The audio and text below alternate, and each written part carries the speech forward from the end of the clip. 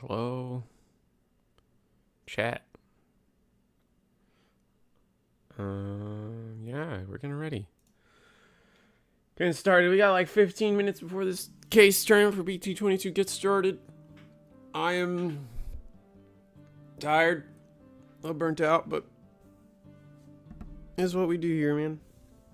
We complain, but we complain together, and I think that's beautiful, personally. So we got this case tournament coming. We got 33 people signed up, but not everybody has, submitted their payment.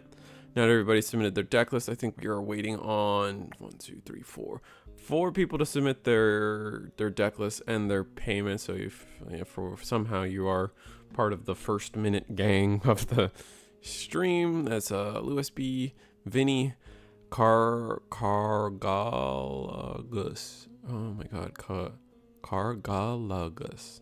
And Momentai. So if you guys are out there, I know Momentai definitely watches the channel, has a comment every now and then. So submit your payment or just understand that you're probably gonna get dropped soon. Also, we are really close. If we actually make it to 34 people, Eagle is gonna guarantee the full case of prizing. So that's exciting. Which technically, if everyone signed up right now, submitted their payment and their registration, their deck list, submitted their payment and deck, would be at 33. So we technically need one more person. So if you guys are out there and you want to play, join, and we'll get to almost 34. But like, we need 34 people submitted, paid, and ready to go. So with less than 15 minutes now on the clock, maybe we don't get there, but that's okay. We got 30. Either way, we got just north of, if worst case scenario here, we'll have just south of 30 people. So that's not bad. I think that's pretty sick. So trying to get more hype for this stuff is a challenge. What else I got?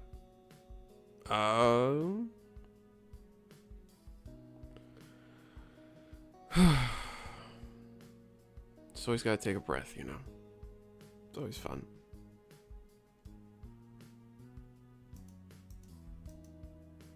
How's everybody today? We did Gundam yesterday. Gundam was really fun. I got to hang out with Eggman. It's always a pleasure to hang out with Eggman. He's one of my friends. It's like one of those things where it's like, and like Eagle and like most of the other YouTubers, except maybe minus like Hyper Coliseum.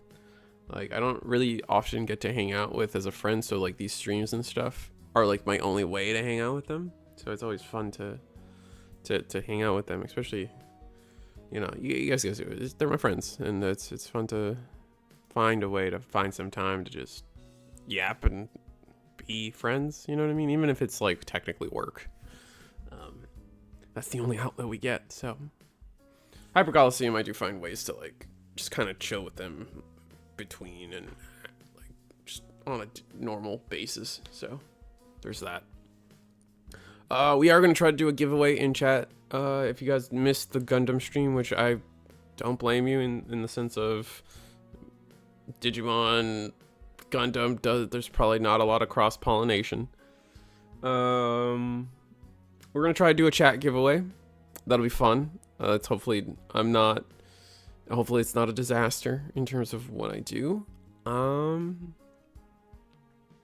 Yeah, I don't know. It should be fun. I'm excited.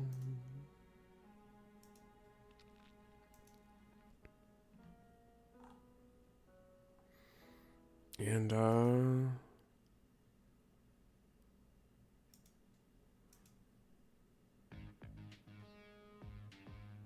yeah, no. Any happenings in the Digimon world today? We got, again, still 9 minutes before the tournament starts. I gotta get Eagle his link eventually, but I just figured I'd come online and just get that early viewage going for people. You guys know how it be.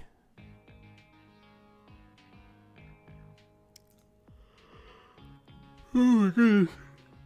Oh, we are tired.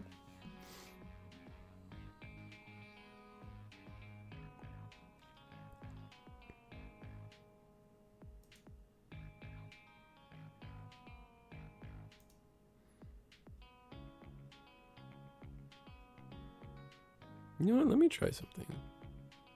I'm gonna try something. Watch. We're gonna have some fun.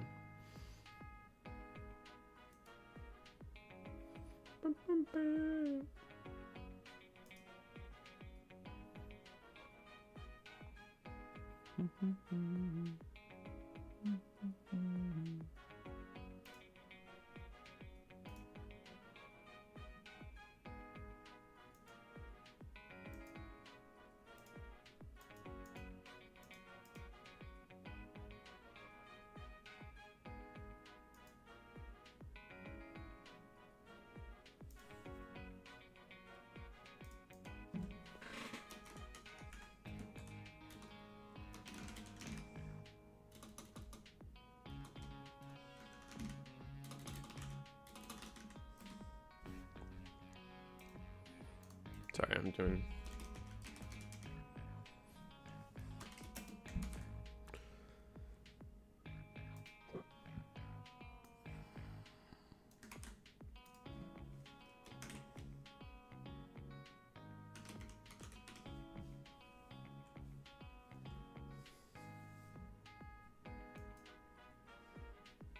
All right, let's see if this works. See if this works. Did I spell it right? I hope I did. Eh? Eh? Damn. It's not working, is it? That's depressing.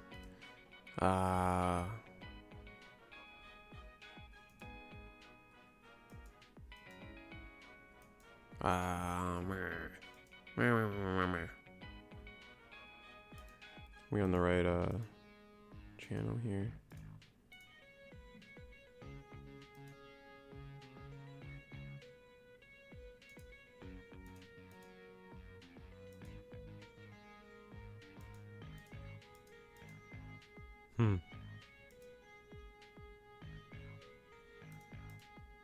Oh, hey, wait, it did work.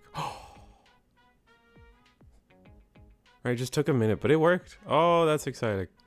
Now you guys can just type !Eagle to no Eagle's Discord. Oh, that's so sick. We're slowly, ever so infinitely getting closer to being relevant. I'm excited. So that means we get to do a giveaway. But got 5 minutes before the before the player meeting. I'll have everybody in here soon. What else I got?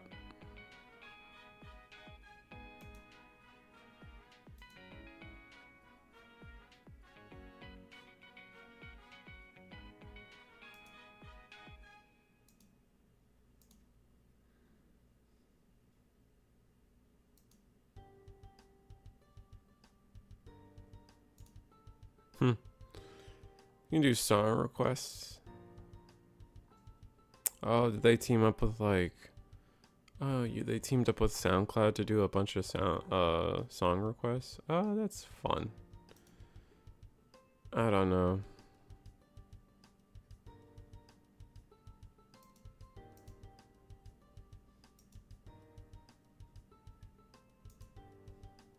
Anyway. Is there any news in the Digimon scene over the past since Thursday? I haven't been keeping up. Here, let me see. I guess the newest thing is still the stained glass Digimon and the heroine set. I think we already talked about that though. Like the fact that they reprinted Mirai and Rina busted. Like that's insane. Like you make your value back with just those 2 cards. And you have 2 of them, I think. Every heroine set comes with 2 copies of each card. So if like you're still out there needing Rinas or Mirais, pick up that heroine set. It might already be sold out. I have no clue, actually. But I mean, yeah, no, we have like everything else was like, I guess, like the new Nokia is cool. Like getting another Nokia in time, not in time because this probably doesn't come out for months. Getting a new Nokia is probably really cool for people. The Akiho. My only problem with Akiho is like she already got an alt art, so getting another one is like the Nokia technically has an alt art, but it's a box topper, so like that's kind of cool to get like a real like thought out box topper or alt art for that BT5 Nokia. Hina also has an alt art. I don't know why would they. I get they wanted to do the games, right? But did we need Hina to get an alt art? Whatever. I guess like, at some point they had to like fill in the space. It's the same issue as Akiho, right? They already have pretty alt arts, so if it was possible to get a different character, maybe that was it. But I don't think there. I actually genuinely just don't think there was another character they could do. The Digimon blow though, I think my biggest thing is like the stained glass thing looks so sick, like really cool design. But between the Bailstar, like they just picked some like pretty like meh Digimon, like just like like yeah, I don't know, like the BT13 Rosemon, when I kind of personally feel like the I kind of personally feel like the 14 Rosemon might be the best one, personally. Maybe that's crazy. I don't know if there's any Rosemon enjoyers out there, but I think the BT14 one might be the best one. I do like the stained glass though in the back, like having everyone except Bailstar, but like everyone has like their Digivolution line in the background. So like for Diana, you'll see Moon, Luna, Cressy, and Lekis, or Lekis and Cressy. You'll see the full line of Sindrell in the back. Same with Rose, and Rose is kind of cool because it's like on the whip. Fonimon fall down mode doesn't have it, but like you have original Fonimon back there, so it's kind of cool. It's just it's stained glass, man. It looks dope. I just wish they picked a more relevant set of female level 6s. BT14 is significantly better than 13 Rosemon. Yeah, that's kind of how I felt too. Like I'm glad I'm not alone in that opinion. Like, and I like, and this is coming from like I have tried to make Rosemon good, like as a deck. Like I've tried to sit down and like, all right, I'm gonna put my Togemon. Like I've tried, man. We've tried. Definitely have tried to make Rosemon good. So like and every time I'm like that 14 Rosemon's just kind of better.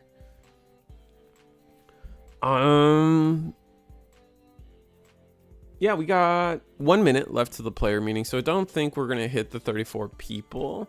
Yeah, looks like we got 32 people. We're probably going down to 30 people exactly. So no guaranteed case, but it's pretty close. The cutoff for the full case was at 34 people, so 40 people short, or 40 people short, Jesus Christ. 4 people short, not too bad. So 30 people tonight. It's gonna be a fun time. It's gonna be a great time. It's gonna be a fun time on stream. Anyway, we're gonna try to do a giveaway, like I said in chat.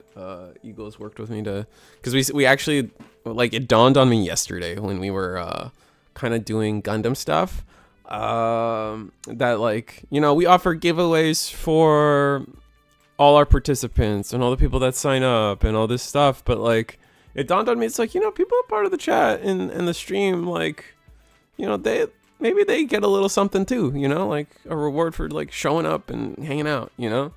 So we're gonna do something small. It's nothing crazy. Don't. I'm not trying to oversell anything. It's just expanding our capabilities here at reesetheSquirrel.com, helped by Eagle's Nest Discord server. So it should be fun. I'm gonna get Eagle his link since it is 1 o'clock. The player meeting's probably starting soonish, if not now. Yeah, I definitely see all the people there ready to do their case giveaway. Nah, shut up! You're overselling it. Stop it. Let me get Eagle his link.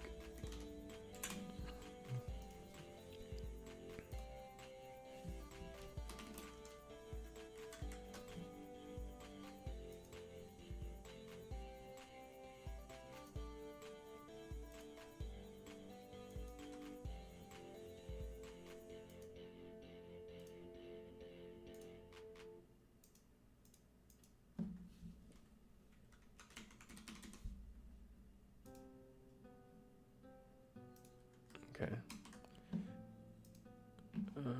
give Eagle his link. Because Eagle will be joining us tonight. Tonight? I guess it's afternoon for me. But what else is there? Is it really just the heroine set? I think it's just the heroine set. I think we've had a pretty low. Oh, we had the versus games Ultimate Cup yesterday. Did anyone participate? Anyone out there watching participate in that? Once again, they did the well, I think it's just standard for Ultimate Cups going forward. What was I gonna say? It's just standard for Ultimate Cups going forward, right? But they did the 32-man pods, and they had, from my understanding, 4 pods of 64 players, or was it 30? I think it's 64 players. So that's kind of sick. I hope I know people like Tessero were out there. Hong was out there. There's a bunch of people participating, like, and then they did well. I saw a screen cap of all the placing players. I don't know the deck lists. Let's see if I have any throw some names around, because they definitely posted it on the Facebook, but God, I hate Facebook. Yeah, Tessero was there in pod 1. I see that Tessero got 3rd place. Pod 2, Onion was there. Kiki, I know. Intra, those are some ones that really stand out to me in terms of I've seen them. Nikesh, I definitely feel like I've seen Nikesh before. I'm sure I've seen these other people. There's a guy named AJ. Cardfight Empire, I definitely seen that name plenty of times. I think that's the Black War Greymon icon. That's how I remember. I think that's that person. Getting 1st place in Pod C, that's really cool. Avault got 9th place in Pod C, nice. AJ, I don't know if that's like my AJ or a different AJ, but whatever. We got Hong at 15th on Pod D, which I'm pretty sure that's Hong 0, but maybe it's not, who knows. And let me see. Eagle can't. Oh, that's sad.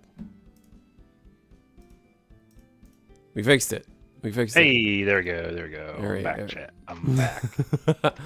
Yeah, homie got 10th place with Dexdoro. Oh, who was your homie that got 10th? Was it Intra, Gucci, Darker, or Miller? Dexdoro is kind of hype. I know a lot of people kind of want Dexdoro to come back. It's a fan favorite deck for sure. And how's it? We got 30. It looks like we got 30 people at the end of the aftermath here tonight, Eagle. Yeah, 30 people on the die, I believe is what it is. Nice. All right, so let's see if I can get the this fixed up. And yeah.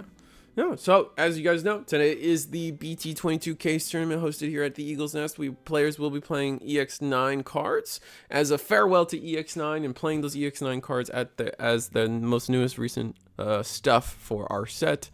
We will now be moving on to BT22 as of tomorrow, but we get to say farewell with a nice BT22 case tournament. Oh, it was Gucci. Got it. Thank you.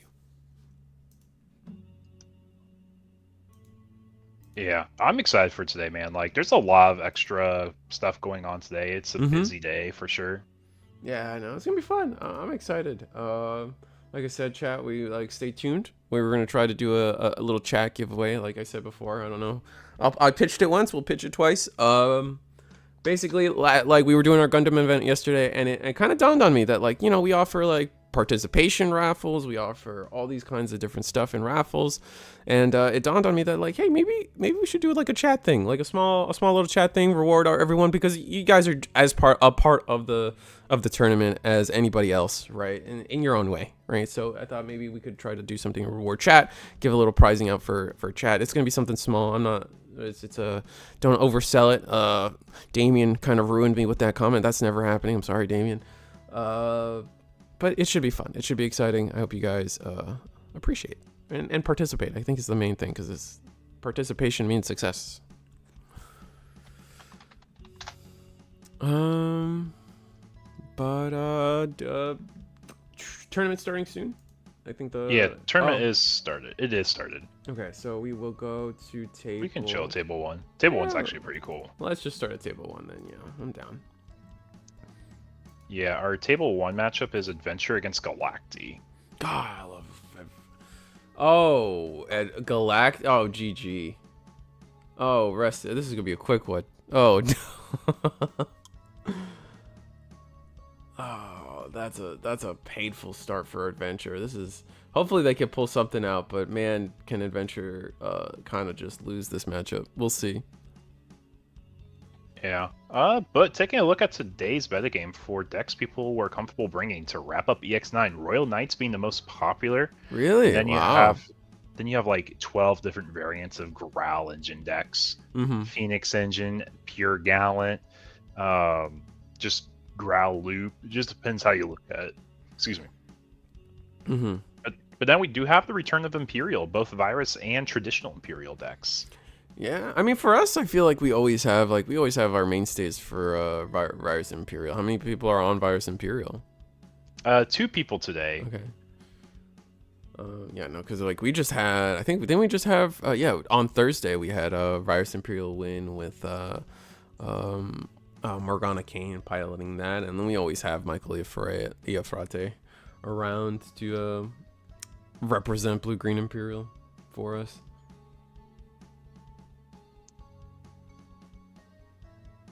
Man, if we can maybe Lilymon all these Venmons, oh man, I think we're gonna be in a Feel very a lot happy better. spot. Yeah. Get them to the bottom of the deck. But have we told chat what the giveaways are for today? No, we have not. Okay. Well, for anyone here in chat that is listening, I have custom Shumon tokens, familiar tokens. Mm-hmm. I don't know if you guys seen it. They are textured foil cards, and they have all the information for the familiar techs. If you guys are interested in entering a raffle for that, if you win the raffle, you get 2 of them. It's going to be shipped by me to you directly.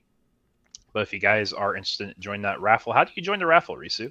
So it's gonna be one of those Nightbot things where when we start the raffle, we'll type 1 in chat, and then we'll just Nightbot will pick somebody, and it will be beautiful.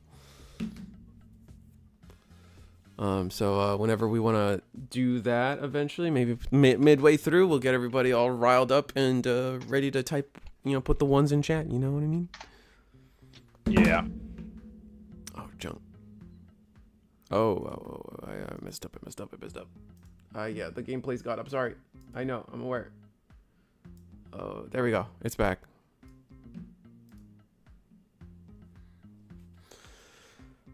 All right. So from here, we can talk. It's Adventure's turn. They get to start a 2 memory. We are going to attack. We're going to attack into security to just get that out of the way. It's a Venmon, so we get deleted. We decided to just keep the Bagabu in the back, though. Yeah, it's probably just because you want to value having... Oh, there's that Lily you were talking about. And now we get to spin all those Venmons to the bottom. Only one. Only one? Or... The top. It's the top. It's all of them with the same, if I remember correctly.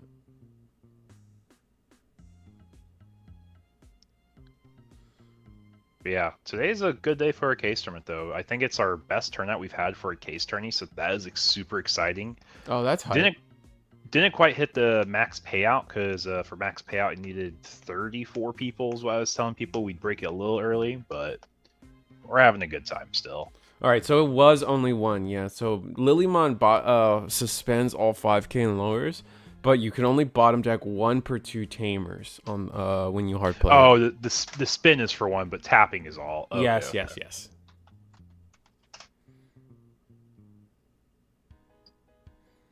Yeah, we caught that. Yeah, we got a judge here. We got Ludion here as our stream judge and head judge for today's event. Ooh, fancy.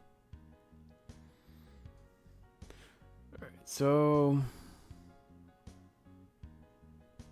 yeah, we got there, man. We got there, everybody. Well, we've got it fixed, and from here, I think it's just gonna be more Venmon searching, right? We are gonna digivolve. Looks like we are gonna digivolve into what's it's called, the Snatchmon. Snatch. Mm-hmm.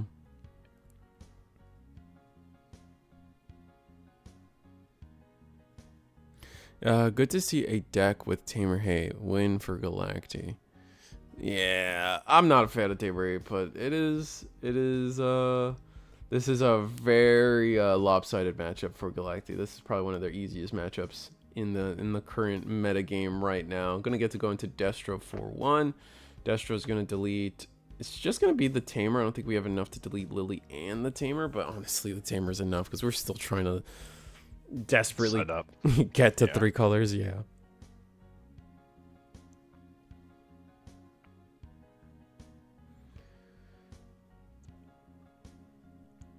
Yeah, and now, yeah, if we have the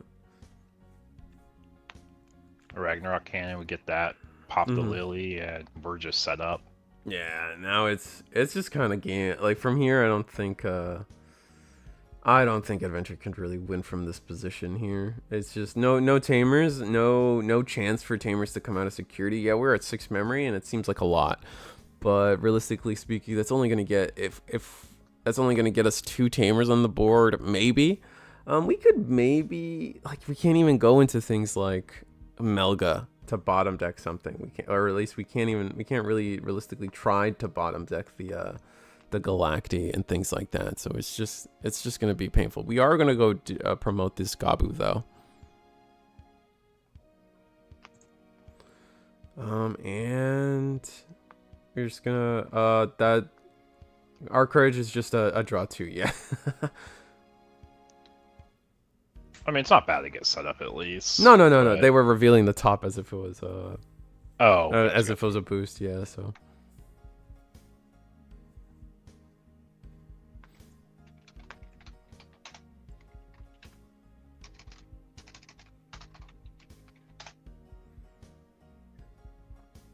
All right. So from here.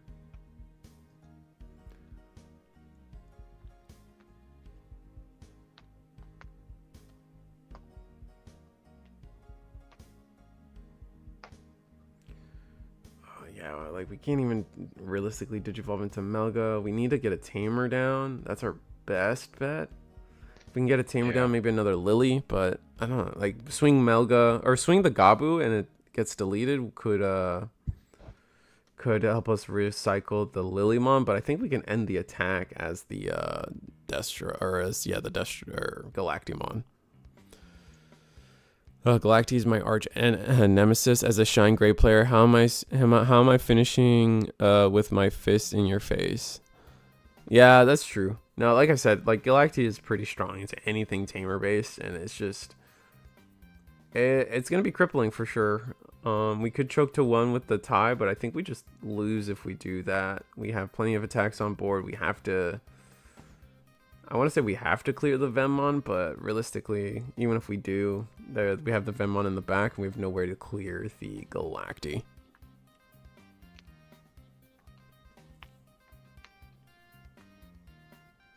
Yeah, we're just going to scoop it up.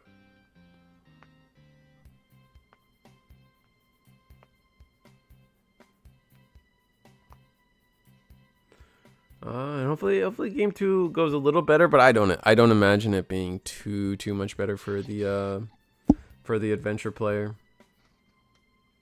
Yeah, I'm taking a look at our metagame. Like I said, lots of Royal Knights, lots of Growl Engine. I'm surprised Royal Knights. I feel like Royal Knights was like on its way out, right? I think it's just good against the Growl Engine decks. I think that's its best merit it has right now. Oh, I see.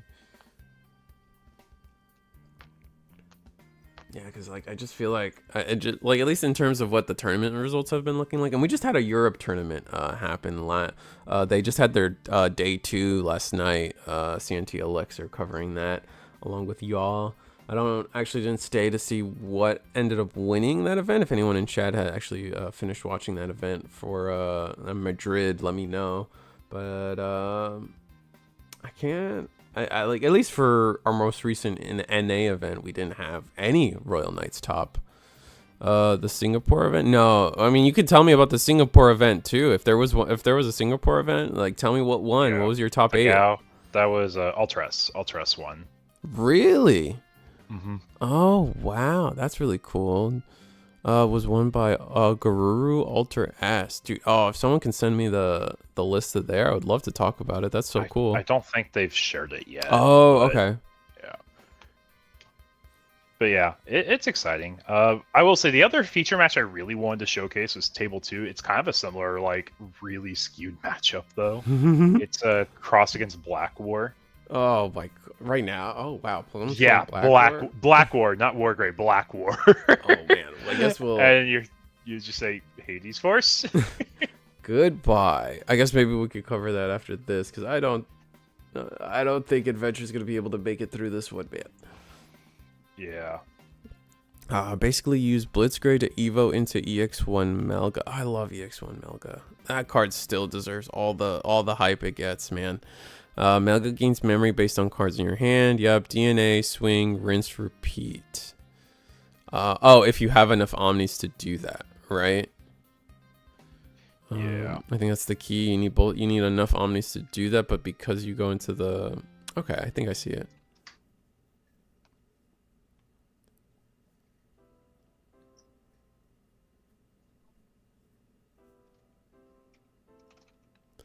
Yeah, that's pretty sick. That's really cool. I'll have to see that in motion. Is there a stream at least for that one or no? We got a regional. It should have a stream. It's a Gao.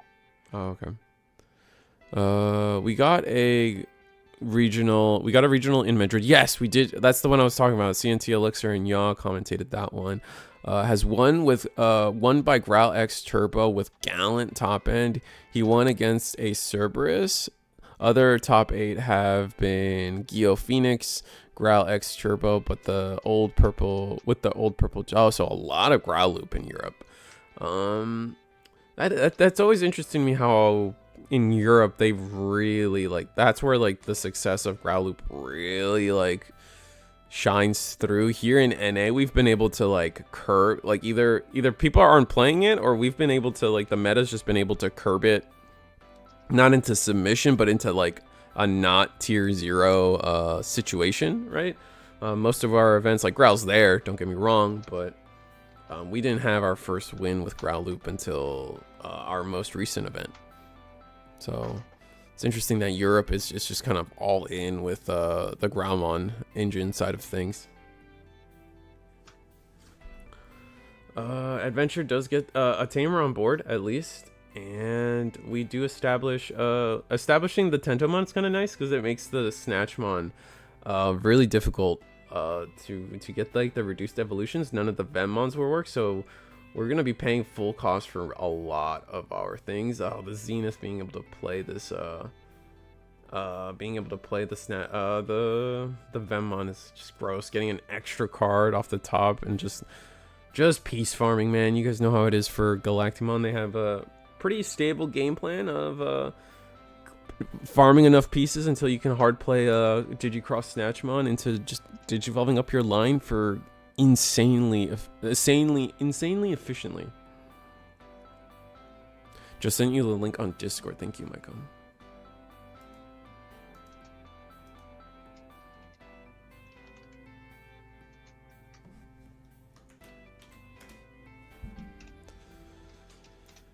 Let's see.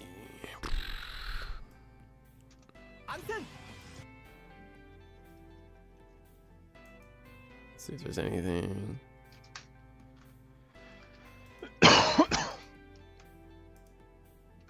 Oh, you use the Sagittarius?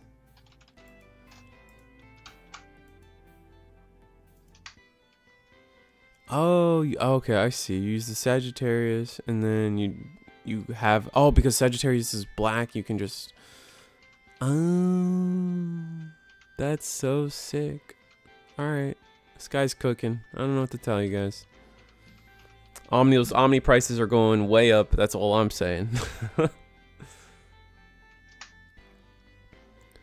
What decks are we seeing today? So Wolfform, from what I've heard, we got a good amount of Royal Knights. We got a good amount of Growl Loop, you can imagine.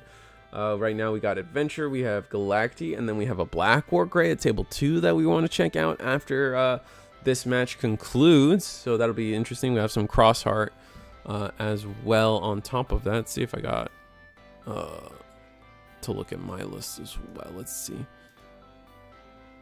We got some Gallants in there. We have a collection of both Imperials. Puppets is around. Bloomlord is around. Sakuya, Machine Dramon.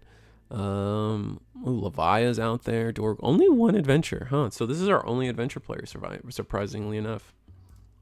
I still feel like Adventure is underrepresented for the meta game, but I think Adventure's in a good spot. I think Virus Imperial's in a good spot. I've talked about it before. Meta shifts, see different decks being played, and just different decks can pop up at different times because of that. All right, so we fusionize. We're gonna go into Destro for a reduced cost because we did get rid of the Tentomon, which I thought was kind of strange that we attacked with Tentomon. Tentomon was giving us a lot of leverage, but yeah, now we lose both our Tamers. We lose our Agumon.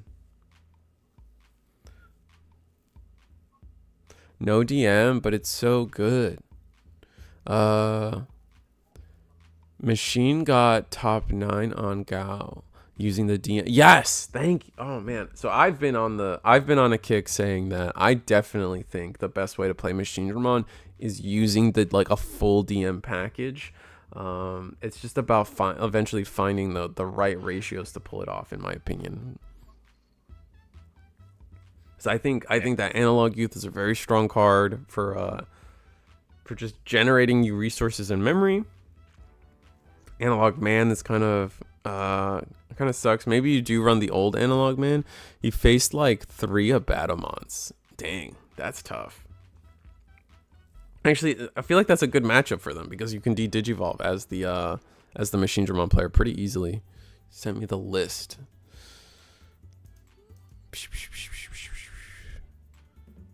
Ooh. Oh, actually using the rare mon. That's interesting. I find that like the most curious bit. Yeah, the more Battle rises up, the more I see Virus Imperial rising up. 2 decks I said in a vacuum don't seem great, but I think if they both exist, the Virus Imperial is the better of the 2. That's fair. Yeah, because Virus Imperial is actually pretty solid against Growlix. Yeah, there's the I cannot do anything handshake. This is just like we were saying, a pretty abysmal matchup. This is just terrible. And this is like example 1 through 10 as to why I don't think we need tamer interaction in this game. Like I just this is just not fun to watch. If we want to peek table 2, we can showcase the Black War. Oh my god, yeah. Let's just show one of the Black Wars. Yeah, let's just show people why I think why I don't flex this too much, but like sometimes maybe Chad Risu is just kind of right sometimes. I don't know. Oh man, that is just so oppressive to watch. Just like someone be able to do absolutely 0 into a deck.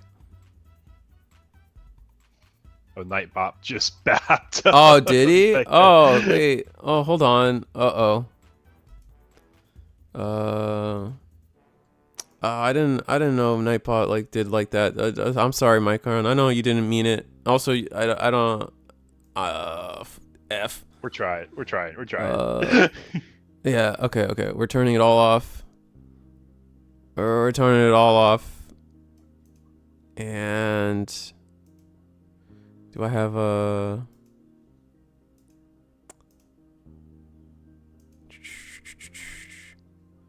Okay, so are we good? Mycon's good? Okay, Mycon's good.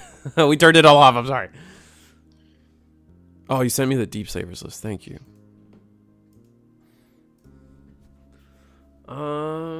Alright, so we're on Black War Gray. Well, I guess it's Black War Gray top end. Oh, we're using the new Machinedra. Or Metal Greymon, sorry. Yeah. It gives you like 4K as an inheritable, if I remember correctly. Yeah, it's Sec +1. 4K comes from the Altris. Or not Altris. The new Adventure one? Yes, yes, yes, yes. Oh no, no. Yes, yes, yes, yes. The adventure one. The adventure one is 4K. Alter. Yeah, Alters gives plus 4K. The Metal Gray Nonetheless, is sec this, plus one. this guy won't be big. That's all we need to know. Oh yeah, he's swinging at. We're swinging at like 20 million K. Oh, and we're using the promo Adventure Gray too.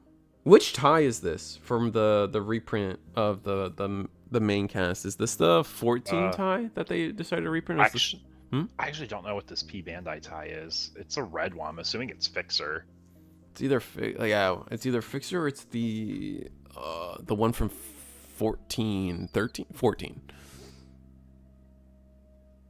Yeah, we're going in for at least 3 checks here because we got the. It's 4. I think it's 4. Metal Gray X plus the +1 on promo plus the tie. Do we have another inheritable? Oh, Metal Gray is another one. I think we just cleared security, right? I think so? Question mark.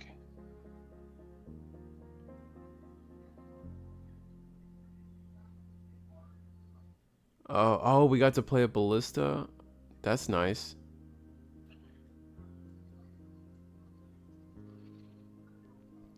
And then Omni X for game.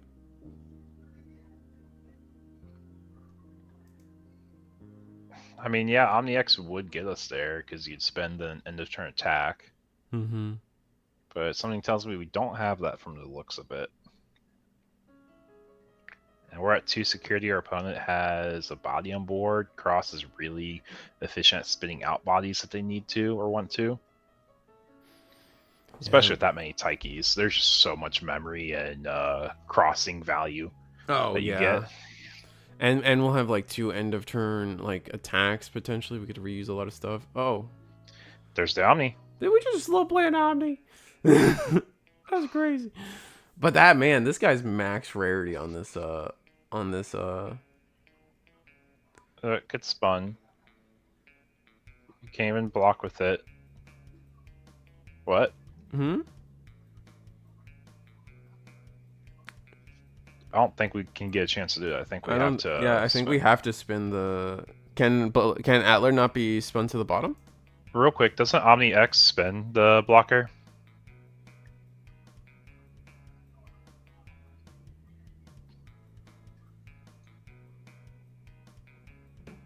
I don't think they heard you. I think you might be on push to talk and don't know it.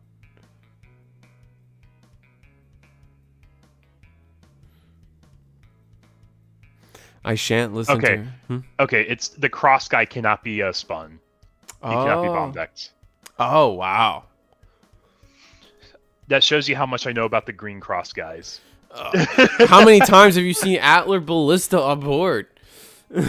Right? Like, I'll be honest, I had no idea what it did. I just know it's a name for cross. Yeah, exactly. That's crazy. I gotta look this up. It does more than just be a name? It does more than just be a name? What? Yeah, on play until the end of your opponent's turn, one of your Digimon can't return to the hand or deck by opponent's effects. That's crazy. Do we not have X antibody in the stack? No. I guess not. Yeah. No, the extra card at the bottom is from the Metal Gray, the DM one. Oh, you're right. Dang, and so we lost to security. Like, yeah, we should have a... Oh, we even have the unsuspend. Yep, and then we swing. All you need to see for game there. Oh, rough. This isn't as polar as the last match, at least, but... I feel like this one might be pretty rough if we get to the Black War top-end parts. Mm-hmm. But nonetheless, we get to showcase 2 pretty fun decks.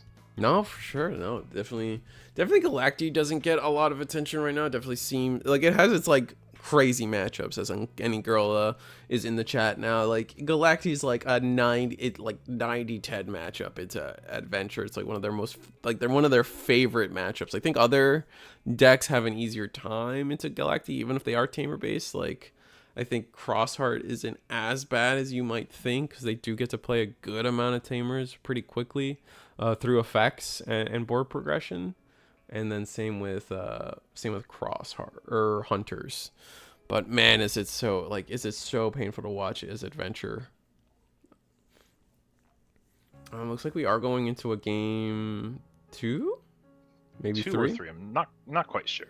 Yeah, I mean, if Wargrade just sees it, it's kind of like the Gundam situation. If Wargrade just sees it, like we saw, like OTK is fully possible.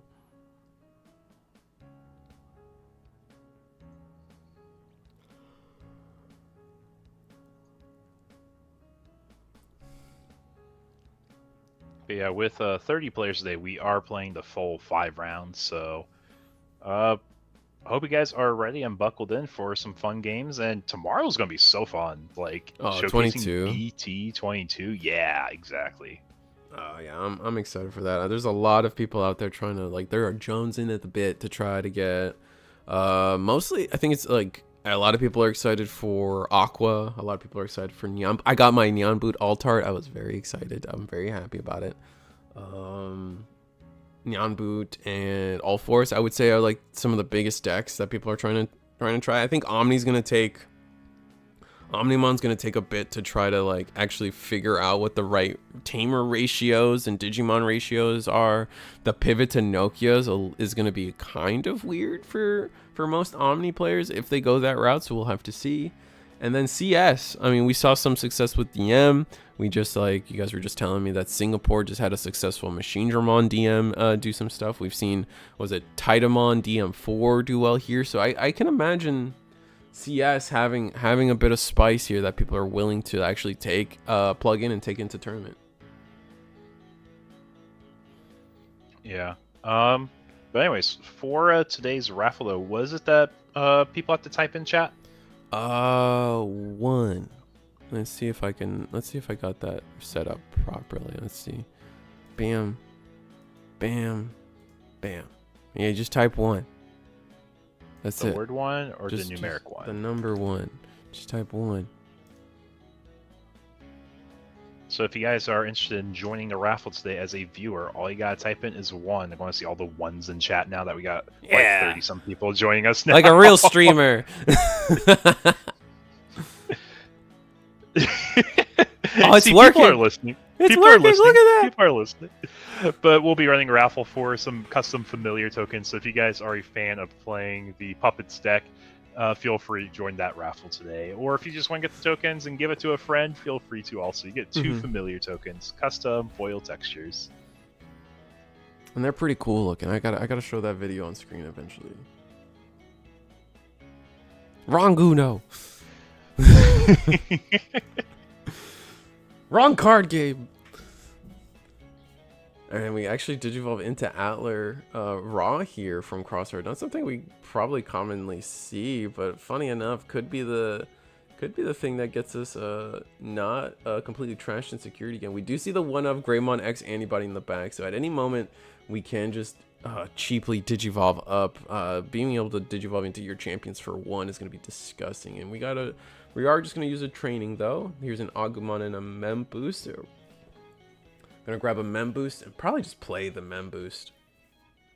Yeah, just into turn, feels clean. They have no tamer set up, but yeah, another training works too. Another training, same thing. Yeah, that Greymon doesn't really help us, and that X antibody going to the bottom's kind of sad. Yeah, but we banked 4 memory for our next turn, so it'll work really well with the Gray X. Gray X getting the reduction, training getting the reduction, so you get a free level 5, not champion. Atler actually attack collision, right? And I don't think Atler has. Yeah, from Raptor. All right, so now Shoutmon goes in. Probably gonna search the. Yeah, there's the Blitz Gray. Gonna search for tamers. Wow, no tamer. Do we use the... Oh, we can't use Shoutmon Inheritable because you need a tamer for it. Yeah, that's rough. Yeah, so you, usually you're trying to find it off the top there, but we do have at least one. We're going to get the manga version of Taiki down. I believe this is the memory setter, and then also has the generic you can cross all your sources ability. Isn't that just Korea, except it's not a blue flare? Yeah, exactly. Oh, we're swinging with Gray X? Oh, no. That's not good. Oh, we're swinging over with Gray X. That's fine. That's fine. Yeah. Yeah, but clearly struggling to find 5 though. The double training. I almost argue like maybe we should have played that boost. Get a little bit of a deeper dive into the deck. Try to actually see if we can get into that level 5. Because both these trainings didn't really help us get what we wanted, but maybe we do have the 5 in hand. So, chat, I got a question for y'all, and even for you, Risu. We've seen pretty recently the use of Gravity Crush in, let's just say, our Growl decks, where you egregiously cheat memory OTK through a bunch of single little chips. Why don't we see more people doing that with OTK style decks like Wargray or Dorbrick? I feel like it's just like the natural draw power that something like being able to because you see it all the time with the Growl loop decks that they're able to just go Geo X, Growl X, and then get the mills. Like they get so many just raw draws off of Digivolving, and then on top of the draw one, trash one from Growl X, that you're just naturally cycling into all these options that aren't searchable for the most part. Like obviously anything can be searched through trainings, but that's typically not what we see from those Growl decks, right? They're typically just raw drawing into all those pieces, and then it's like for other decks too. Like, okay, so like my Growl X, my Greymon X draws me a card. It's great, but in the Geo engine, you can re-loop so many of those pieces. If you're missing a second Growl X because you didn't draw into another one, you just bring it back with your egg. If you were missing a rookie, you can bring that back. You only need to see some of these things once a game to use them over and over again. Whereas more traditionally, like these decks, like once we lose this Greymon X, it's gone. We're not getting that back. I mean, there's protoform maybe, but it takes a lot more work, right? Yeah, chat's on the exact same board as you. So yeah, sounds pretty consistent. Sounds right. I get you, chat. Makes sense. But yeah, it's been a good time though. We're seeing Greymon maybe go up their stack finally with Cool Boy double trainings, Gray X reduction. Like, we have so much banked memory here. Going into the DM, Metal Greymon for 1. Do we have it's for free with the Gray X and the training together, isn't it? Oh, true, yeah. I didn't think we actually would use the training there, actually. But here we go. We will gain 1 memory.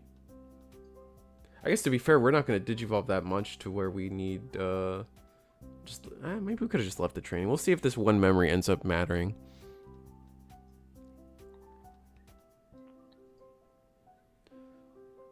We can go into our War Greymon. I know it's clear we're running Blitz. If we have Black War, that would be kind of disgusting as well. We go into Blitz Gray actually. Okay, so Eagle has to read this card. He knows it's part of the Omni Alteress stuff, but he does not know what it actually does by itself. So we go not protoform, but it has Alliance blocker and then has Digivolve. Oh wow, this is intense. Popping off. It said I got all these DP buffs. I want to make use of them. I want to get all these security checks in. What's the ESS of the just another check. Blitzcrank is another check. Okay. So we fully clear the security and then end of turn attack for game. Yeah. This Omni X is so good. So we were able to do 5 checks and then end of turn attack for game. Busted. Sometimes you just OTK them. And is that it for our table here? Set, yeah. I feel like that's it for the set. Got like 6 tables left, 12 minutes left in the round. I think it's probably a good time just to talk through some of our things because we got a lot of things to talk about today, guys. Yeah, we have we just had our beta event, right? But let's just go through what slides. I need to add that. I forgot to add that one slide. Hold on, I will get that one slide. We'll We'll be right there, chat. Yeah, but for anyone joining us today, we are running our BT22 case tournament. It is being hosted in the EX9 format, so no worries. We are not proxying BT22 cards today. You can proxy any cards you need, but it is in the EX9 format, BT22 pricing, and we are starting off Monday, tomorrow, with our first BT22 event. So if you guys are looking for BT22 decks, make sure you join us tomorrow either on stream or join us by playing as well. I know we're running giveaways today too, so if you guys are here in chat and you guys are interested in joining today's raffle, all you have to type in is the numeric value 1. All right, so I got some of these slides up. Become a channel member. Always helps reachthesquirrel.com to be a channel member. Also, I think it gives you an extra. No, all, subscribers get an extra entry into the raffle when you guys press 1 in chat for the chance to win those the Shumon tokens, the familiar tokens. Yeah. Here's our weekly schedule for the other Digimon weekly webcam tournaments. As you guys know, every Monday, every Thursday is us here at Eagle's Nest. But DigiGuard United also runs theirs Wednesday, Friday. DigiGalaxy double features on Friday as well. You can take your pick. They're all great people, all great times. I love supporting them. DigiPanda merch, always important. I know BT22 is around the corner, and DigiPanda is always posting, or just posted about their shipping situation. So a lot of this stuff should be coming out to you guys soon if you have orders pending with DigiPanda. So all that stuff's coming out for you guys. Riftbound is the thing we're trying to do, and this is tonight's event. So all entrants are getting a free raffle, but everyone in chat as well. If you guys type 1 in chat, you guys will be entered into a raffle today. Probably do that maybe mid-tournament where we announce the winner. So join now and just simply type 1 in chat. You don't have to do anything. You don't have to be a subscriber. You don't have to do nothing for that. If you guys are interested in... Yeah, I was going to say, just like I did there, 1 in chat. Then Sundam. If you guys are interested in Gundam, if they're, I'm not sure what the cross pollination of Digimon to Gundam is, but if you are interested and you guys want this is actually a Germany-based tournament here, but they are opening their doors to North American, and they've asked us to advertise a little bit for them. So if you guys are interested in the Gundam and you guys are looking for Gundam content and tournaments, definitely Sundam, Saturday, July 26th. Eggman also on the Gundam content stream. That's Sunday, so the Sundam is on the 26th. Gundam for eggmanevents.com will be on the 27th, so check them out. They're working with EXPairShare Collectibles to get some product over to you guys. So if you guys are interested in Gundam, there's that. And then here is our newest slide. You have the deets on this one. Yeah, I can take it. Yeah. So in addition to today's prizing for BT22, VPassion, one of our Digimon players, he's top 16 nationals player, pretty consistent. He has a online shop, gigaslash.store. He is donating a t-shirt to whoever wins today's tournament as well, just showcasing some of the example shirts he has on his shop. Just want to give a really big shout out and thanks to him for adding a little bit extra prizing into today's prize pool. So if you guys are interested in checking out his shop or you like these designs, check it out. QR code there. A link is also shown on the slide for gigaslash.store. But just want to give a big shout out to VPassion for adding a little bit more value to this tournament for our players. Yeah, it's kind of sick that they do that. And that's it for our slides. Well, how much time we got around? What do we got? We should be sitting at less than like 10 minutes. I think it's like 8 minutes. We got 3 tables left. So I know we just started the stream. Do we want to hop in the table, take a really short break? Yeah, we can hop into the table and then go on break. Leave the table up for the chat. Let me see. So we got table 10. Okay. So that should be released. Yeah, let's go to table 10. Ooh, puppets. I know people love puppets. And then... Alright, so match is on the screen for you guys. Me and Eagle are gonna take a quick bounce, get some water, get some our blood vessels going. So we'll be right back, like 2 minutes, not even. BRB, enjoy the match silently.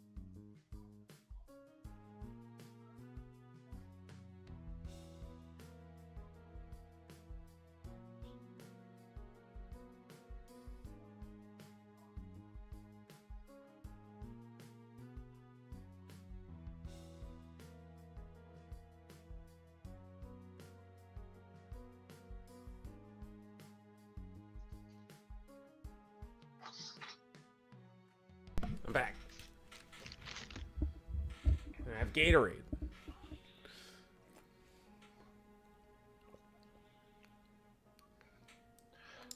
Okay, I have returned. Same. All right, looks like we got Magnamon X versus Puppets, and we've established the Kageyamon. Man, Puppets. I keep hearing good things about the new support for Puppets, and saying that as the EX09 stuff just came out. I'm talking about the BT22 stuff. I'm hearing good things about people's playtesting in terms of Nyan Boot and particularly Nyan Boot, and then the was it the mysterious symbol? I forget what that card is called. I'm gonna have to look that up. Well, crest. I just call them crests. The crest, yeah. I've never seen DNA Black War, black green, with Magnamon X on top. It's Armor Imperial. Oh, blue green. Oh, blue green. We're using B. Okay. Yeah. Yeah, it's existed before. It's a really good meta call into some formats. Because Imperial's a deck that basically toolboxes based off of what they need in the format under 6s. Hexablau is the common one you normally see. But if it's not Hexablau, then it's either pure Imperial or it's the armor form package. I don't think there's really any other versions, but there might be. All y'all Imperial lovers out there may know a little bit more than I do.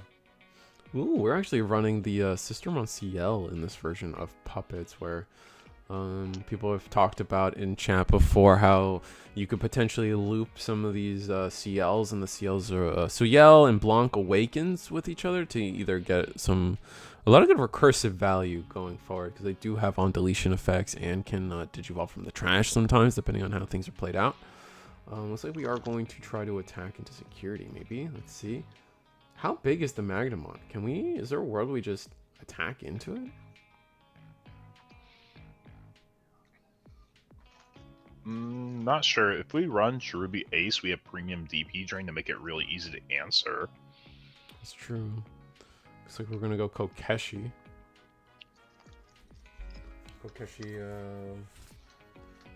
Discard a card to -3. I believe it's 3K. And then, discarding the CL, and this is going to be on play, gain a memory.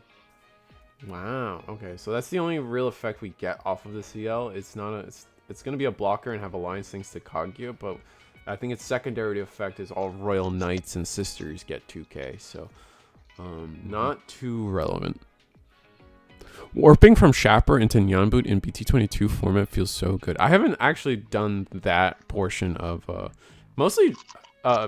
That effect of Nyan Boot is not something I've used too much yet. Mostly because you're 5, you're still gonna be on. I feel like you're still on Katakuru. Katakuru is just kind of still busted. But then you definitely back it up with a Chaparral. I just haven't decided which Chaparral is the better one right now, because the new Chaparral is one of those like weird warping 5s. I don't know if it's better to run that one, since you can just warp into Chaparral and then warp into Nyan Boot. I don't know if there's a use case for that here. Yeah, the whole board is going to be suspended, and we're just going to attack security 3 times, and that should be it.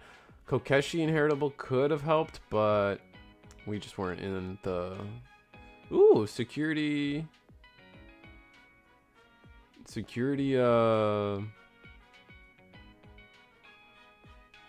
Oh, this is so good. Security, Shushu coming in. Clutch. Allowing us to play, I think it's a 4 cost or less from trash. Playing the security, Shushu itself. Or the promo, I should say. And then we block the Magna.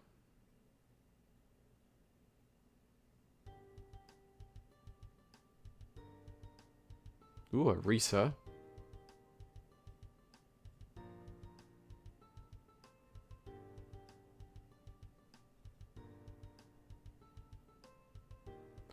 And Magna X goes in. We have to block with the Shushu. I'm pretty sure we didn't block the Magna X with the token. It got suspended from the Pyildramon end of attack. Oh, right. Mm-hmm. Why? Oh, the Kaguya deleted the. Oh, so we Mm-hmm. just DNA again. Ah, that's Yep. rough. All right. Most sourcing on an ace, I guess, but something tells me we probably aren't. Yeah. So that might be it for this match. It's probably close to the end. The minus DP on Yamboot is insane. It is insane. Don't get me wrong. The warp from EX7 shop after playing out the 3-2 warp into Nyanboot past his turn to overclock is the another way of saying Omni for game. Oh, true. EX7 shop has a warp as well? Or you mean the new BT22 one, right? I don't think there's a am I confusing my chaperones? I genuinely don't remember. I've ever told you the story of what got me into playing puppets? I don't think so. All right, so there it goes. The story goes like this. We're in. Picture yourself. It's what was it? February. It's February 2025. We're in Orlando because it's in Orlando. It's the Orlando Bandai Card Fest. Digimon Nationals is happening right across the table. You're walking around. You're Risu the squirrel, and suddenly this random woman attacks you, and she's like, "Me, I need a third person for my 3v3s." I'm like, "Ooh, like what's happening? I'm just trying to talk to Digipanda." And Panda's like, "Yeah, you should just do it, Risu." And I'm like, "What? Just random woman can't be attacking me to join a 3v3." And so eventually I accept because this random woman is actually curiosity, and and then I get coerced into being in a 3v3. I'm like, bro, I don't got a deck. I didn't bring a deck. I when I go to events, I travel light, and especially if I don't expect to be playing, I'm not bringing my decks or a backpack. It's just me and my small stature present. And she goes to me and she says, "I have puppets and Mastamon. What are you playing?" And so I chose puppets. Not Mastamon, that's for sure. And then I proceeded to have so much fun in that 3v3 playing puppets. I was like, you know what, this deck's kind of sick. maybe I should actually build it myself. I haven't built puppets myself, but man, did I go on like a streak on DCGO playing puppets after that. It was a fun time. Not to mention, like, there's squirrels in it anyways, right? Yeah, exactly. Oh, and that's what made my decision. I was like, out of these two options, one of them has a squirrel in it, so kind of have to. All right. So with that said, we don't have much time left in the round right now. Should be wrapping up here soon. We have one table in turns right now. Okay, so we're going into round 2 pretty soon here. So nothing too crazy.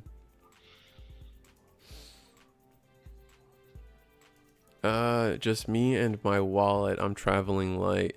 I mean, I still like bring clothes. Well, I mean, I guess in Orlando I didn't have to bring anything because it was extra light for me. But no, just in general, like when we go to Bandai Card Fest in Dallas here, it's September 20th. Expect me to like maybe have a backpack, but not much in it. I don't really plan on like I don't have my invite. Like I didn't. Coaches don't play. But. Yeah, no. I'll wait. I'll probably have to have a bag for all the acorns I want to give out to people. So there's that. So I don't know. Yeah, I was gonna say I understand that entirely. Just traveling really light. Normally, I bring a suitcase so I can travel light and bring a lot of stuff back. That's my issue, though. I'm just bringing stuff back. Oh man, no. I have a perpetual Japan trip planned between me and my wife, and we'll get there eventually. And we fully intend to buy suitcases in Japan so we can bring stuff back. Risu needs room for all the nuts. Yes, it's just true. We get acorns, maybe. They're not going to be anything special. I'm literally going to Google on Amazon plastic acorns, and then we'll just go from there and see what happens. Yeah, but to all 50 y'all joining here in today's stream, welcome. We're in the middle of round 1-2. We're getting round 2 pairings up here shortly. But one thing we are doing today, just want to make sure I'm pushing it. We are doing a raffle for anyone that is here watching the stream today. want to give a little bit something back to our viewers because these case tournaments, they're really big events. They're really fun. In order to enter today's raffle, all you have to type is the number 1 in chat, not the word 1, the numeric value 1, like Reese just did there. It enters you into a raffle, winning a pair of familiar tokens, custom foil texture ones. Hey, V Passion, I see you typing the 1 there, Nikesh. Welcome, welcome. Congrats, Nikesh. I think was it you that just topped one of the 64-man pods in the Ultimate Cup yesterday? Congrats on that if that was you. Ian, yep. I have a donut bag pack. This is my light travel option. Has a lot of space and is filled with pockets around the back. Oh, that's cool. Wait, a donut backpack? Like, is it in the shape of a donut or does it have a hole in the middle? I feel like that'd be inefficient if it had a hole in the middle. That's weird. It's probably a real backpack. Chat, what are we feeling? Do we want to follow the War Gray player to their matchup against Gallantmon, so 2 OTK decks, or we wanting to see something like Bloomlord or Virus Imperial? There's a lot of Bloomlord fans out there. What were the options? We got Bloomlord and what? Bloomlord, Virus Imperial, and we got 2 different matchups for. I think Table 1's probably going to be the fun one to watch. All right, well, we will go to Table 1 then. Yeah, because we basically get the best of both ends, I feel. Mm-hmm.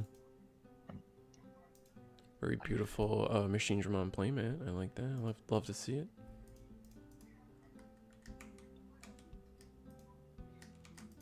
We may have to hover to another table if they're having. Oh, true. Yeah, they're trying to reconnect here. Okay, let me find the backup table. You're good. Because we have a second Bloomlord that we can follow today. Okay, there we go. We're back. We're back, chat. If we want to hop to table 6, it's a pretty similar matchup, or do we want to try sticking here? No, your call 6, whatever. Okay. So I want to say table 6 is another Bloomlord.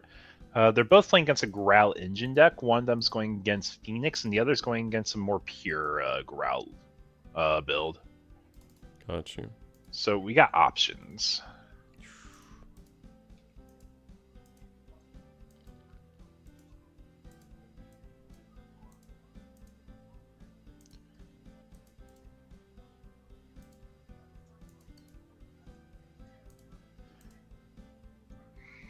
All right, cool. We got. I'm gonna make the memory markers touch.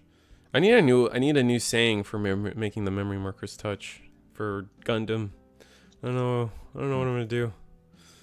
Every time I'm a little confused as to what my options are. I feel like you can say something about like assemble kits, like building, modeling. I don't know. I feel like there's something you can do there. Yeah, you're probably right. But the reason I picked this table in particular is because I think we'll have lots of fun interaction back and forth between the 2 decks. Mm-hmm. We've seen Bloomlord sit on a bunch of bodies that can ace, but this is the Phoenixmon build of the Growl engine. So you're also able to have very explosive turns, and because you have the Bird engine, you have a little bit more options for answering board states. Oh, that's fair. Oh yeah, no, the birds list. The birds has such powerful top end. Being able to just, especially if they live the check, which at 13k Phoenixmon, they usually do live that check, and man, when they do, it is powerful. But it does that reliance on the Phoenixmon kind of hinders them in the Royal Knights matchup, because the Royal Knights is running so many big bodies that do just cause the Phoenixmon to die in security. They lose a lot of their advantage from that.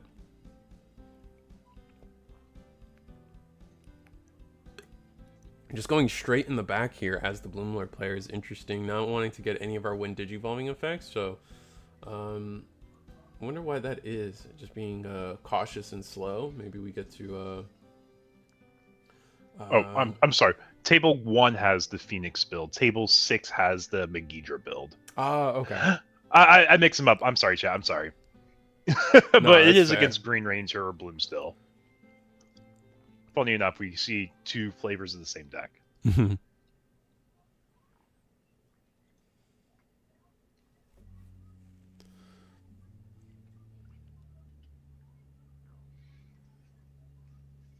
Yeah, basically your another training. goal as Bloom is to go as wide as you can, set up as many bodies to ace with as possible.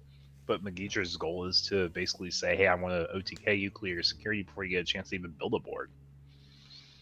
I'm trying to figure out what we were looking for as the Bloomlord player, just looking for more and more setup, because I guess we're that afraid of, I mean, we have to be that afraid of Megidra. We have to be able to, I think the game plan might actually just be to set up a board that we can then, in turn, ace the Megidra attack. Mm-hmm. If we can exactly. if we can ace the Megidra attack through, we already saw Safaga ace get bottom decked, which is really unfortunate, but like I doubt that's the only copy of that card we run. If we can set up like a board with medieval, an ace target, Megidra could just kind of stumble to that, so we'll have to see where it goes. And we are going to Agitar to play Sunflower. Draw a card. Mimi gain a memory. Go to 3. Yep, and we're sitting on double training, so we're able to go up pretty quickly if we want. Mm-hmm. And it looks like we are opting to do that. I'm probably going to another Agitar if I had to guess. Yeah. Yeah, because you're just going to crack the Agitar effect right away on itself to play another body.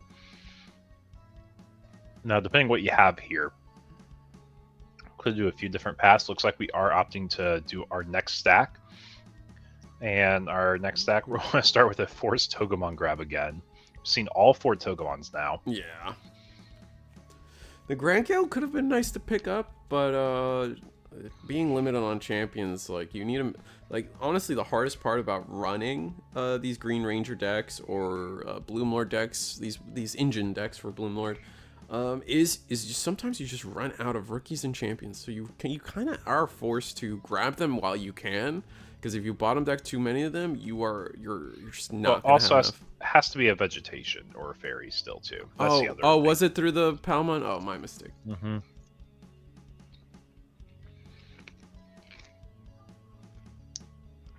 But you'll probably see that Togemon come up here. Mm-hmm. Especially if we have the Tamer lined up. Mm-hmm.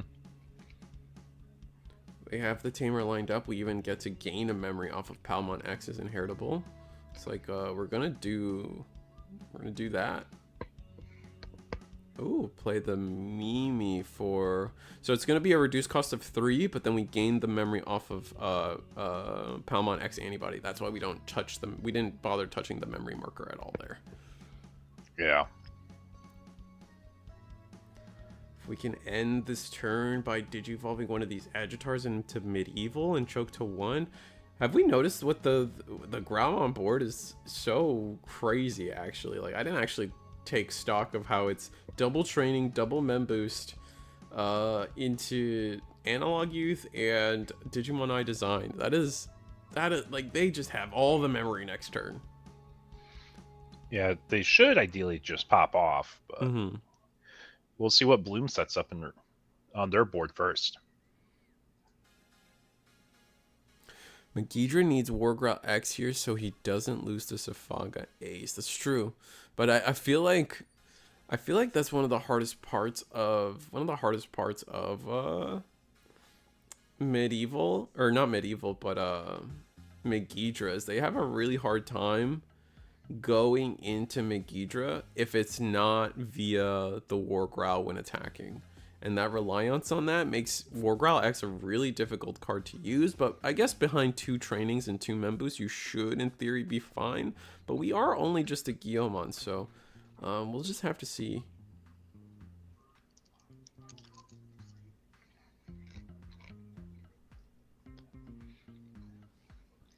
So we did. So Bloom's just establishing a bigger board, which is not bad, not bad. Yeah, I was gonna say, like, we go into the Bloomlord here. We could probably do 2 checks into security, but we do give up that potential ace target, which is a little unfortunate. I mean, there might be a world where we're trying to map lethal. Like, and go to another Bloomlord over the Agitar, get 2 memories back, get a reduction from Sunflower. Or no, this is the draw Sunflower. Yeah, no, we don't keep turn. I think we keep turn. We would gain 2 memory thanks to the other 2 bodies, and then we would gain 1 memory from Agitar when we unsuspend. Agitar's for suspending something, though. I thought it was unsuspending. Oh. RIP. Okay, medieval. Medieval does let us ace into Sephagamon, but I would have. I feel like I would have rather seen.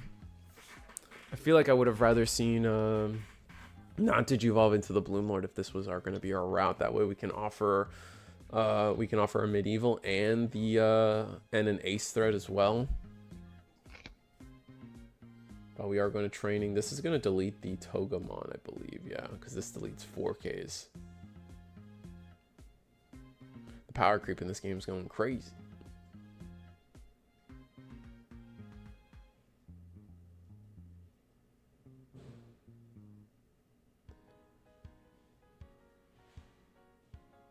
All right, we're going to training into Growl or Growl.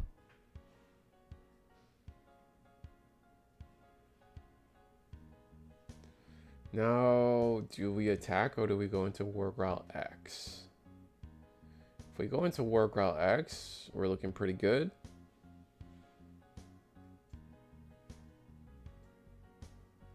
No Growl X. Yeah, that's pretty bad. I'm gonna pop training. Ooh, there's the Growl X. That's huge. Or Growl X, sorry. But now we can't... I don't think we have enough memory to, yeah, we don't have enough memory to actually go into Megidra on the same turn, right? This was kind of what I was saying. Yeah, we can pop the boost, go to 2, but Megidra costs 4. Oh, Gravity Crush. Yeah, that's fair. You could Grav Crush there. And we are going to do that. That's a little risky, though, because I don't think we get game here if we do it like this. Here goes another training. Oh, Scramble. Sorry, that was Scramble. My mistake, chat. We're going to attack. We're going to do 1 check. Ooh, Scramble's nice, but I guess we get the search a little bit. Oh, and then being able to scramble on our turn is going to be sick.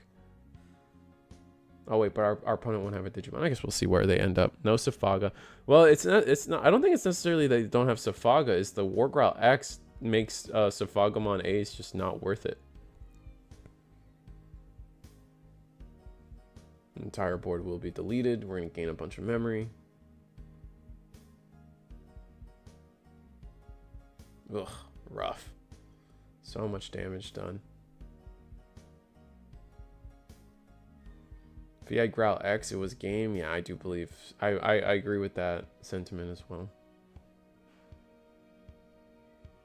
Gonna get the Rush Guillemon out.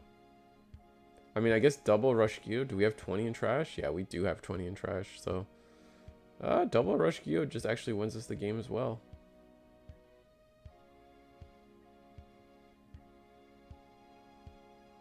Or maybe a way to just loop Rush Gyo. Like, if we could go into Growl X easily pretty here. We can still pop Digimon I designed to go into a level 4 for free and go into the Growl X. So there's a couple of routes here we could take. Yeah, we're gonna pop the Digimon I designed. Pretty generous spot too. Mm-hmm.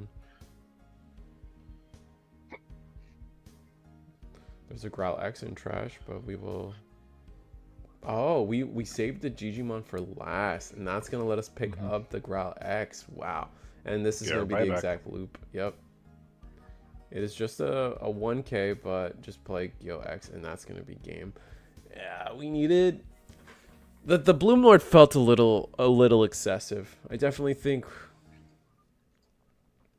Probably just missing the pieces and couldn't extend like he wanted to. Yeah. That'd be my guess. Yeah, that would be my... That's got to be it as well.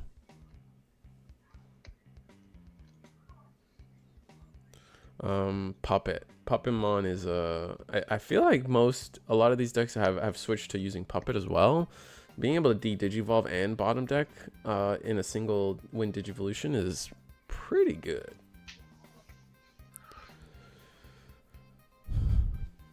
Yeah. So I definitely think they still have a way into this game. They just needed to have the better traps set up.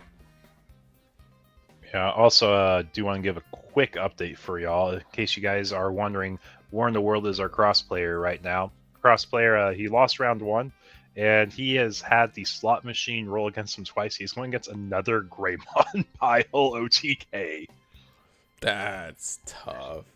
Jesus Talk Christ. about matchup roulette. Like, I've memed with like the Gundam community about how Junhai played like a deck to snipe all the blue-white controls and ran into the one aggro player. That's just what it feels like all over again, except it's happened twice in a 29-person tournament. That's nasty. But it's definitely playable. Like we were saying, this matchup is playable too. No, definitely. There's definitely counterplay here. It's just sometimes you just don't get the right draws to get you there. That guy's forced to relieve BT11 for life. Yeah, that poor guy. No one deserves that. I want to wish that on my worst enemy. I'll be honest, I do think BT11 format was a lot worse than BT9. I enjoyed BT9 because every deck had a version to play. Also, SecCon existed, so I thought that was cool. SecCon was like the anti-OTK deck. It was like literally the hero archetype at the time if you didn't want to be OTK'd. That's true. You'd play like your BT5 Sakuyas to go over the Magna Angemon, so you give them sec -3 if they were trying to do an OTK from raising, and then if they tried doing an OTK off a board, you had options in security to punish stuff like Alphamon. You would run the green option. What is it? It's the 8 cost Leomon option. Oh, because you can get rid of a Tamer too, so give you ways to punish Alpha. Yeah, was it Ground Fang? No. It's something like that. Hmm. Maybe someone here in chat remembers, but yeah, that's like a cool tech you can play in your security control list for that format for some of those decks, because you end up attack for the Orikins when you got the unsuspend. Yeah, that makes sense. But Bloom's just pushing right away, tapping Sunflower. We got that meanie in the back, so we know we can keep turn from the memory, draw for the Coco, tap our Sunflower, go into our level 5 for a cost of 2 less. We don't have an additional reduction because we have Sunflower Inherit, which is to draw when the card suspends by effect. But we might just be leaving our opponent at 1, saying, you know what, having a training is probably not enough for you to answer my board. The only thing I'm scared of is like the EX3 Growl line. Oh yeah. I mean, we don't have. I mean, we still need to fill our trash, so we know we're not gonna get deleted or completely washed this turn, but we'll see what they decide to do. We have now the protection on the Grand Gale, which is nice, meaning that if they do attack, we can safely ace without having to worry about Growlmon X or War Growl X deleting us on top of any other shenanigans as well. On top of that, even the Megidramon delete all Digimon won't affect us here.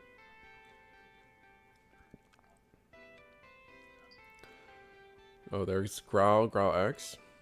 Does get rid of the Sunflower, unfortunately. This is probably one of the weakest parts of this matchup for Bloom Lord, is the fact that all your level 4s are 3k or less, which are so easily removed.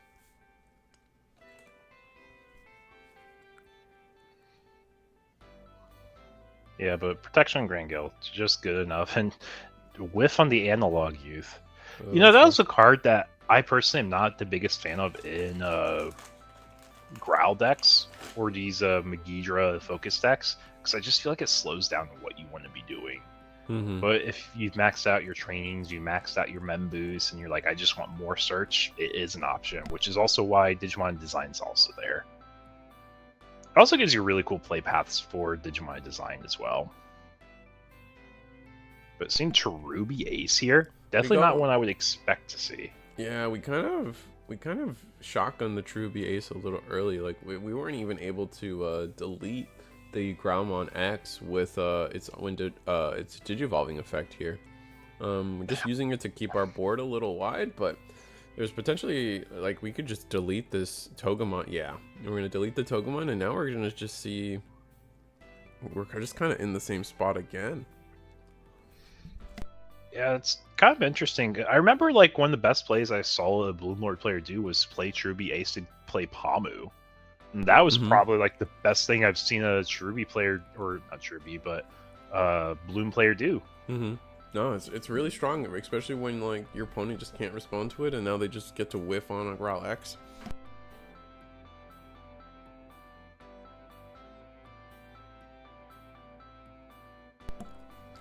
So we get to unsuspend. We have our Cherubimon. We could... We can use Mimi though to I think this is oh no, this is the 3-cost Mimi, so we won't be able to. Oh, that's unfortunate.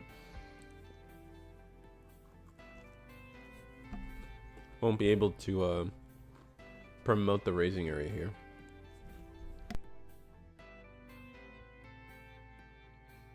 Yeah, but for all 52 of you joining us today for the stream, welcome. Hope you guys are enjoying the gameplay. We're in round 2 of our 5-round case tournament. We have 2 Bloom players today, so if you saw the one earlier, that was Nesu, one of our folks from Latin America. And the one we have on stream right now is Premium MSG. Uncle Roger. Yeah. I can't hear MSG without thinking of that meme.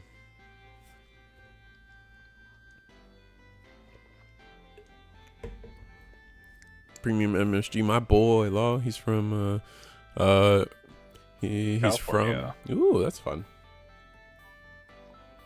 I was going to say, these tournaments and these weekends start a little bit later, try to make it easier for folks in California to join.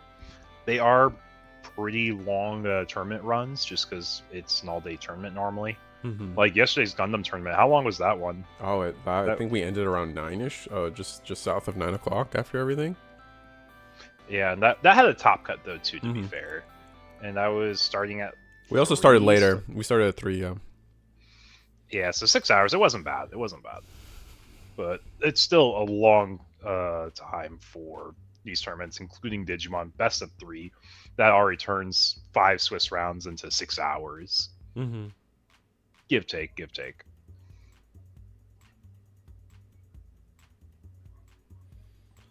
It's so early for you. We get that. We try our best to make it flexible for y'all. All right, so Sunflow hits the board, allowing us to play Toga. Do we get to play our 4-cost Mimi? That would be nice. Getting that setup going here could be pretty valuable. I mean, we still don't have a way to delete this either bodies on board, so we're just gonna have to see.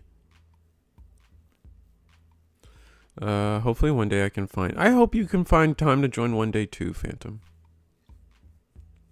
Yeah, it's definitely the one thing that's really hard for us because all of my staff and I operate out of Central or Eastern time. Mm-hmm. So if we try pushing it even further back, it means we're going to bed at like 2 a.m. on a work day. Yeah. And that's just not realistic for us.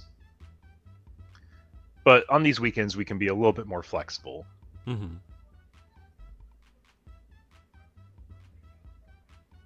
All right, so we got a cool Palmon in the back. Now we're just getting Bloom Ward just kind of like looping going. Basically, we're probably gonna see. Love to see a level 5 here. I think that's the best way to, or a Pamu or level 5. But we need to be able to ace whatever attack comes our way next turn. Quartz. That's not bad. It's actually pretty solid. What does Quartz say? We we gain enough memory because 1, 2, 3, 4. Yeah. What are we gonna attack into? Oh, Jack Raid gain 2 memory. Oh no, it trashes the trash. Yeah. Oh, and because we attacked into the Gyo, we're of course. So this Growl X shouldn't have the funny enough, this Growl X shouldn't have the on deletion effect anymore. So we could in theory just attack into the Growl X just fine here. Oh, we're gonna Blossom on? Interesting. And then Medieval to close out the turn. Solid end, I would say. We could clear board. I don't know why we don't want to clear board. I guess we don't want to give our opponent the 3rd memory.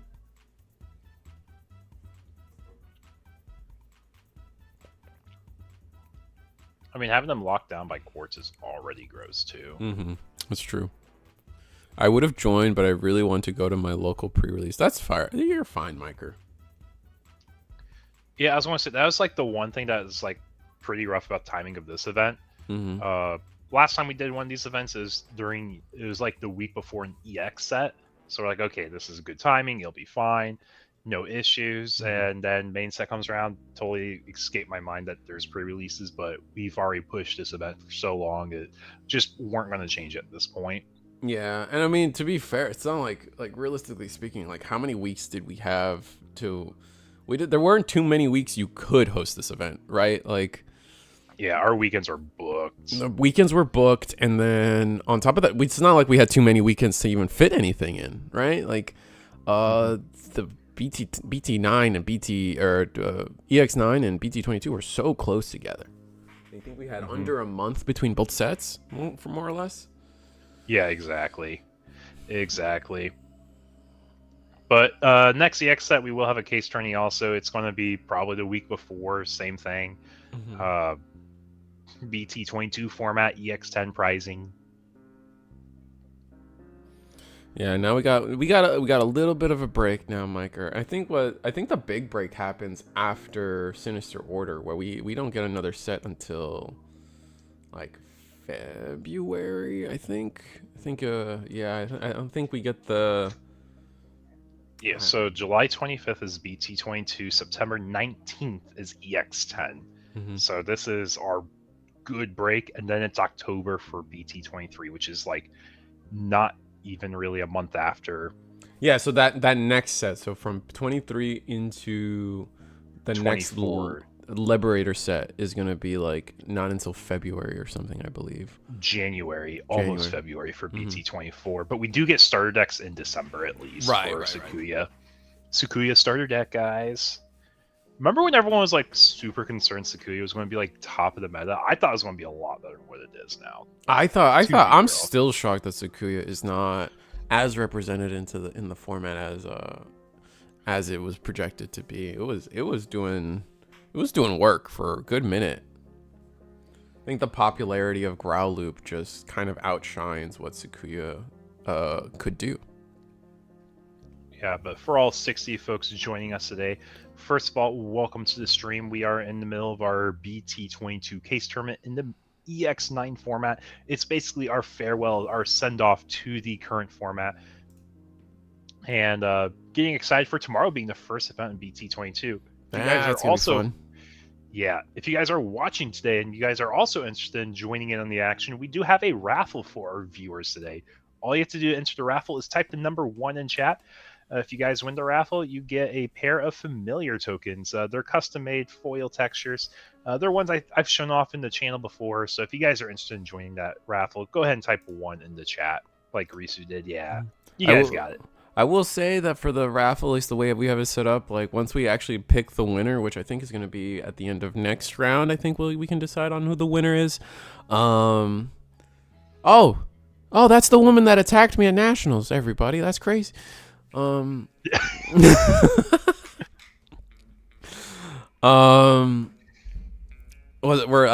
joke just lost my entire bit. Yeah, I was telling everybody this. I was telling everybody the story of how I learned that I like the puppet deck. You know, I got attacked by a random woman and she forced me to play puppets at a 3v3. It was crazy. Yeah. Yeah, we're talking about the raffle. I think you were saying earlier, like if you're a channel member, you get an extra entry. Right? Subscriber. Yes, you get an extra entry if you are a channel subscriber into the raffle. You don't have to. So no paywalling. Subscribing is free on YouTube. You don't have to be a member.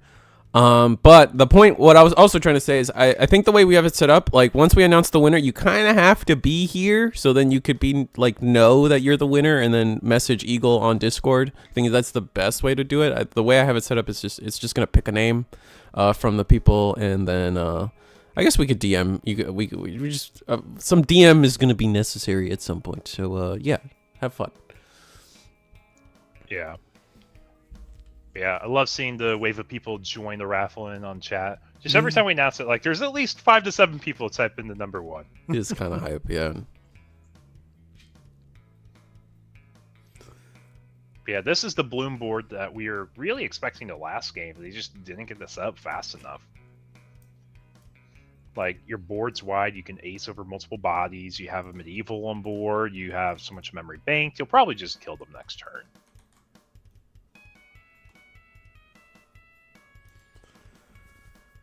Yeah, oh man, yeah, our board is gross. Wait, what happened to our... Oh, we medievaled it. I was going to say, what happened to the quartz? And I guess we medievaled it. Yeah, you're right. Can we now delete the... Can we now delete the gallant by playing this Digimon since we have medieval on board? I'd say probably a good chance.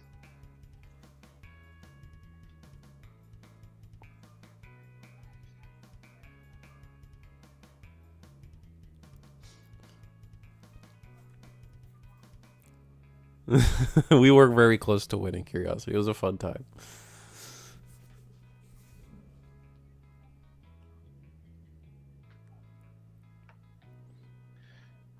Yeah, I understand, Cristobal. I understand. Just Gil engines everywhere. I imagine that's what you're getting ready to also receive. Yeah. Me too. Yeah, it's one of those things where, like, I don't think, like, meta wise it's that crazy. I don't think it's tier 0 or it's definitely tier 1, obviously, but, like, I don't think it's, like, meta defining. I don't think it's ruining the format. It's just everywhere. So, like, it is kind of just exhausting to play against. It's like in the same track of, like, I never thought Royal Knights was very problematic in any of our recent tournaments or anything like this, but so many people were on the deck. It does get tiring, and you know, variety is the spice of life when you're playing the games like this. Gonna get the Pamu down now here to limit what the Megidramon player can do. We do have established one level 5, but we're just gonna establish another Bloom Lord instead. I mean, there's a chance we can just go for game if we have a quartz to top it off with. Oh, that's true. And we gain so much memory for doing all this. What in the world? Yeah, pierce into the medieval. This is going to be 1, 2, 3 checks into security. Yeah, it should be 3. Or 4, 1, 2. You get the initial. 1, 2, 3, you 4. Get the... Yeah. 4 okay, is right. Just, yeah, didn't count the initial. Mm-hmm. I missed the Pamu in the bottom. That was suspended. I played against Gio Beals. Oh, that makes sense. I mean, anything. It's just like the normal tradition for purple to just find an engine, and then, like, I still find that how do I word this? Purple players in the Digimon community, there are more one of the largest pool of players we have are people that identify as purple players. It's kind of funny how many people like almost every other player doesn't give a damn about what color they play. They're just like, I like this Digimon, I like this deck, I'm a competitive player, I play whatever. But man, oh man, purple players are still sitting here sitting like, I'm a purple player, I only play purple decks. And I'm like, all right, that's great, homie. But man, when they get something to abuse, do they run with it? And all of them come out of the woodwork to do it. It's insane. Purple Hybrid, Dark Animal Engine, Geo Engine, and I don't think any of those decks were tier 0 in any way. It's just meta representation is crazy. Yeah, if anything, it just got tedious to play against the same thing. Mm-hmm. Exactly. I might tech in the Tapir into Puppets just to avoid all the memory gains. I don't know if it really stops anything. Then again, Puppets I think could have a better matchup. I think Miambu might change the problem with Puppets is, like, you have to build, like, the collection of boss monsters on the board to just be unstoppable. If you can achieve that, then you're looking really good.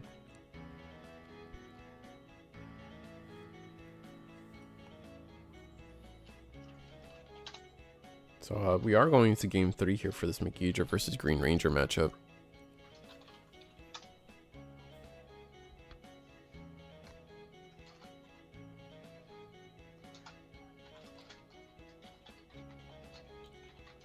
Alright, Pal X, not most ideal. Always love to get the extra free draw from your rookies, but we're going to just pass the 2. We actually have to go... Megidra choosing to go second here.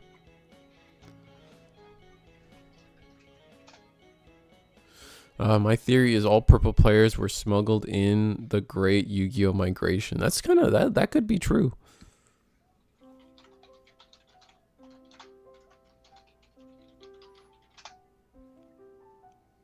And then we training into finding a Megidramon to hand.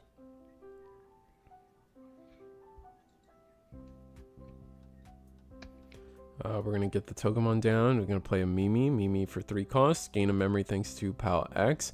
We get to grab a Vegetation. I actually don't whiff on the Mimi's nice. But what can we do off of that? We are now at 3 memory. We can play a Rookie and then maybe Digizorb into a 5. No, we're going to go Agitar.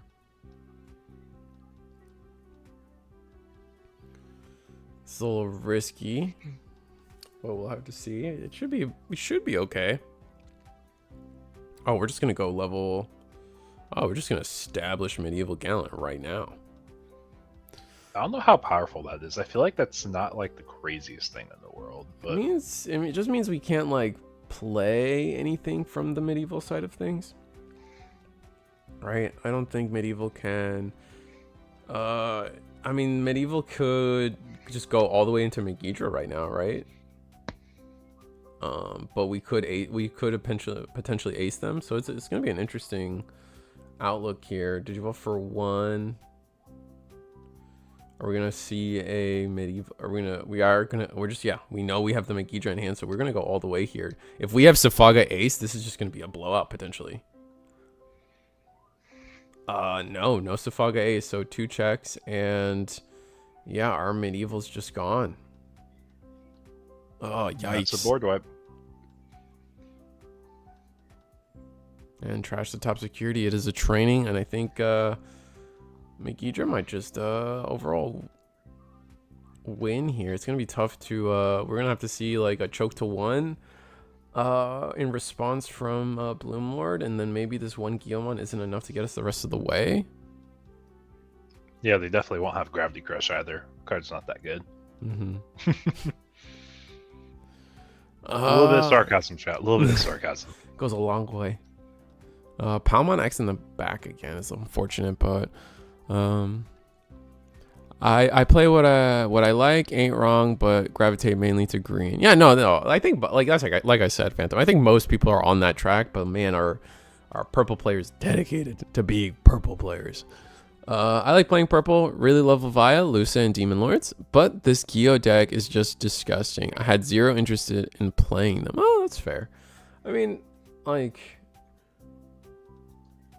yeah, I don't know. There's just sometimes I've definitely played a deck or two before where like I played it to get my win, and then I felt gross playing it. Like I'm very anti having like playing a deck that's just about stopping my opponent from playing the game. Like for year 2 of Digimon, we had the Alphamon deck for a little bit, right? I think that was BT9. Alphamon came out. I won.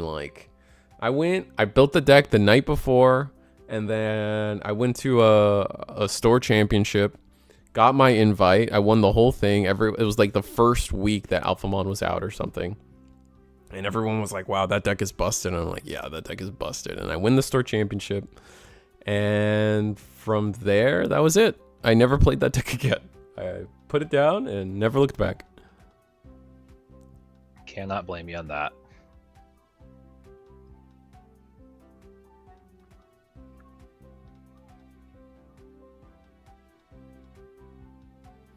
All right, so no rookie in the back for Megidra is probably good news, but being choked back to 1 is just painful. If we can get rid of this Growl, we're in a solid spot. We'll just have to see.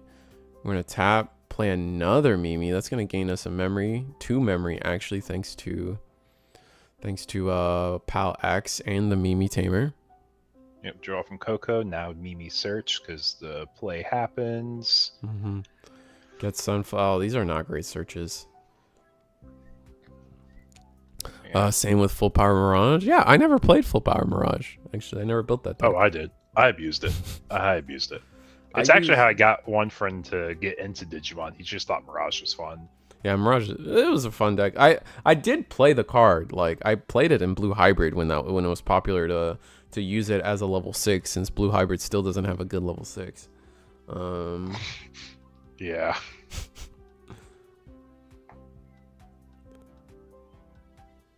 All right, so we have 3 memory, so there's a good amount we can do here. Depends on what 5 we have. Maybe there's a world we can like Digivolve 5 and then just like Digivolve Medieval. That could be nice, or Grand Gale. Yeah, we can suspend Digimon, unsuspend ourselves, gain immunity. Mm-hmm. Right? Or no, we don't unsuspend. We can't unsuspend ourselves or suspend ourselves. So we won't have the immunity, unfortunately.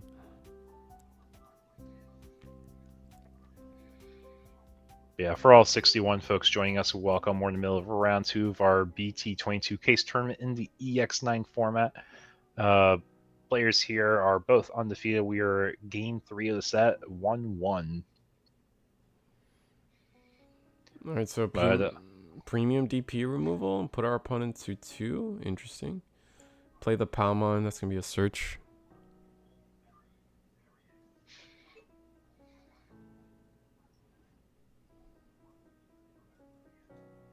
Oh, now finding the Puppet Ace.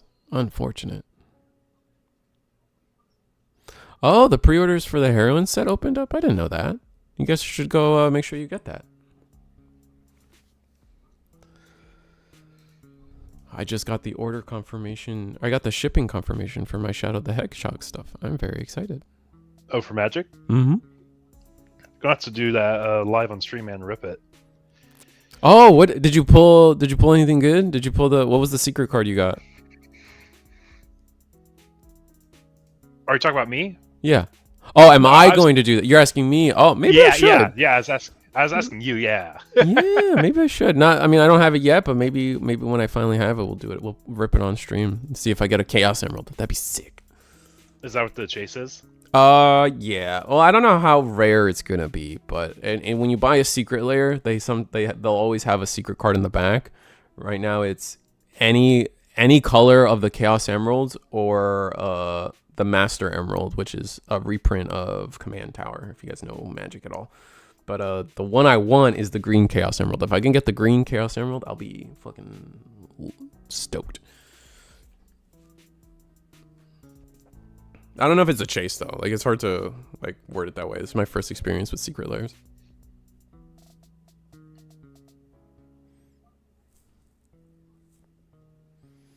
All right, we do grow Growl Axe. Yeah, because we didn't get to delete the Growl. Like we did this thing again where we go into Cherubi. The Cherubi doesn't really clear anything we really want it to, and now our board is just kind of stuck in the same spot anyway. So it's just gonna be a curious spot to be in. Yeah, I don't know if we have great plays off of this memory threshold. Like, there's no 2-drop tech Mushroom Mana, if I had to guess. Like, you don't see vanillas really in this game anymore. Yeah, I don't think we're gonna see a 2-drop tech. This is like our Bloomlore board is just non-existent. Like maybe if we were a different ace right now, maybe if we hadn't, and I feel like we just kind of were overzealous by playing that Digivolving into the Cherubi. Giving up the ace potential on their turn feels kind of weak, and our board is just feels weaker because of it. I'm happy for Mirai reprint. I can finally play Mastamon. Yeah, no, definitely the Mirai reprint, and then the Mirai reprint, and then the Rena reprint. A ton of people are happy about that. Yeah, it was a good card selection for those two. The rest of the cards, I think, are kind of whatever, though. Oh yeah, all the Digimon are kind of misses. Like the art are beautiful. Like it's one of those like the stained glass arts. They did a good job, because oftentimes when something I feel like that goes underappreciated when it comes to stained glass art in general is like finding all the little like essentially Easter eggs in the stained glass and the story telling behind it.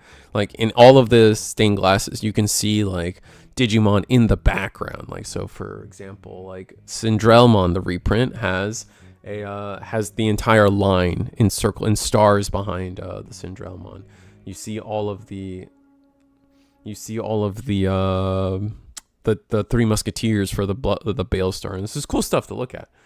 So they did a great job with that. It's just card value, not, I don't even want to say card value wise, but card relevance wise, every single Digimon's kind of a miss.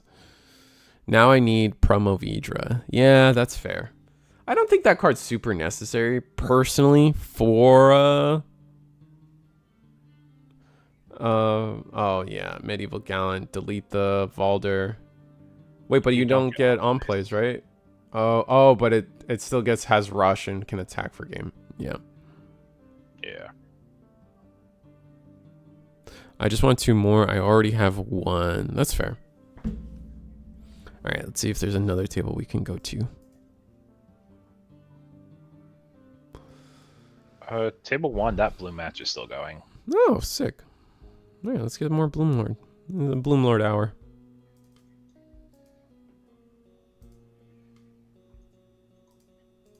Yeah, I know we said a few times already, but if you guys are just joining the stream, welcome. Round 2 of our webcam BT22 case event in the EX09 format. If you guys want to join our raffle we have for today, type in the number value 1 in chat. Type in number 1, it enters you into a raffle just like Risu did there for a pair of familiar tokens. These are custom ones. My channel has my channel art of Risa holding the Shumon texture foil. I think it's beautiful. But just something for you guys here in chat. Give a little bit more back to the community. I also have this. You might not have seen it yet. All right, he'll get there, I promise. There we go. Yeah. Hey, there we go.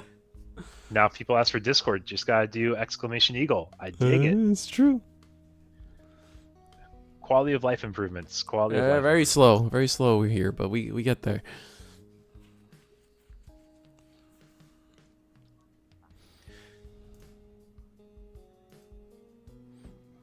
Let me actually see where we're at with the giveaway. How many people have signed up to this thing? Or do I not reveal that to not discourage people? Oh well.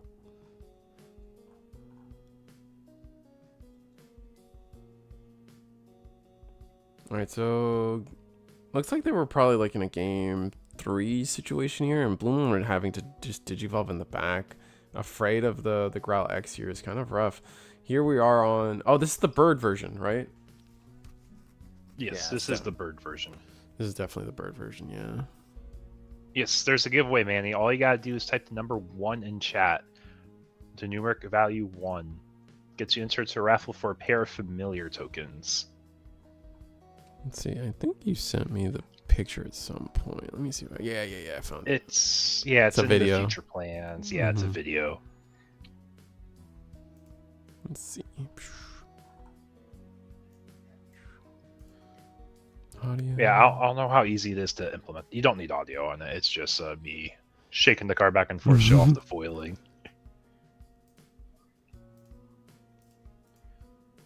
All right. Whoop. I think I got it. I think I can get it on screen. Let's see.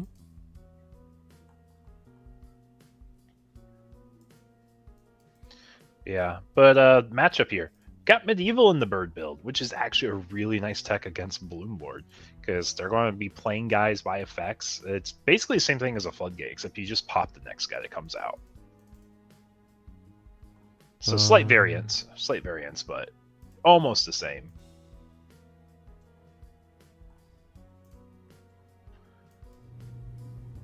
And then we bring our own Medieval as a Bloom Lord.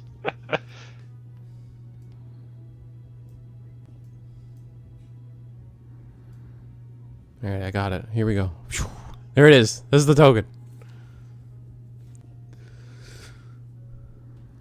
It's all foiled and textured. It's kind of sick. So if you're a Puppets player and you want some, I know we just got the new familiar tokens released with the pre-release of BT22 this weekend. But yeah, these are foiled and dope. So definitely type in 1 to try to get it.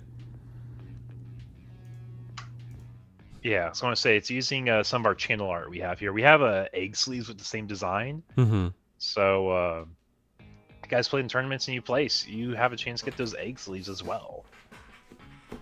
All right, so Bloom Lord doing Bloom things. We do have the Medieval on board now. That's going to be pretty valuable. And we just need to be able to answer the Phoenix Mount attack, which the best way to do it would definitely have to be with the Safaga Ace if we're still running it. And we're getting ready to hit overtime also. 20 seconds left until we hit OT. I'm going to take a guess the active player will be turn 0. Mm-hmm. It's just so hard having Medieval on board to disable the lines with playing like additional guys. So you have to delete it first. And deleting it, I don't think you can do without an on play. Yeah, not a Phoenix as well. You don't delete anything with Phoenix until you're activating on deletion. So things kind of happen and like kind of late for you, essentially. All right, Phoenix, Garuda. Sorry, EX1 Garuda. I love that this EX1 Garuda has come back into people's consciousness. It is definitely I find it definitely to be an underrated card. Kind of like, funny enough, like we see a lot of it now with Garurumon, but the EX1 Wear Garurumon was definitely underrated for a long time, and now it's seeing some play in Garurumon decks. Definitely have to check out that the Singapore list that had the Blitzcrank Omni DNA stacking it. Oh, but we go Gallant to just straight delete the oof. Go Gallant to delete the Bloom, and I think that's going to be all she wrote here. There's just nothing we're going to be able to do. Yeah. This is just showcasing they're like toolboxing with more red top and stuff is really strong. Mm-hmm. Going to be ending our turn with a Guilmon for 3 pitch, draw 2, leaving our opponent 1 memory. The Gravity Crush puts them to 3. Fixer would give them 3 anyways. They can hatch an egg. They have an empty board. I'm not scared. He says, I got an immune Gallantmon that's going to ideally close out things on its own. If it doesn't, then I have ways for it to be pops, perhaps even. We could, if we have another Medieval, maybe we can play a rookie. We can maybe potentially play a rookie and then play a Medieval, and that would clear. Actually, no, the Medieval Gallant is too big, right? We are plus 8k, so we're 20k, so I don't think we clear 20k. It's unfortunate. Ooh, Zafaga Ace, though. That'll do it. Suspend the Guilmon, and then from there we can get rid of the Medieval Gallant. Protoform to security, bottom deck everything, and no on deletions trigger. We're going to we have Vortex to clear the Gil also. The Gil also. Wow. Scramble coming into play. Do we have the Rush Gil to go with it? Oh, throwing the Gallant on top. Yep, makes sense. Makes sense. Okay, so we don't need Rush Gil now because we're just going to manually climb all the way up. Mm-hmm. Choosing not to use the Guilmon on play here. Yeah. And this is the last turn of overtime, I believe, also. So we got to make sure we can try to win this turn, if not. Yeah, and you can tell Kakaru's played this deck before. He's playing with good speed, good pace. He has 2 minutes left in overtime, and he wants to make sure he capitalizes all 2 of those minutes here. Mm-hmm. We definitely can go Growl, and then I imagine we're going to go Garuda X. From there, we could... All right, there we go. Draw. He wants to get the Growl X value. Mm-hmm. Get the Growl X and he knows what he needs to fill trash with. He needs a Rush Gil still. Mm-hmm. Just going to on-play, delete the Zafaga. We're going to gain 4 memory. We just need to get to Garuda X, and I think we'll be okay. Oh yeah, Garuda X gives himself Rush if you want. And there we go. That's game. Yeah, because we're going to be able to gain this 2 memory back. This is going to be 2 checks, I believe, or at least at the very least we're going to be able to burn a security. Yeah, to burn the security thanks to Garuda X, gain the memory, and then Gallant for game. Yeah, so rush through. Oof. Chat, I just want to point this out. We are playing knowing that clock is working against us. We had 2 minutes left. Kakaru did that entire sequencing for his entire turn in less than 1 minute. That was less than 1 minute to find lethal off of a Guilmon on board. Yeah. That's nuts. I mean, the Scramble is such a powerful card, man. Look, talking about how they're probably talking about how like they really want to have the Puppetmon for this matchup because it does like even if you don't get the bottom deck, the D Digivolve is oftentimes enough to just kind of ruin most game plans. When you know the deck, you know what you gotta do. Yeah, no, and that I think that's like definitely the importance of practice. I know a lot of people out there will always be like, "Oh, I always go to time. Remember, play. It's not me. Players play slow against me." And it's just like, no, bro. Like, if you like, I mean, at the end of the day, if you play fast, you can always up the speed of the game play. So, being able to do like, I mean, like we just saw Kakeru do like 20 actions in under a minute. It is very much possible to be able to play that fast and not go to time. Yeah, but looking at our undefeateds that remain in this tournament, we have Gilbirds, we have Gallant, we have Greymon, we have, what's this person on? Gallants. I think this is our only Sakuya player. Yeah, one Sakuya player. Ooh, and they're still in it. That's pretty nice. Mm-hmm. Yep, Magidra, and then Royal Knights. I think next round getting Royal Knights on stream is probably a good thing to get, just because it's the only one we have, and it's actually a slightly unique build. All right, yeah, no, I'm down. That being said, yeah, let's talk about some of our slides while we're in between rounds here. We have V Passion shirts. V Passion donated a shirt for our tournament tonight. Is it part of the prizing, or is it part of a giveaway? Part of the prizing. It's for first place. They get a T-shirt of their choice from the ones you'll have available for them. Ooh. So I'll connect all the details there for whoever wins our event today. The person who wins our event gets basically 4 booster boxes, a T-shirt, a little bit extra prizing. I have like extra the Agumons from the EX09 release event. So if you guys want to support some other Digimon content creators, Digimon players, V Passion, very strong player, top 16 consistently in regionals and national level events. Has a little merch shop, so if you guys want to check it out, feel free to check it out. QR code, link also in the slide there. And then become a channel member helps me out. Helps me be me.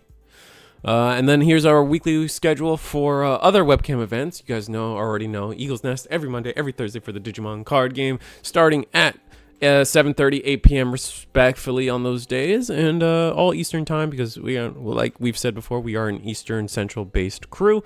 And then every Wednesday, every Friday, DigiGuard United's got you guys backed up with content as well, with a double feature on Friday with Digi Galaxy. So yeah, if we're not enough, there's plenty of other people out there willing to provide you guys with good Digimon content, and they're great people too. Digipanda merch, BT22 sleeves are on deck, along with the great Machine Dramon. We saw Kakeru flex the Machine Dramon playmat. It's a beautiful playmat. I have the pleasure of owning one as well, and I also have the Takamikazuchi and the Brigadramon sleeves, and they're just dope to see. They're definitely one thing that doesn't get talked about is you guys remember set 1 Digimon where we had the like Magna Guru, War Gray, Andrew Woolmon sleeves. These sleeves are definitely modeled off of that, and they look amazing. It's definitely a cool art style. And then again, like Rina, Mastamon, Noodle Arms Man, and Omnimon are all great additions just in time for BT22. So bling out your deck while you can. Riftbound's trying to happen. This is tonight's tournament. Just a reminder, this was a BT22 event for a BT22 case tournament for EX9 tournament. Oh my god, it's an EX9 tournament for BT22 case tournament. I said that so awfully, but we definitely offer great things here. As you guys know, type 1 in chat to get a chance to win the tokens for the familiar tokens, really nice textured custom art tokens for chat here. But we also give raffles and special privileges to attendees.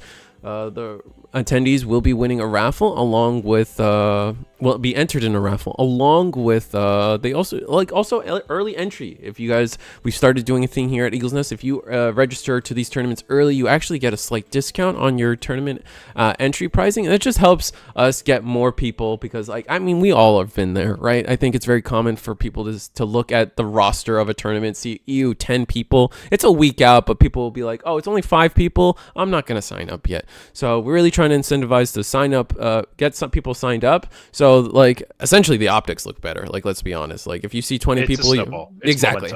It's momentum. Mm-hmm. If we hop to table 3 here, this is Royal Knights versus Greymon. This is a fun matchup. Ooh. I'm actually really excited to showcase. Which table 3? Okay, so we'll head that way. And then here's a couple of Gundam slides. Again, I don't know what the cross pollination for Gundam is, but EggmanEvents.com and Sundam, your European-based tournament. So enjoy that. I'll get this screen here up for round 3, while you guys actually enjoy the video of the token for a little bit, because that is that's what you guys are typing 1 in chat for. Reminder, just like Helkin did.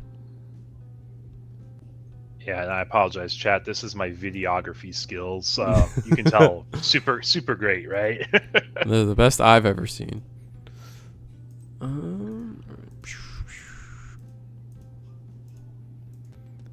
And all right, our players are getting ready, deciding on mulligans, and yeah, we'll be kicking things off here in just a moment. But yeah, I absolutely love these tokens. They're one of my favorite ones. I know I've had like 3 batches of them. My first batch wasn't really meant to be a batch. It's just like me testing out print quality and stuff.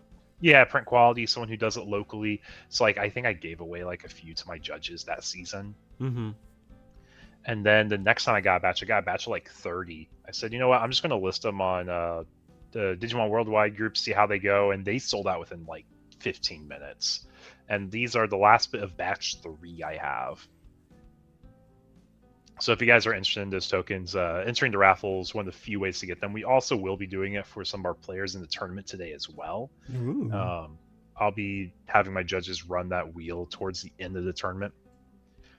Yeah, I was going to say, I thought it was you, Damien, that got them. I thought it was you. It's been a moment. I know I shipped out to like 2 people or 3 people with that second batch. Yeah, I love the art. I love the foiling. I just think it's really nice. But anyways, Royal Knights opens up. You got the Drazel hatch with the Cool Boy, which is 1 year okay openers. It's not crazy good, but it gets you into the game at least. I always like Cool Boy being played, because it kind of is like, in Royal Knights, you usually have to track them in terms of like, how many Royal Knights do we get per turn under the Kingdrasil? And there are sometimes you're in a matchup where like, they're not going to let you leave a level 6 on board long enough for it to get sucked up by Kingdrasil. So like, there are a few cards in here, like, and Cool Boy I consider one of them, that just kind of guarantee you that your next turn is going to be a little cheaper every turn. And a huge searching turn from is that a vanilla 2-drop Agumon?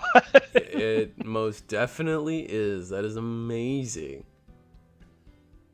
I can't wait to cheat out my 2-cost Agumon with my 3-cost Nokia Tamer or something goofy like that. I mean, like, why would we be running that? Maybe just like for a quick tunnel up all the way into for memory choking thresholds. Yeah, it must be for chokehold. Yeah, that's interesting. But yeah, Michael finally pivoting off of Imperial here, playing Royal Knights today. Something I don't think I've seen him play before. Yeah, no, I was shocked too. I think was it Thursday, or it must have been Thursday, because he mostly plays on Thursdays. He was running it because I go into the channel. I'm like, all right, you guys want some Blue Green Imperial? Let's watch Blue Green Imperial, and it just completely stunned me to see them play Royal Knights instead.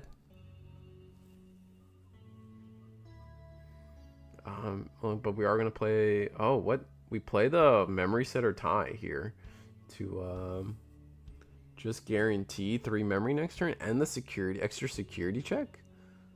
This could might have the OTK mapped out. He might. I mean, we have to be a little careful though, because we do need to get over 16. like, it's not the hardest thing, but it is definitely something to be mindful of. Yeah, getting Jesmon's probably one of the best bodies to get. Making use of those old memory gauges they used to give us in the regionals. Do you guys remember those? Every regional, they gave people... And these were kind of cool, right? They were like slightly, they weren't metal, but they were like thicker plastic. Like they were like these are foil, nice plastic. Like I have a couple of them myself, and I enjoy having them. They're just not functional. I think they overestimated how many people really wanted to bring an extra piece of cardboard to track memory. Also, on top of that, like playmats have them built in, and that's like the preferred place for memory gauges because they don't wiggle, right? I think that's the big thing. Like the little cards, like you put the dice on and they start wiggling, and it gets really obnoxious. Whereas like if it's just printed on your playmat has a rubber bottom. It's not gonna move around as much, unless you're a heathen and you have one of those dual playmats and you like playing with a giant bulge at the top of your playmat. Then I don't know what to tell you, man. But Greymon just having full line. Jesus Christ. Yeah, if anyone knows the Greymon cards, it's definitely Michael. He's probably watching and be like, oh yeah, I know what this card does. I know what this card does. Even if it's like a niche machine or like, not machine, but like a niche Metal Greymon card, he's like, oh yeah, I've read that card at least 3 times. Gonna scramble into our level 5 using the new DM machine Dramon, or Metal Gray. Which I don't think it's strong enough to clear the token. But this I believe does delete an AK. When digivolving on top of when you have a tamer, I believe it deletes an AK, so it should be able to get rid of the token now. Or is it still not big enough? I might not still be big enough. Wow. Yeah, no, you're right. Let's see. Alter. See this alter. Oh, it deletes 5k, not the 8k of the token. But this should get rid of the token if we're worried about blocker. So it's going to be when digivolving delete anything about based on DP. Nice.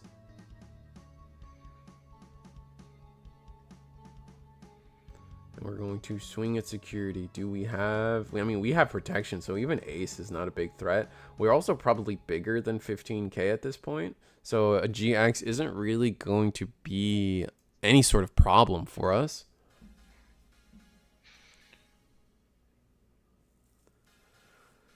So how many security checks is this? We're looking at 1, 2, 3, 4, 5. I think this is a full security break. And I think it's just debate if we want to ace here as Michael. I don't think we can. I don't think we're big enough. Oh, we're just counting the security checks. 16. I think we are bigger. Jesmon. Digimon Emperor. Ooh, that's kind of rough. That's going to save us. Wait, no, it might not, actually. If we have the... Why is the Jesmon deleted? Did I miss something? Did we raid? We don't have a raid on this. Oh, maybe we raided. We don't have raid, though, as a keyword. Oh.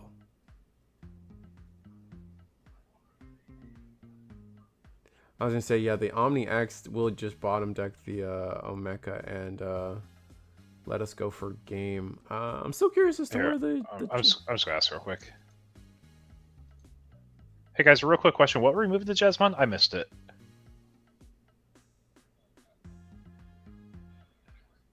Oh. Okay, so it's not relevant anyways. Okay. Okay, makes sense. Thanks, guys. It had no relevance. It was just a quick, we're cleaning up the board. Oh, okay. That's funny. Yeah, no, that was nasty. Just 5 checks is just gross because the new metal gray having +1 security and having like a little good bit of good removal just helps. So just the fact that they found the line. I mean, to be fair, we went double training, mem boost into all the good draws, got Agu X search into all the draws up the line. Just disgusting.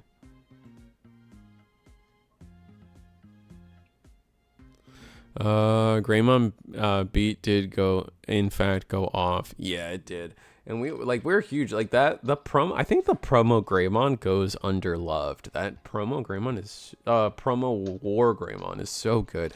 Being able to gain 1k DP per color on the board. And that includes your opponent's colors as well. Not to mention any other DP boost you might have through your a stack. So right there we saw we were gaining red, we were gaining white from so that's 2 colors, and then I think we were actually only gaining 2 colors, funny enough. So we were only at 14k, but plus the not the Alteris, but the Metal Greymon X giving us the other 3k to allow us to be bigger than 16k is huge there.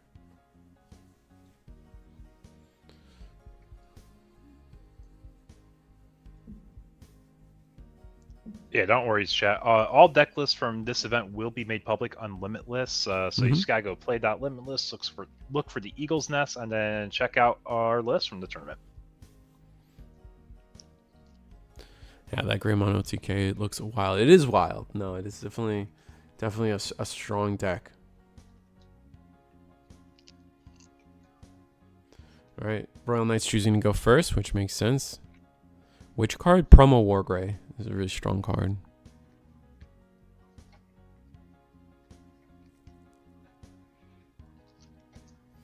All right, memory boost. Ooh, so we bricked down rookie here on red side of things. Or maybe we're just looking for a better rookie.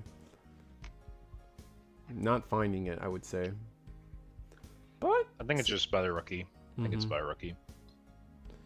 Looking for Alteris or Sec +1 Greymon could help. Nope. Digivolve rookie. Yeah, we were looking for that better rookie. But unfortunately, that does mean we miss out on some good draw and search. And another Agu X. So we're just finding all our Agu X's and not getting to a place we want to be with our rookie setup. Play Magnemon for 1, gain a memory actually off of it. And Digimon Emperor, pretty good against a rookie in Raising.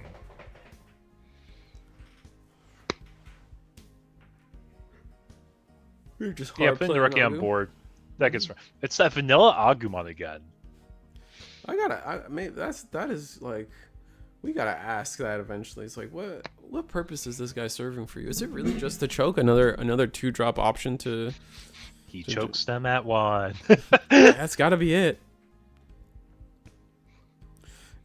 You don't really need your rookies for a lot of things. Like, I don't think you need, like, you're not really relying on any particular Agumon inheritable. Most of them are just like gain 1k, gain 2k, but if you're already above 16k, you're not really worried about an extra 1 or 2.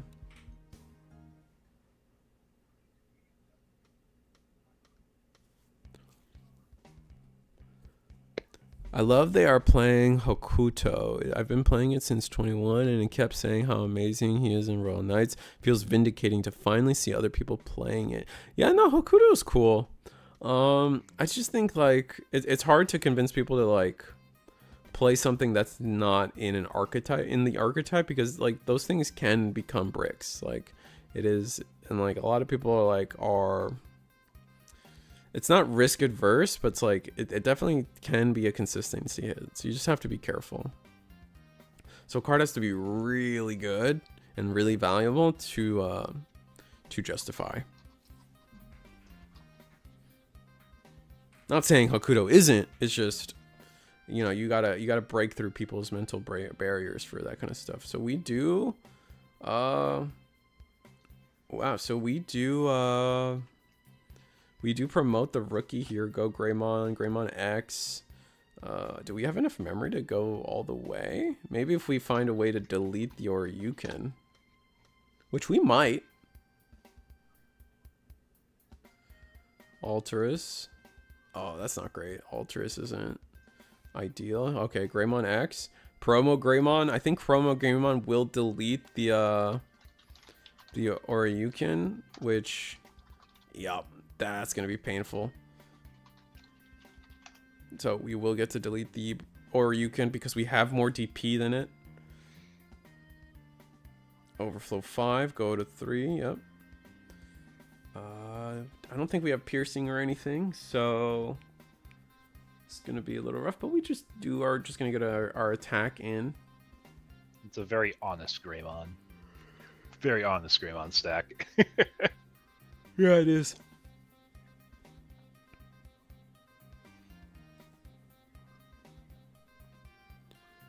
So from here, we just find a play that chokes to 1 and hope for the best. Do you know what it can choke at 1? Two drop Agumons. That's true. That's true. And if he does that this turn, you win. You win Yahtzee. But also the starter deck one time. No, sorry, this is BT one time. BT1. Right? Yeah. I forget the original starter decks. They gave you the 2-drop tamers.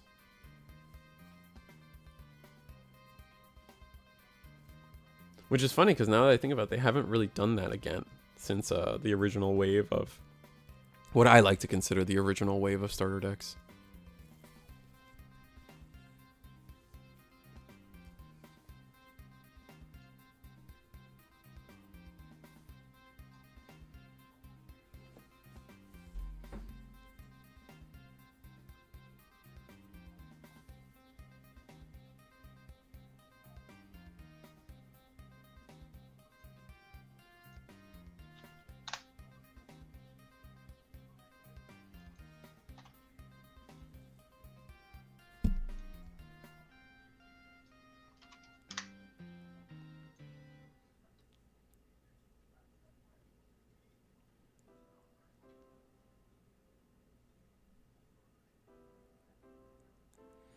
So Rowan has to decide what they can do with 1 memory here.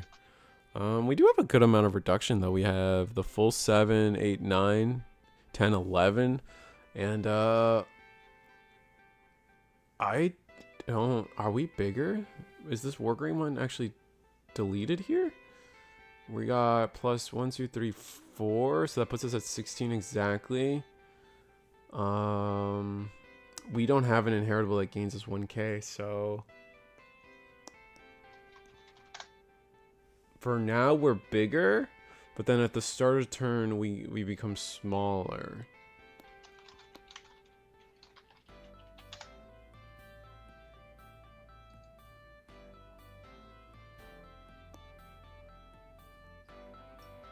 Yeah, we don't have any inheritable that gains us an extra couple thousand, so gonna have to see where this goes. So it's not gonna die until the start of our turn, unfortunately.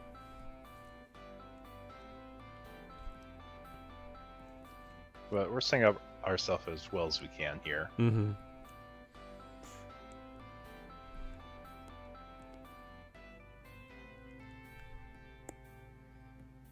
Alright, so now we do get deleted.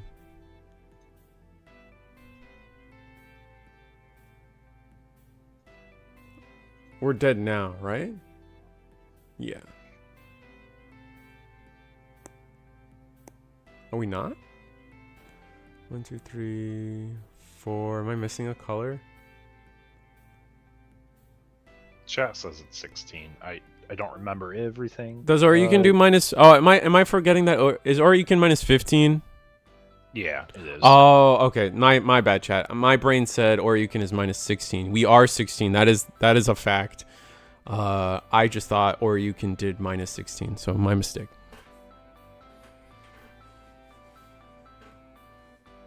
It's actually minus 15, so we survive at 1k right now. Yeah, but I see there's about 70 of us here in chat right now. First of all, welcome to the stream. We're in the middle of round 3 of our case tournament. Got Royal Knights versus Wargrey OTK here. If you guys are joining us here for the first time tonight and haven't heard, we are doing a giveaway for all of our viewers. All you got to do is type the number 1 in the chat, the numeric value 1, and it enters you into a raffle for a pair of familiar tokens. Yeah, like Risu's showing here on the screen, you get a pair of these. So if you guys haven't already entered the raffle, make sure you hit that number 1. Yeah, chat's got it. You got it. You got it, chat. We're happy to have all 70 of you here for today's event. Alright, so we do just pass the turn to Royal Knights because we didn't have like a great way to deal with trying to actually attack into security at 1 check.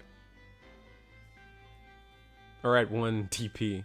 So now that the Oryukin is off the board, we have a little bit better time. Maybe next turn, like this Greymon, this Wargrey's got 1, 2, I believe 3 checks under its belt if it attacks.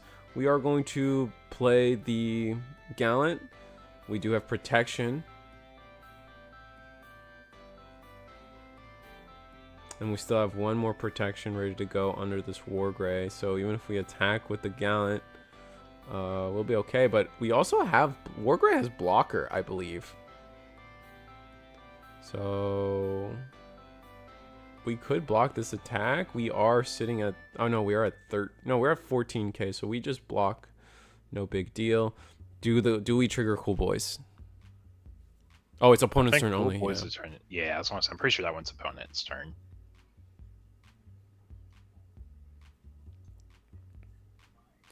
This does... it may look like it did not a lot to what the game plan was for Royal Knights, but it did get rid of sources.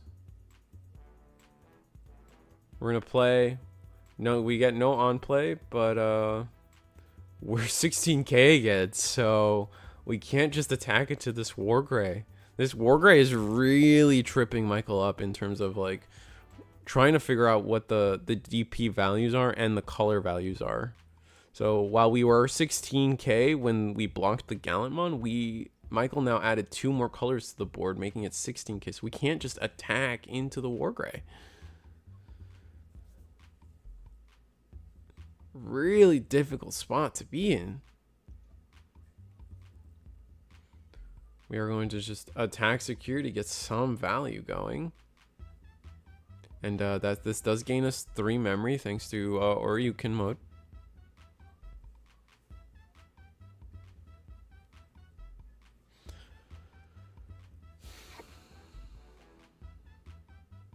I always remember Alpha Ace is 15 because Alpha himself is 16 and can't kill himself. That's probably how I'm going to remember it from now on, Damien. Thank you.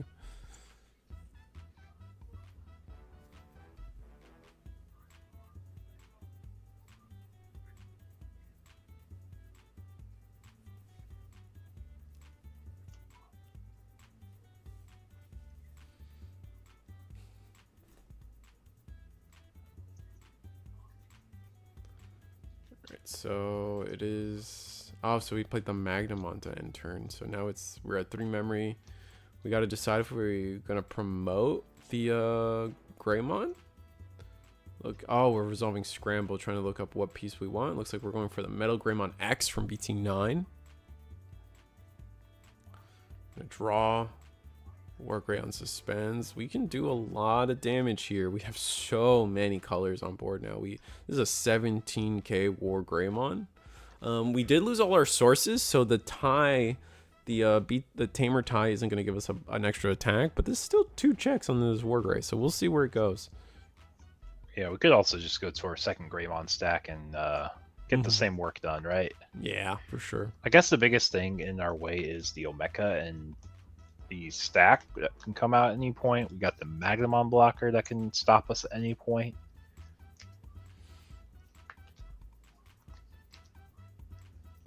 Looks like that will... is that going to be able to delete the... it is going to be able to delete the Magnamon. We get to draw, and then we get to play Omeka off of that, thanks to Cool Boy's effect. So 1 Cool Boy used. If GX does come down, like... I mean, guys, we are still... wait, no, GX can't come down. What do we say? Never mind. I was going to say, what GX? Yeah. What do we do? Oh, we're doing Cool Boy here. Interesting. And we do get a hit. Nice. So, Digivolve into Metal Gray. Draw. Gain a memory. We just don't have... we actually, funny enough, don't have enough memory to fully do what we want here. But I guess we'll see. This Metal Greymon is big, but not big enough. If we Oh, there we go. Another promo War Gray. That's gonna delete the Oryukin for an overflow of 5. Do we have the second? Cool boy effect? No. So this is now definitely 1, 2, 3, 4. Wait, can I that? 1, 2, 3, 4. This is 5 checks on this big Greymon stack.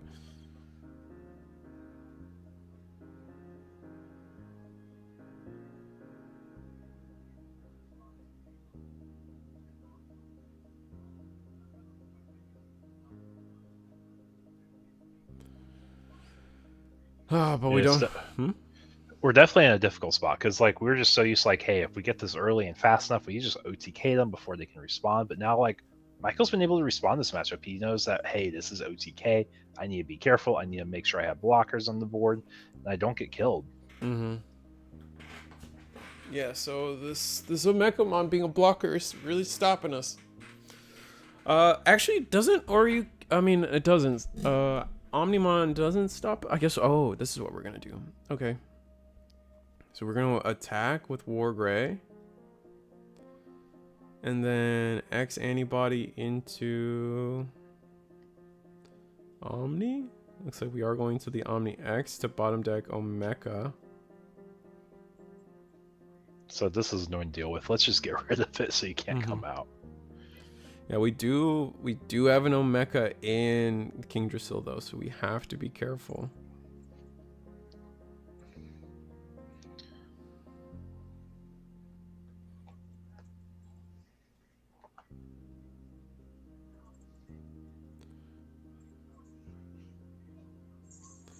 I guess we're trying to see if Greymon X does protect itself or from something, looking up a ruling.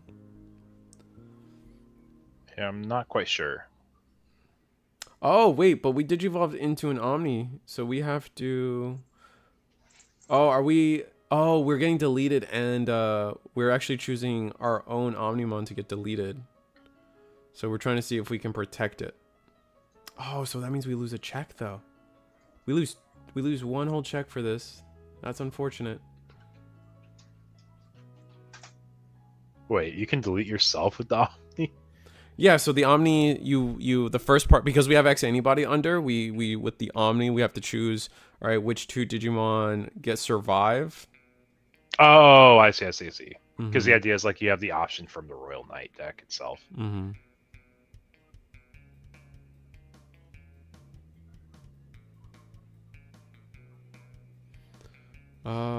Was that only 3 checks? Oh, because we were an Omni X and we lost the War Gray, and dang. We can attack with our War Gray just to clear out security a little bit. Oh, we passed turn, so we have to end of turn do our thing. Last Guardian. Ugh, this feels rough. That is no mecha. Yeah.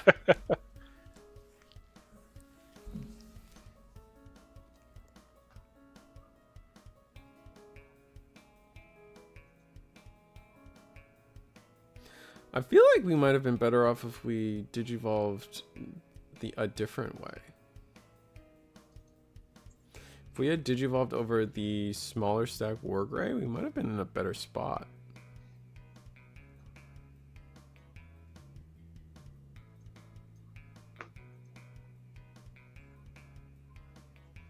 I'm sorry, Uncanny. Do you run in?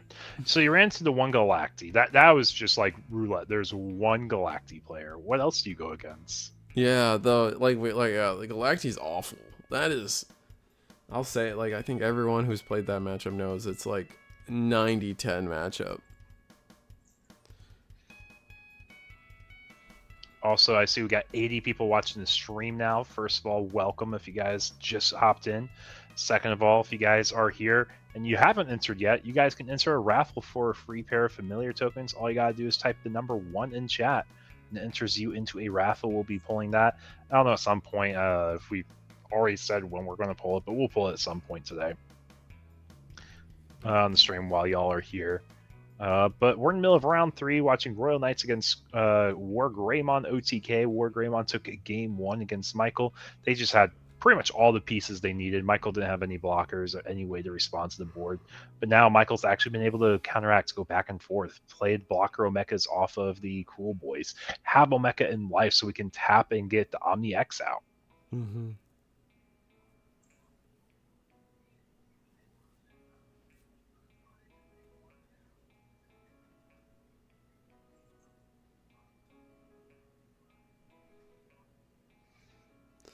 Royal Knights round 3 is not too bad, but yeah, no, McNuggets definitely is a tough one.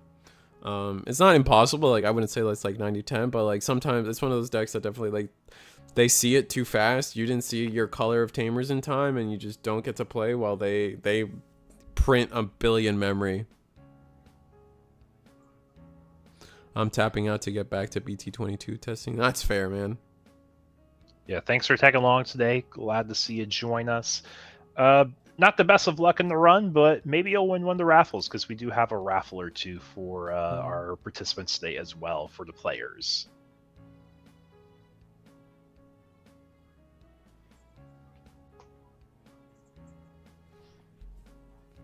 Yeah, it looked like we had a scoop, and we're going to game 3. It looks like from the pace, the players are shuffling, getting ready. Yeah, no. Yeah, Michael was able to play the BT13 Omni, and we just had so many sources that the War Grey just said, yeah, no, I tap out. I haven't been able to really achieve my game plan, so.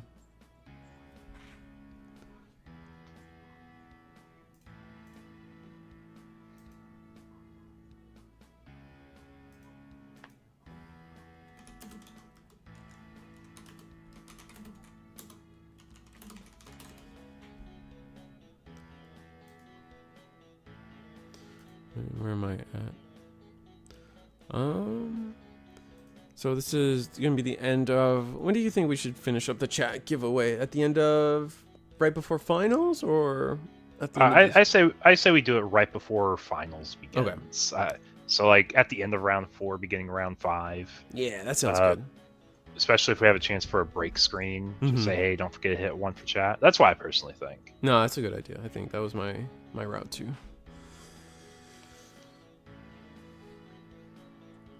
You're probably laughing a little bit, Reese, as you watch the video Ninja Lobby of my cat attacking me the entire stream right now. Cat cam. I've seen that tail all day. Yeah. Cat says, I want attention. I said, I'll pick you up, Cat. Pick you up. He's like, nope. I will be making biscuits all day. Making biscuits on your lap all day. I need to share some of the pictures I have on my cats. My cats watch me from the rafters of my home and just look down upon me like the maggot I am.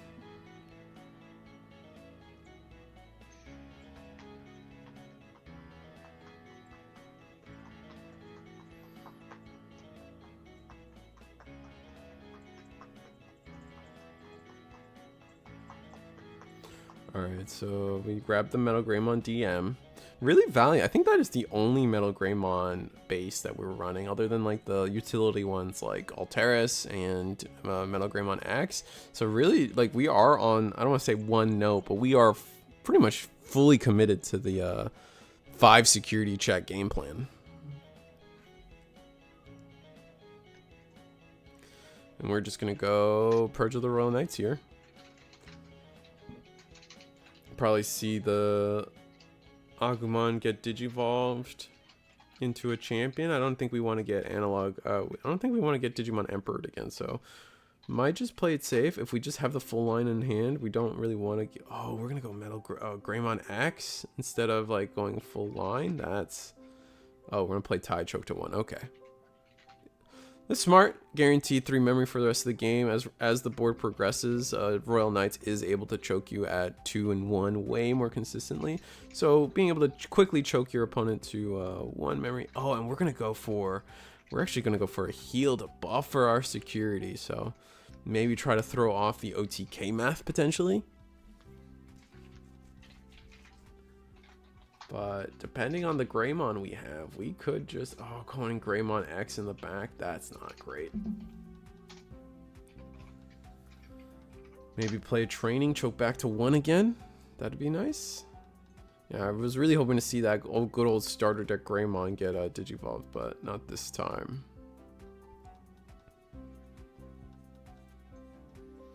It's like we're potentially thinking about Digivolving into our level 5 here early. Yep.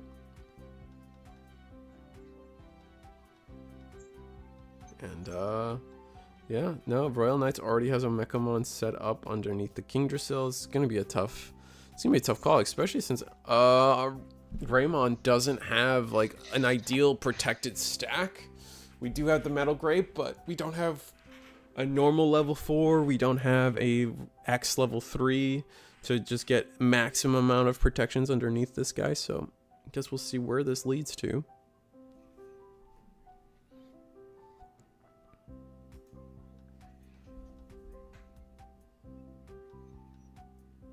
Alright, Omekamon. Put our opponent to their 3 for their memory setter. Probably see a promote now. We really want to look at trying to maybe win off of a second stack in this first. Oh, Agu X. Do some more searching. There's Greymon and a Greymon X. Yeah, a little late for those guys. Yeah, just a tad. Maybe we were hoping to get a... Oh, we're gonna go with BT5 Greymon. That's curious. How do we end this turn? Oh, this is gonna choke to 1. So another interesting way to go about this. Did I miss the raffle? No, you're good. Just type 1. We're gonna do the raffle. I guess I should start saying it, but the raffle. We've decided that before the start of finals, we will resolve the winner of the raffle. So just go ahead and type 1 in chat. Oh, wait, you already did Supreme Court. I remember I remember your name in the list. But yeah, so we decided we're gonna reveal the raffle at the start of finals. So just before round I think 5. Round 5 is our finals. Should be. So there's that. Yeah. And I'll show you guys the token. If you guys have missed the token, what it looks like, what the prizing is essentially for the raffle is right here, this token. You're gonna get to win 2 tokens, 2 of these custom familiar tokens, brought to you by Eagle and Eagle's Nest. So they're really pretty. It's textured, foiled. Yeah.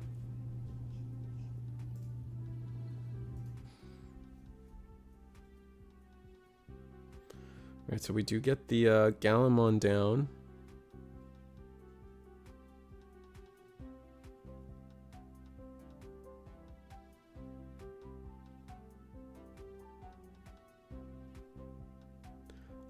Well, I mean, it's anyone for chat, right? So there's 2 different. Oh, so to be clear, there's 2 different raffles. There is one specifically for the participants of the tournament, and then there is one, which is the one we just talked about, the tokens, specifically for people who have typed 1 in chat. And if you are a player and you're still a chatter, right? So anyone and anyone can type 1 in the chat and get a chance to win a token. Yeah, basically anyone who's supporting the stream. Yeah. We are deciding to go, I think we just went Alteris, Middle Gray X into Promo. Promo will delete the Gallant one there. We only have 1 protection on this Greymon though, so... We might just go to town. I think we just go to town though. I think you just swing, yeah. You just accept that you're probably going to get a Mecha'd.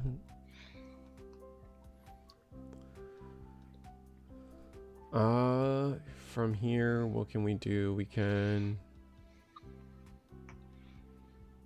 swing. You just gotta swing. You have to make it so your next stack is the one that wins you the game, I think. Yeah, which, like, you can get flexibility at least if it's your next stack. Like, you don't care about the pieces. It's just any pieces work. Yep.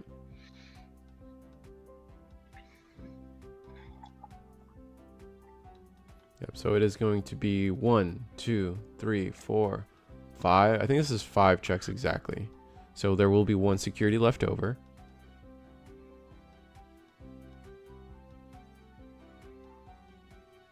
Oh my gosh, 4 purges. 4 purges. stopping to think about, just taking a second to think about, do we want to Omeka here? Do we have OmniX? Yeah, I think that's the end of the checks too, because it's just 5 checks. I'm trying to think. Is 2 cost Agumon going to come up here? No. No. No. I just want to see him drop the 2-drop Agumon. He's had it in his deck. He's teased us every time with a search and just not take it. Metal Greymon? Was it the wrong Metal Greymon or something? I missed it, I'll be honest with you. Oh, okay. Yeah, just putting it back to Michael and Royal Knights. But yeah, for anyone who's joining us, I've said a million times, welcome to the stream. Today we are playing EX09 for BT22 pricing, but tomorrow we are playing BT22 format, proxies allowed for BT22 pricing, kicking off our BT22 section of the season.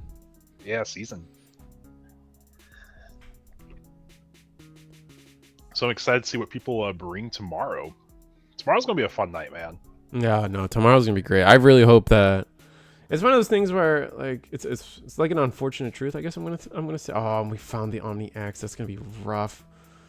Oh, BT14 Omni comes, or 13 Omni comes down. Well, Michael said this is good enough, which it definitely is. It definitely is. That's gonna be. I think that's just gonna be game here. Omni will. We're just scooping it up. Yeah, we just know we can't deal with that many checks, unfortunately. But we did go to game 3. We did go to game 3 in the set. Yeah, it took up almost a whole round there. Yeah. But we have confirmed 3 undefeateds. If we want to hop to table 4, we'll actually see if we have 4 undefeateds after this round. All right, let's see. Table 4, Kikaku versus Rascal. Oh, it's a bird's mirror. That's funny.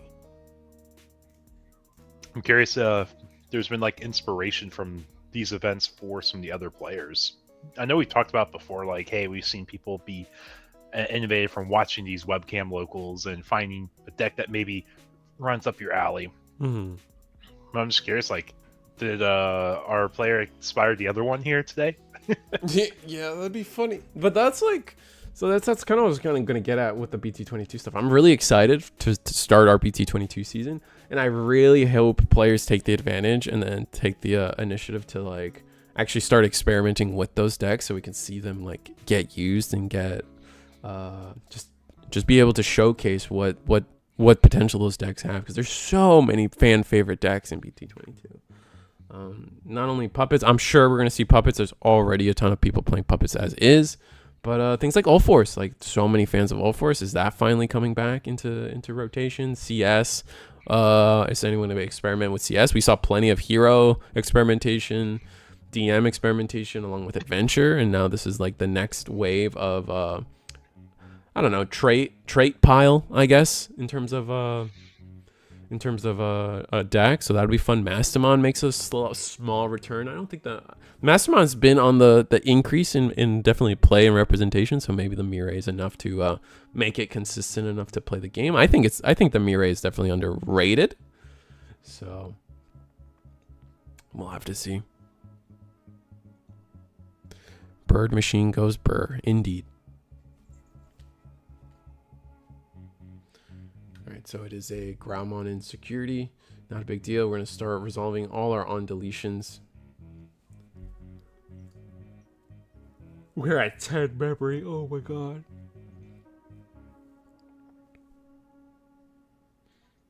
Gonna play Phoenixmon, on play delete the medieval. The Greymon did not win. Greymon got BT13 Omni'd 2 times. Yeah.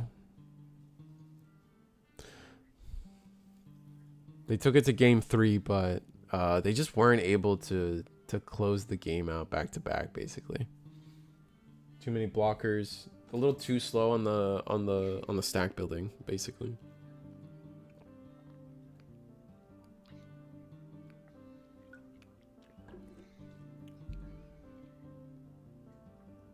I'm gonna grab Key over there. Yeah, the heal definitely made a difference.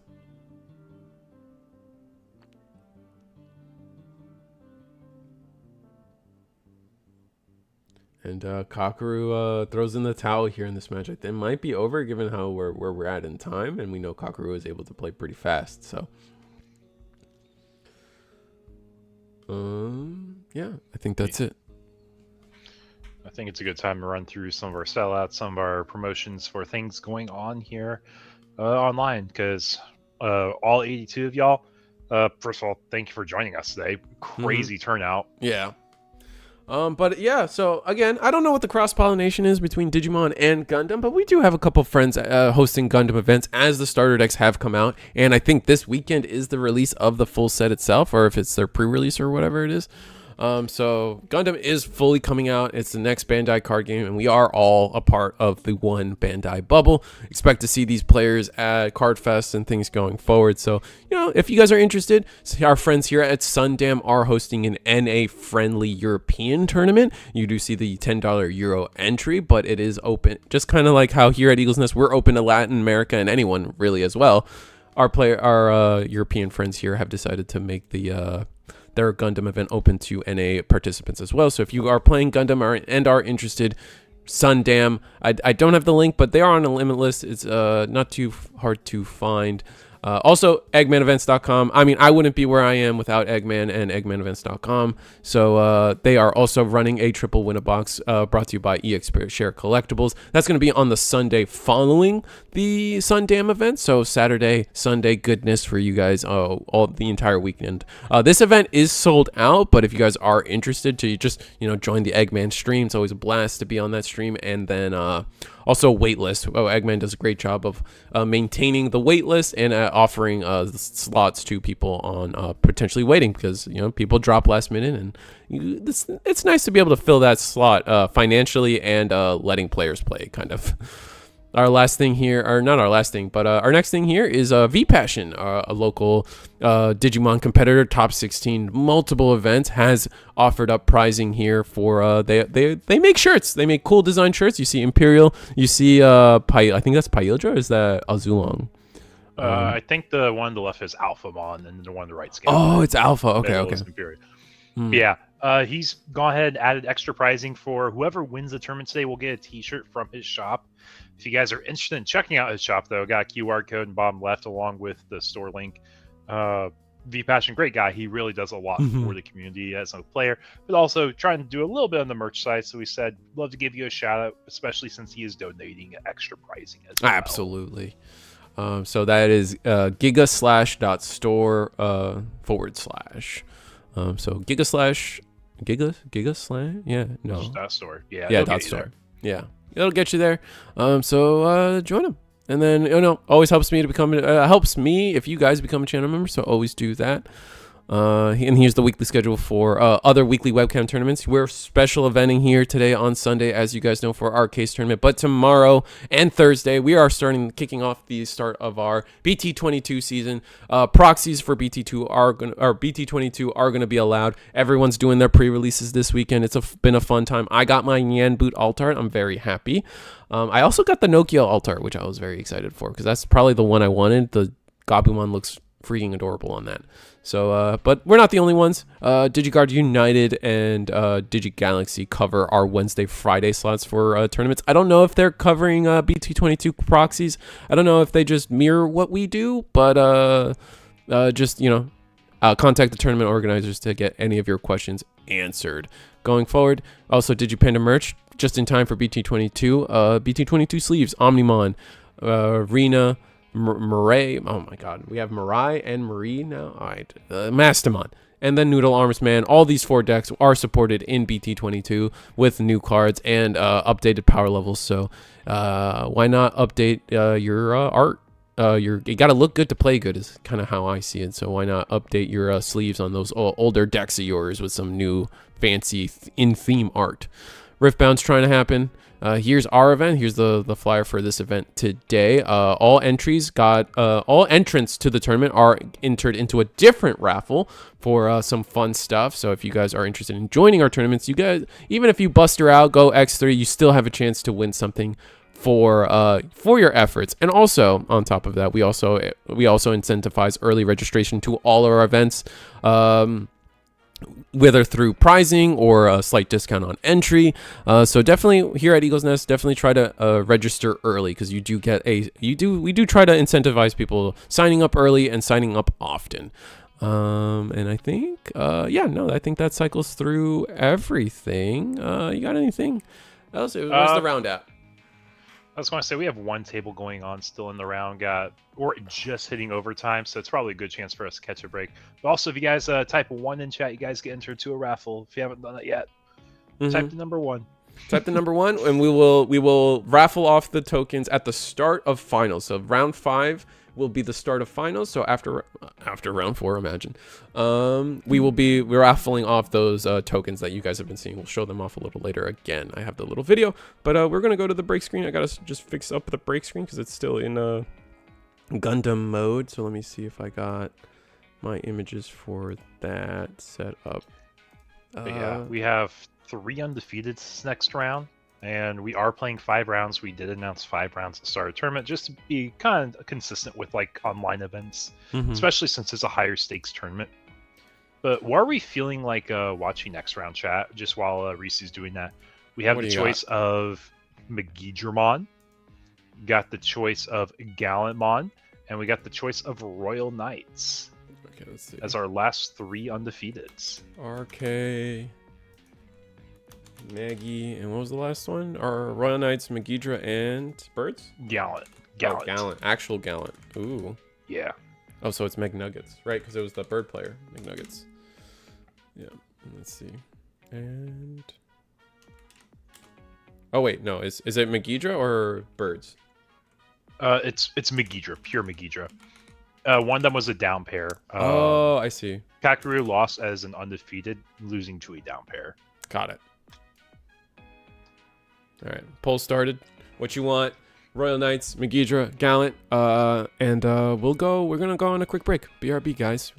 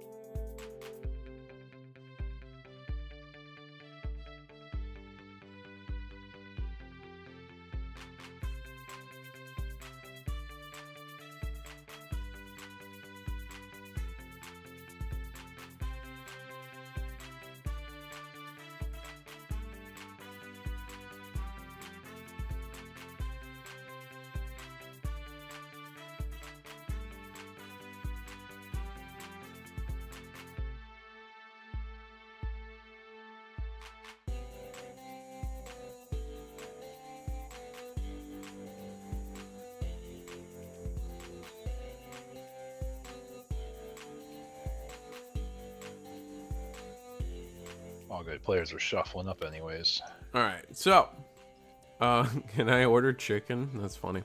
So after a heated 19-vote poll between Royal Knights and Gallimon, I want you all to know that you all win. That is true. That is true. We get to watch Gallant versus Royal Knights here in our finals. That's gonna be fun. Or semifinal. Semifinal. Sorry. Yes. Yeah. After this round, it will be the raffle, though. Yes. So that'll be exciting.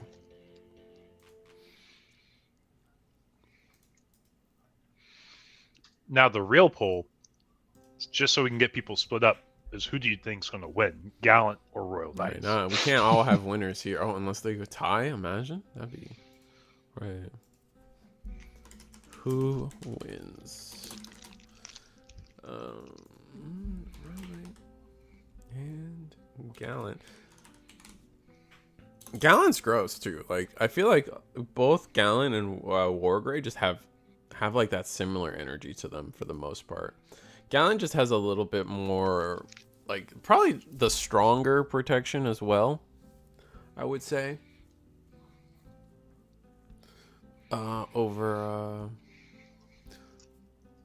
Royal or over Greymon. Greymon has like the really awkward protection, and Guillemon or Graumon just starting with, oh my god, I keep saying Gallantmon because this is a full Gallantmon Digivolve all the way to Gallant X.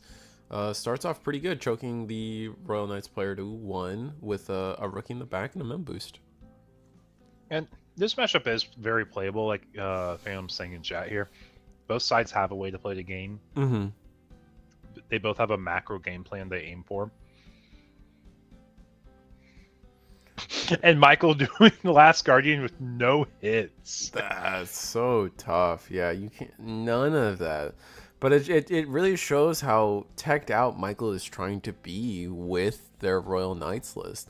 We're seeing Death X, Hakuro, or the what's his name, Hero's dad, and Gallimon Crimson mode, which is, I wouldn't say is the craziest tech to have a Crimson mode, but it's definitely off archetype as we see. So definitely kind of maxing out there. Can it be Friday already? I need to finish my CS deck, XD or DX. Yeah. Or did you not? What are you missing? I feel like it was pretty easy to get all our, or at least for me, it felt pretty easy to get. At least no one really struggled to get anything. I think secret rares were probably like understandably the hardest thing to get for people. Specific alt arts might have been difficult, but getting like your base rarity stuff seemed fine.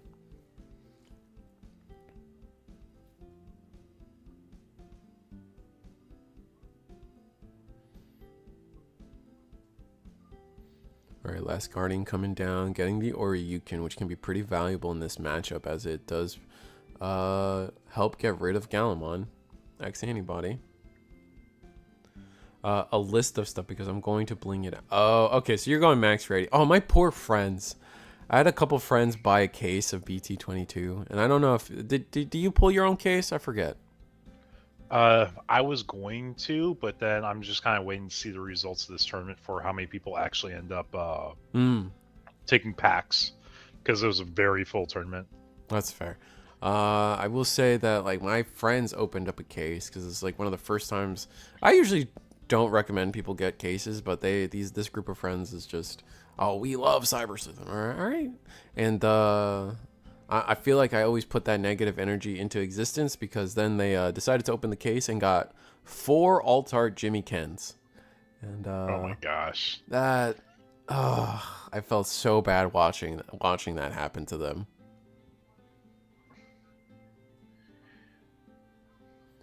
And yeah, Gallantmon or Oryukinmon hits the board.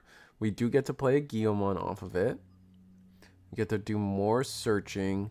Not doing any damage to security. Losing this whole body without getting any damage done to security is kind of rough for Gallant, though. Yeah, because you expect to be spawn or bounce, but you don't normally expect to be a DP minus. Yeah. Personally, I'm always in the buy singles camp and will occasionally buy a box like recently. Yeah, no, I will I mean, I've said it 100,000 times. I think Bandai card games are the best. I always recommend people, especially if you're starting or you really like a set, 1 or 2 boxes of any Digimon set or any Bandai set is always good.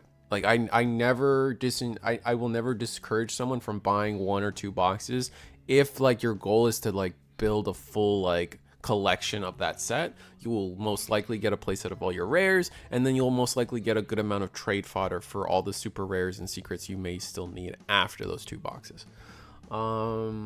Just cases is just too far for me. Like it's just, I think it's just not necessary personally, but singles are usually good though. I mean, like the ratios are a little harder to get all the SR. So like, if someone opens 3 to 4 boxes, I get it too. It also gets you out all your rares. 3 boxes should get you the rares at least.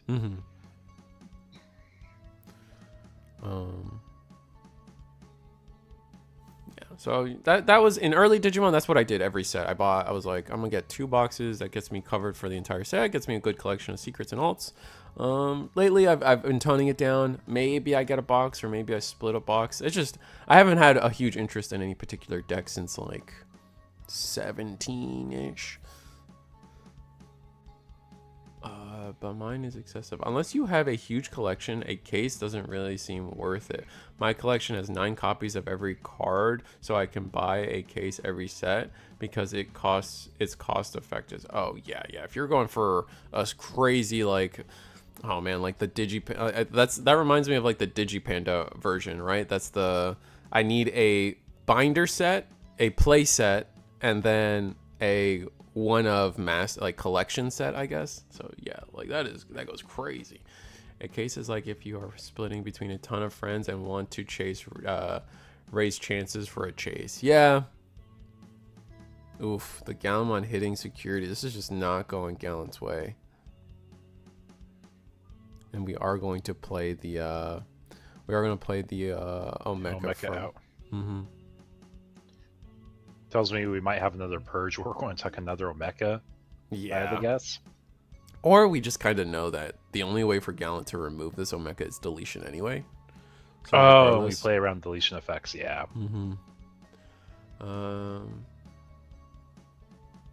I never open a case. I've never opened a case before, and I really want to open one for at least one time experience. What better to do than with my son for his birthday? Oh, see, yeah, like okay, so definitely like what like I think that's like the best way to go about cases. 100%. I think that's the healthiest way to do it. Always do it that way if that's what your mindset is. I think for the most part, people, I just want to dissuade people from being like, oh, I really love this set. I want to get all the alt arts. Let me get a case. And I'm like my friend almost did that in EX09. And I was like, homie, I know you love Machine Dramon. Just save the money. Wait for the alt arts to come out and you'll just buy the alt arts straight up. And like, man, he is financially success off of that, right? Like look at EX9, right? Like he could, for the price of a case, you can buy play sets of everything and then some and save money. So but if you're just doing it for the experience of a case and you have a good reason to, go ahead, like by all means. Yeah, EX9 was definitely a rough set value wise. It's a cheap one if you want to just rip a case. So is RB, and those sets aren't fun to open. I guess EX9 is more fun to open than RB is. RB is just not a fun set. Because like, oh, it's a rare I already have multiple copies of because maybe I opened the original set. Yeah, my issue with RB, it was more of like they didn't give us new arts or new like the new alt, like if they did what One Piece did with new alt arts or new foilings for everything, update the foiling for all the cards, maybe give us like some cards that were always common and uncommon now finally get a full border color or full color border or just like the silver foil border. Just make it special, make it like, because people want to max rarity their decks, right? Like there is the sentiment of like, oh, I already have 4 copies of this card, I don't need to go into a reprint set. But like if it's 4 copies and now it's like a newer art, or now it's foil when it wasn't foil before, I think that's the way they need to approach these reprint sets, because definitely people would buy in. Like I would love to get full blue border Wanyamons or Kendo Garurumon, right? Like there are plenty of cards in my decks that could use the rarity bump. or foil bump.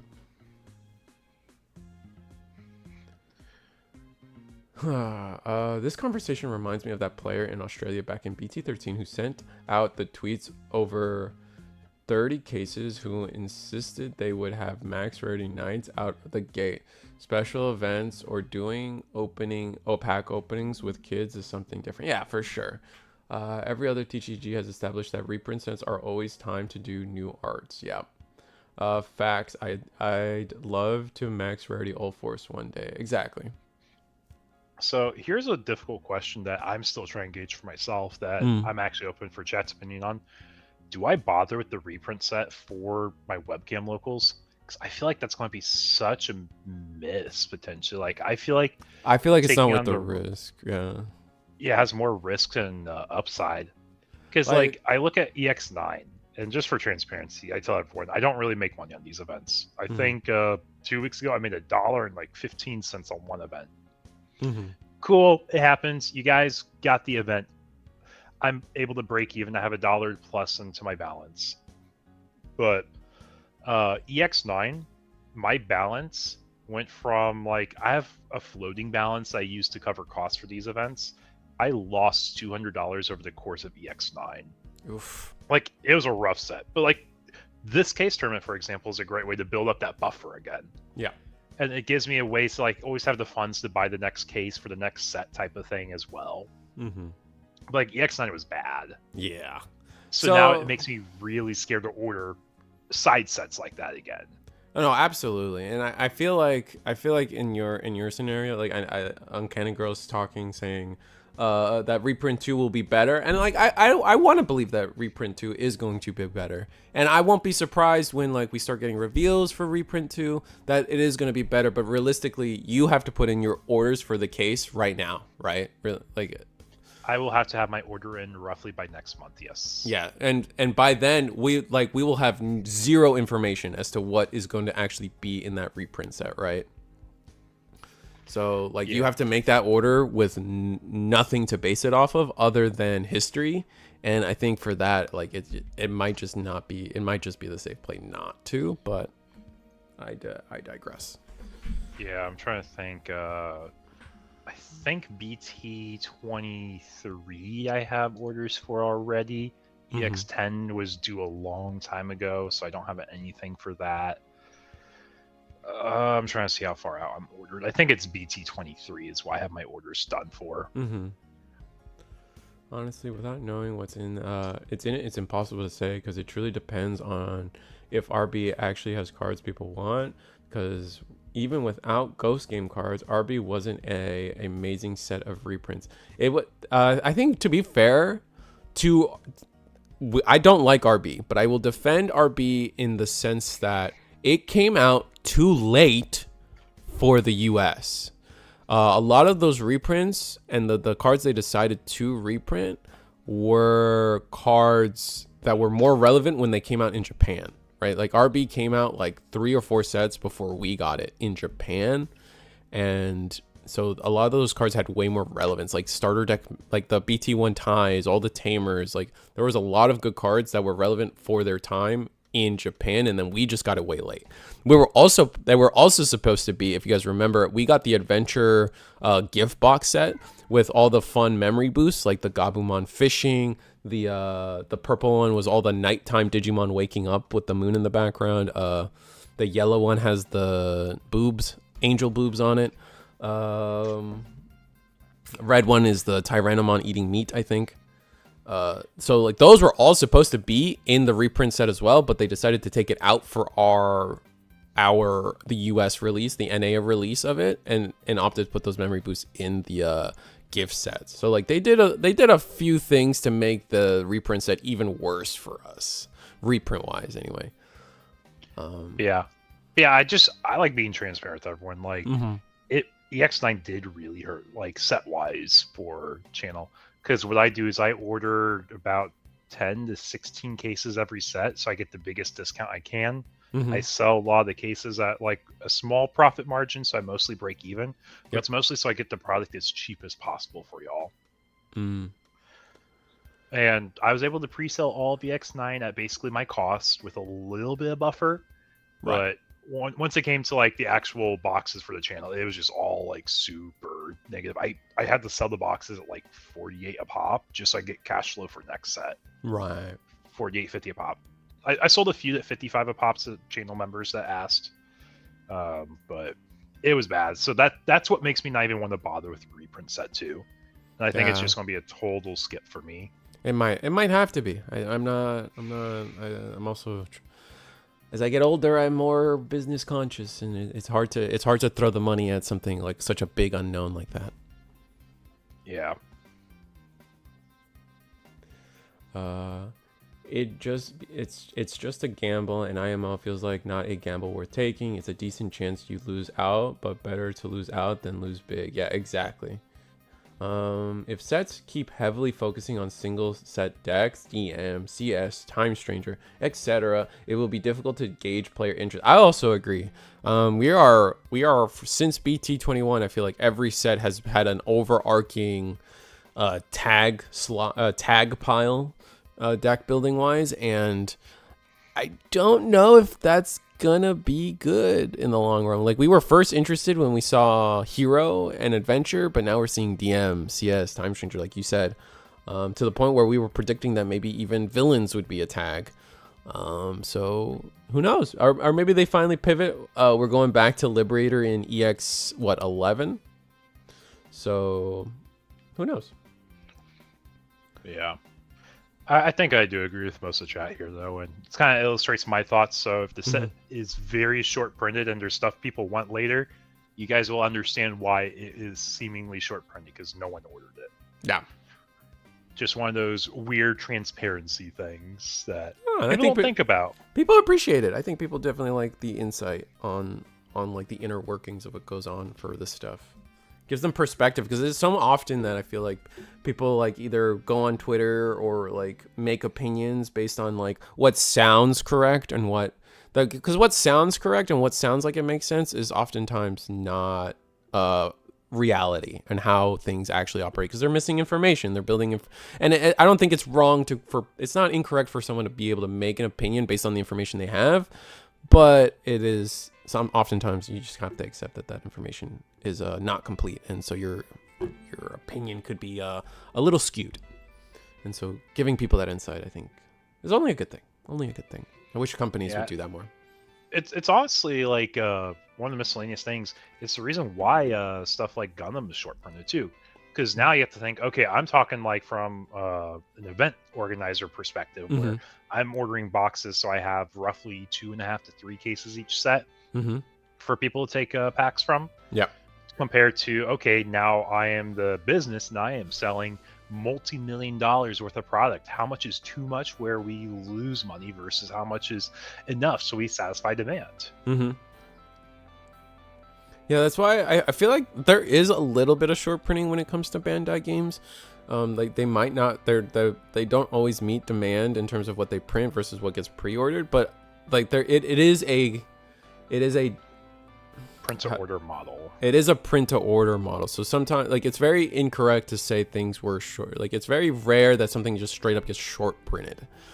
In Digimon anyway now. Like in early One Piece, where allocation starts becoming a thing and people aren't getting what they pre-ordered, that's a different conversation. But that hasn't been the case for Digimon for a minute, I think.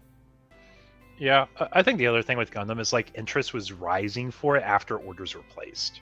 Yeah. So then stores tried ordering more and increasing their allocation, because if you order by a certain date, that's fine. You can increase your numbers at any point after, but it doesn't mean you'll get the orders. It doesn't mean you'll get the original orders still. I see. Because if they've cashed out your account, it means you won't be able to get any more increase. You can ask the distro, and you can ask who your representative is, but that's like the only chance you might get more, but that's pretty unlikely unless you're like a giant mega ordering store type of thing. Interesting. Thankfully, EX10 doesn't have a villain's tag. It legit looks like it will be a theme for every villain and potentially its minions. Yeah, I'm excited for that. Well, there's probably not a deck I'm going to be interested, but I'm excited for the people that are happy for that set, because I thought a tag would go really. I feel like a tag for Black War Gray and Beelzemon is not what they would want. Those players would want. Something I hope Bandai does, since the cost of each box has gone up by $20, I'd like to see another hit in the boxes. Yeah, I don't like. I was always kind of jealous in early One Piece. Like, I think, how long was it in Eagle in One Piece? I feel like up until set 4, you would get 2 alt arts and a secret rare in a box. Is that true? Oh, I actually have zero idea. I don't rip One Piece. I have no idea. Oh, okay. But fair enough. I think in early, so anyone in chat who may know, I think in the first couple of sets in One Piece, they would have 2 alt arts and a secret rare every box. And it was cool. Like, I remember being a Digimon player. One Piece came out. I was like, man, I wish Digimon would do this. And they did it in EX sets, but I was hoping they'd do it in main sets. But then eventually in One Piece, they actually brought it back. They now went back to what we have, which is the 1 alt art and then the 1 secret maybe alt art. There's a Kaiju TCG coming. Oh, I know there's like I know there's like a Godzilla TCG that just came out or something. And then Cookie Run came out. And then obviously there's like Kaiju number 8 for Union Arena, if that's what we're talking about. APOC is coming, and that's hype. I don't think that's hype. I'm still traumatized. So what's thoughts on things like the heroin set and things akin to where they do pre-orders? What if they do they leave open for 2 to 3 weeks of product for everyone who wants and can and afford versus having limited? Oh, the Godzilla TCG drops January 1st. Okay, so I was just hearing news about the Godzilla TCG, then not that it came out. Okay. I mean, to answer your question, Phantom, pre-orders are open for a while. Like, I'm still able to modify my BT24 or BT23 numbers. I'm getting the sets. I think it's BT24. I can change my numbers for still. It's like, I have a good amount of time, but between then and when the product's revealed, you have no idea. It's just a blind order. Mm-hmm. And then stuff like P Bandai, it is open for a while unless it sells out, which doesn't happen too often. It's mainly a One Piece issue and probably going to be a Gundam issue moving forward. Mm-hmm. Oh, right. Are we talking about how we can pre-order boxes from Premium Bandai a little bit? Yeah, it's just like, why don't we do that for our availability so we can see 2 to 3 weeks and we can guarantee everyone products, especially for an affordable price. And it works until it doesn't. That's the issue. It's also like very nag on stores for Bandai to like sell their own product like that. But it's always kind of like a catch-22 because Bandai feels like they have to because of how scalpy I feel like the scalper situation in early card games is like really annoying. So then they're like, oh, at least we can guarantee players are getting some of the Gundam product. Like, you know, Ludion got access to a box and a couple starter decks, and he was stoked. The Gundam TCG drops. The gold mega set P Bandai sold out because it's not like print to demand. Yeah, most premium Bandai stuff isn't print to demand, I don't think. Well, it's print to what's ordered in demand, unless it exceeds what they can budget production time on. That's what it is. Yeah. One Piece hisses every P Bandai product. One Piece will sell out, and then they will do a second wave, and then they will sell out. Yeah, and then they might do a third wave, and they normally sell out. Yeah, it's gross. I don't think most people really understand how crazy successful One Piece is right now. Everything sells out. We're lucky if an Ultimate Cup gets close to capping out. Anything One Piece right now caps every time, no matter what. Treasure Cup, side event, main event. So we're talking about this. I don't think Digimon players understand how bad it is that our Ulti Cup yesterday didn't even reach half capacity. Did it not? Or if it did, it barely reached half capacity. They had spots for like 400 players, and they didn't even have 200. And that's what makes Bandai want to lower the cap, because they're like, well, why do we give them numbers? Like, in hindsight, they should understand it's pre-release weekend at least. But not even having half capacity for an event is a reason and justification for Bandai to keep lowering the player count for events. I thought they did. I guess not. I thought they were able to run 4 64-man pods. which I guess that's above 200. I don't know if they were full pods or if they were. Oh, okay, maybe. Yeah. But last I knew, it wasn't even 200 people playing. Oh, wow. And you can say it's bad pricing, sure, but One Piece has horrible pricing at times, and they still cap out. Their regionals, they get 6 booster packs and one of these 6 regional cards, and that's it. 6 booster packs, it's kind of yippee whatever to me. Like, booster packs are the thing I care about the least. The regional promos, you only get one of the cards. Yep. And they still sell out, and that's the thing that we really need to see from Digimon players if we want to see larger caps. If we want to see better support for like bigger events, we have to be showing them we can fill those spots. No, exactly. So, and I agree. I mean, we do sell out on regionals for the most part. The in-person ones get kind of tough. I think One Piece is such a.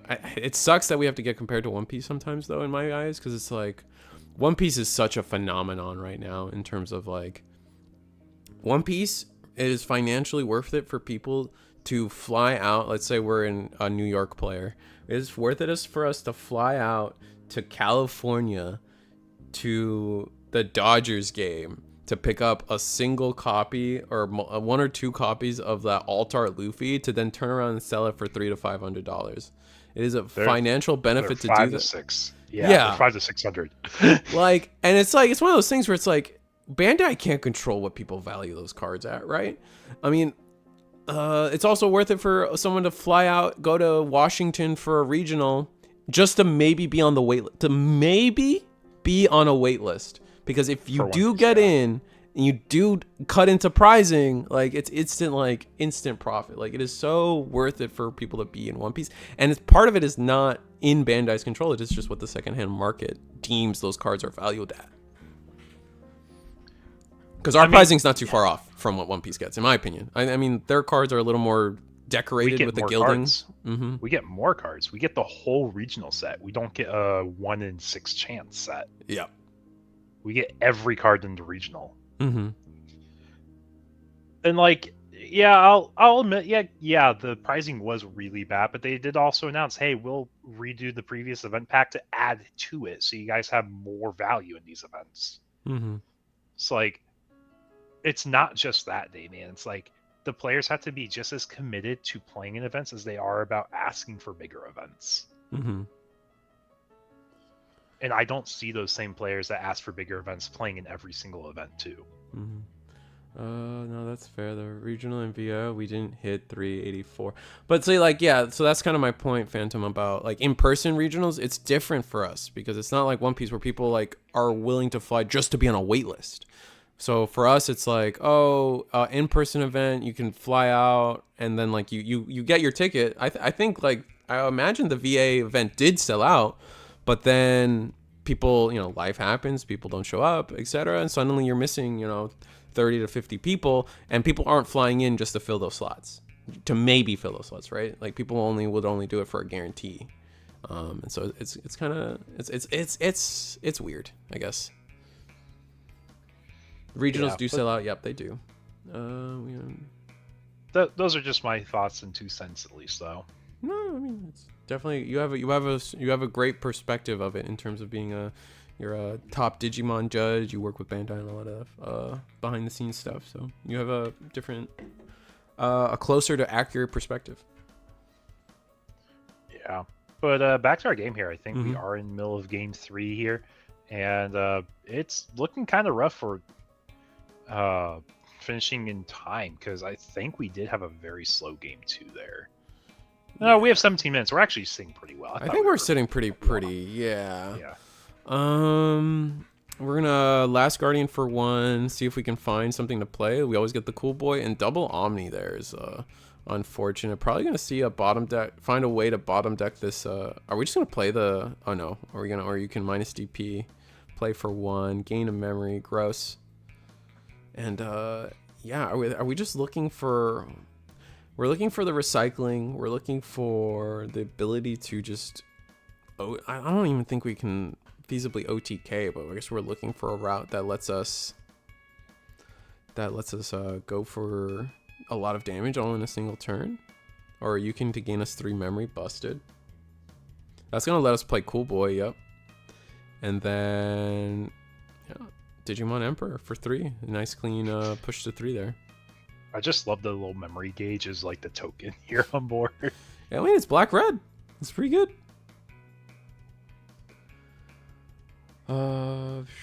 I'm shocked Gen Con has tickets. I'm pretty sure.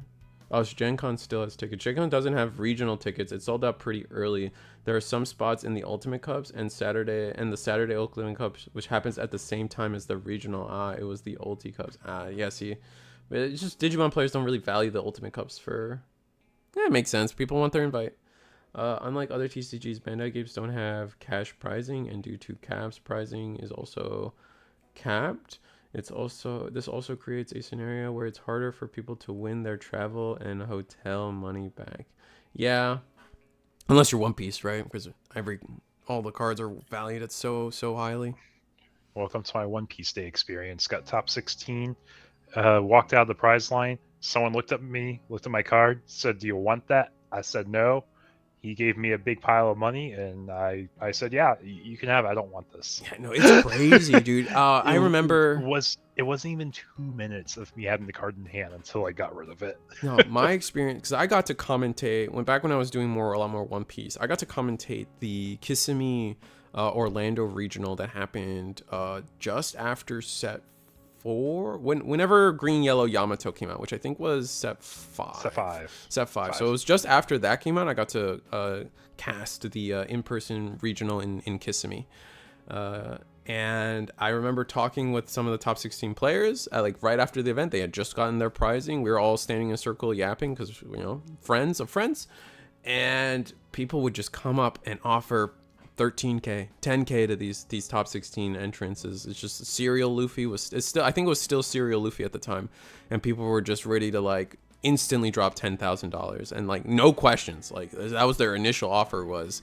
hey, 10k for that entire bundle right there from a top 16 player. And plenty of people said yes. People haggled a little bit higher, but imagine you fly out to Florida, your travel expenses, we'll say on the high end were probably $600 high end, and you just made out with 13k 10k.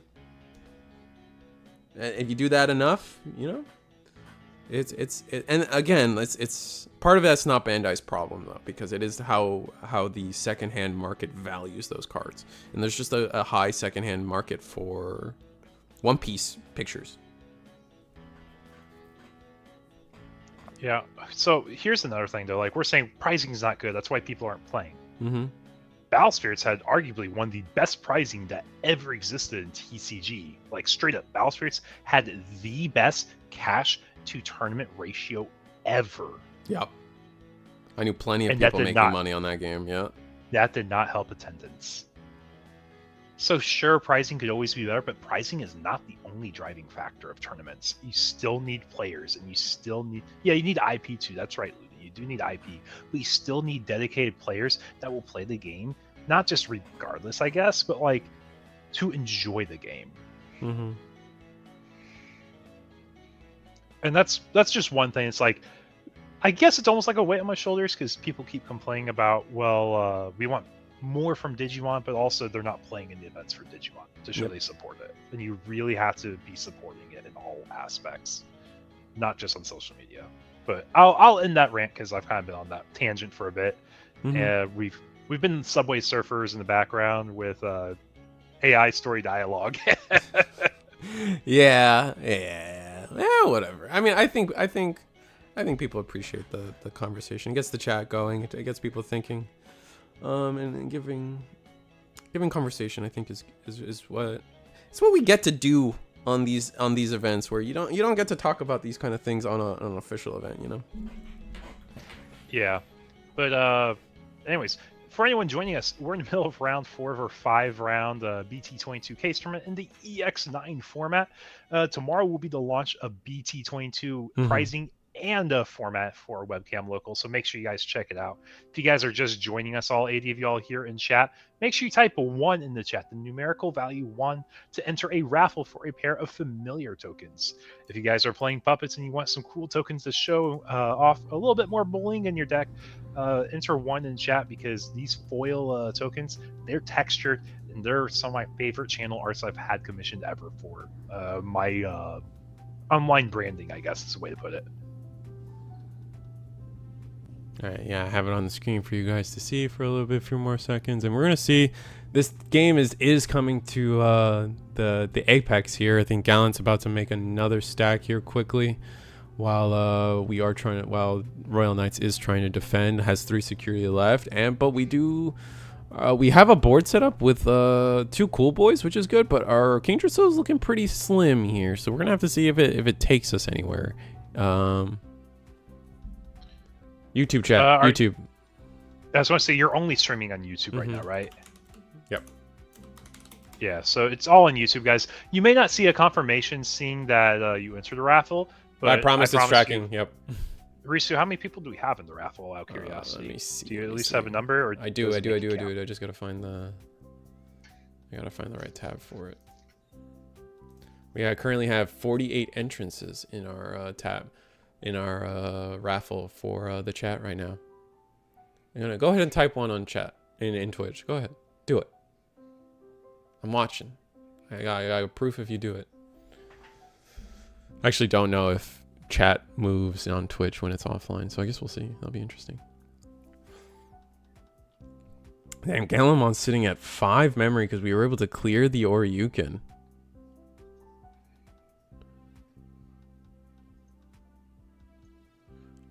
Where do we go here? We have a pretty big trash here. Are we looking at playing a promo Gallant potentially? Yeah, wow, Ludian actually did it. That's crazy.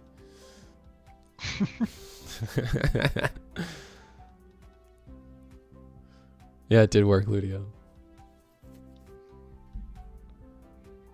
Hype, exactly, acorns. There's some acorns. Yeah. This game 3 though, like these players have been pretty back and forth this set. Yeah, and it's just comes down to we got like 9 minutes until we even hit overtime, so we should be able to hit a conclusion for this game. I'd be very surprised if we don't.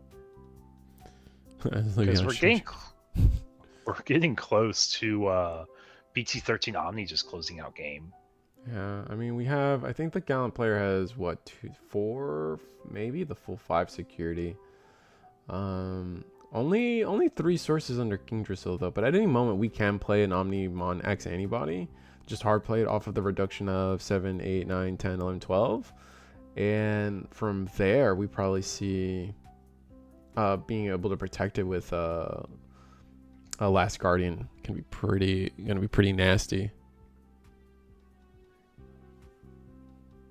And we do find a way to choke to 1. It's probably the most important step here. We have Gio, we have a searching Gio, and we just went wide, hoping that something gets left on the board, allowing us to potentially close out this game. 2 security with an Omekamon underneath is going to be rough, though.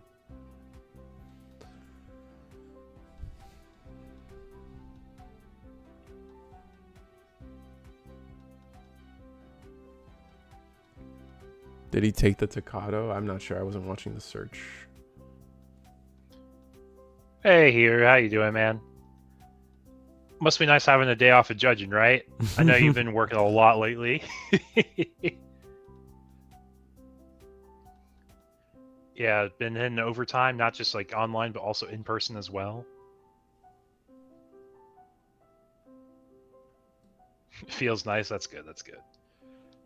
I know you're building up puppets to set, Hero, but if you type a 1 in chat, you get entered into a raffle for familiar tokens. So if you want to get some familiar tokens, hit 1 in chat. I only know that because you asked me for puppet cards in particular. Yeah, there we go. There we go. We're having the conversation directly. All right, so it is Royal Knights turn out 1. What could they have in their hand that could probably get them out of this? Help them get out of this situation. They need to not only deal with the Gallant X, but they also need to find a way to deal with 2 Guillemons and potentially the Growl X underneath on deletion effect. I actually don't think we have Growl X underneath, so we have some room.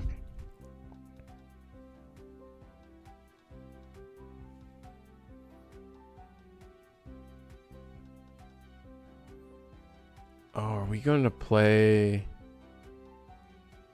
Are we going to delete? Is this a purge effect or a delete? I think we're going to delete.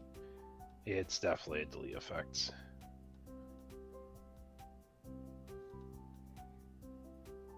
Oh, wow.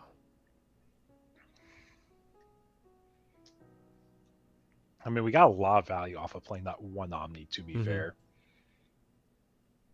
Yeah, draw 2, gain 2 memory.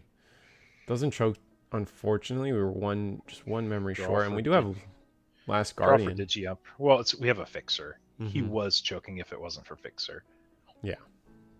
But yeah, we also drew from Digi Emperor, so we actually drew 3.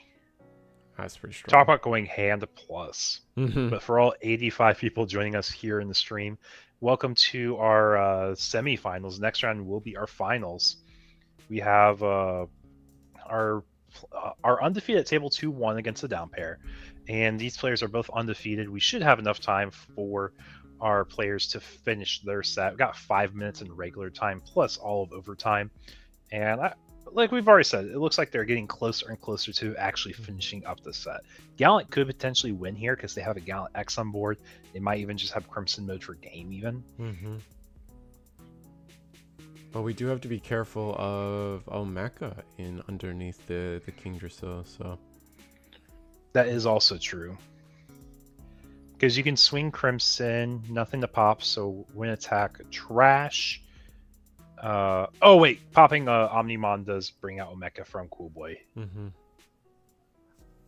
So we just have to be pretty calculated on how we do this. Alright, gonna go Growl X for 3. Ooh. So really trying to manipulate the memory in our favor here.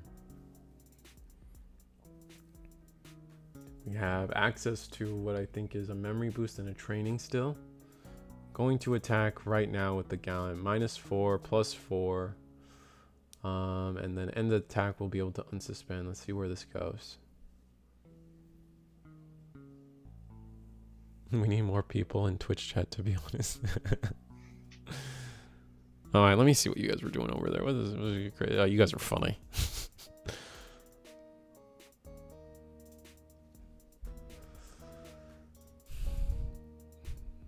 Oh, interesting. So we attack. We do get to we end of attack delete the Omni. It's gonna play an Omeka. So we only trigger 1. We decided to only trigger 1 Cool Boy. Gonna gain 1 memory thanks to inheritable. If not 2.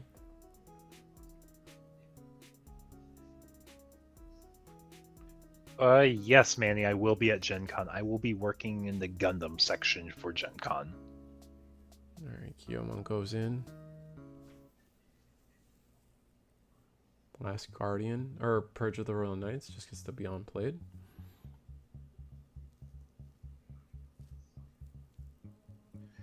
Now, if you have a promo Gallant, you can pop your Gallant, but you don't have any other benefits to it. You can swing, and then I don't think you have anything else there. Mm-hmm.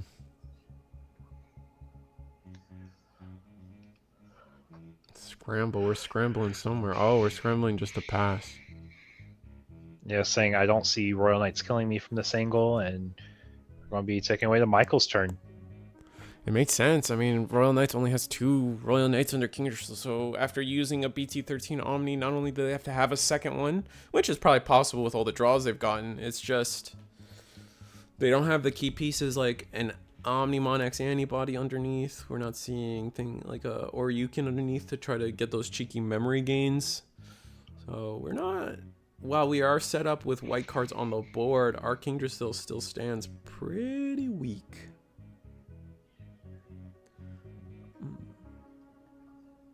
I actually bought my Gundam deck yesterday. Now I just gotta learn how to actually play LoL, so I hope it's simple. It's not bad. It's pretty good.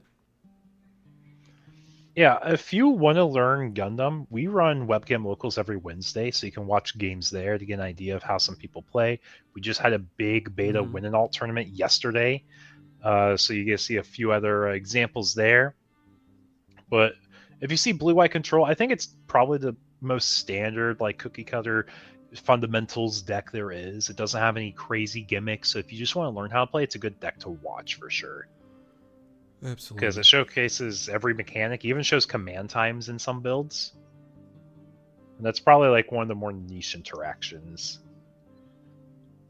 But it's definitely like a highlight mechanic of Gundam.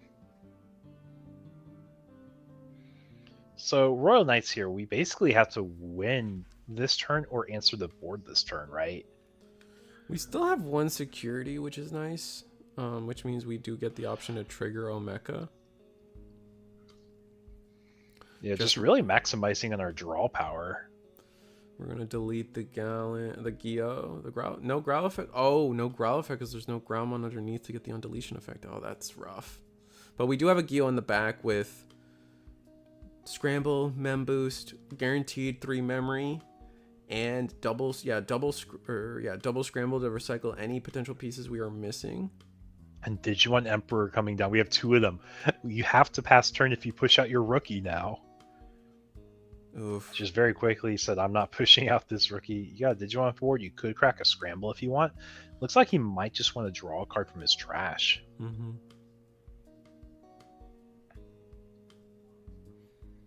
I think we're gonna look for a way. We're probably gonna look for a way to get. Probably gonna find a way to first Digivolve into a champion in the back. That's gonna be number 1, I think. But we also are trying to get to 0 memory. So when we attack with this Gallant, we're looking all right.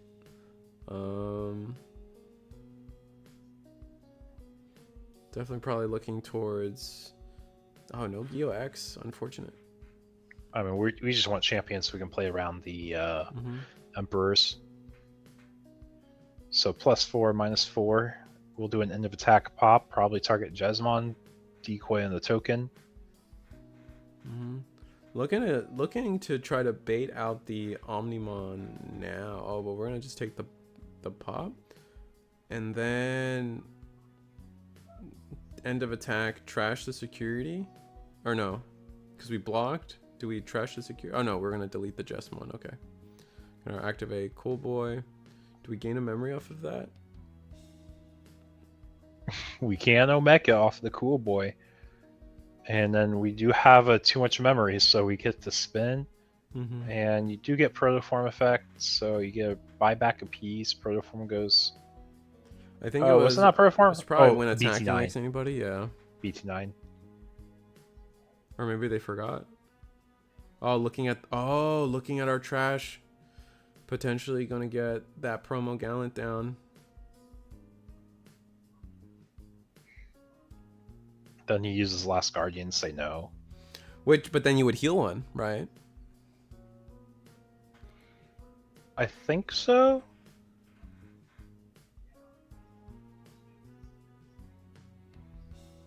Yep. Because it's one of those things where if this effect didn't delete, you heal one. Here, let me read how it's worded.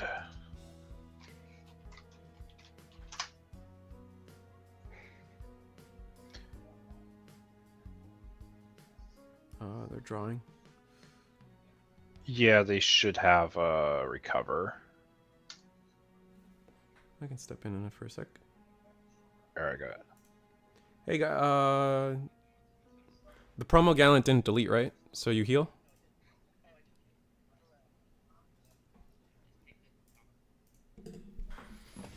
We got it.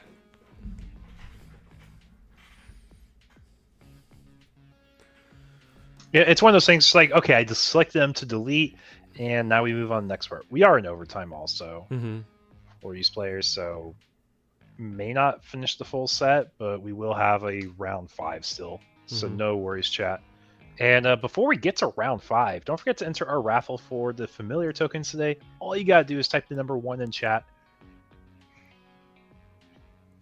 Yeah, no, Vleska, you're correct, but we're just going to go with the idea. We're going to go return to the concept of a random card is still random, regardless of if it's the top card or the next card, and everyone involved is okay with how the rolling Also, was. repairing the board state would be selecting the card in hand, but because of the hand shuffling here, I'm willing to bet there's no way to actually verify which card was that card, and neither player would agree. So then the next best would be either a random card from hand or just top of the deck because it's random. I prefer top of the deck because it's the easiest fix. It's the most fair, especially with how big that hand is. There's a good chance it wouldn't be a card that you care about anyways.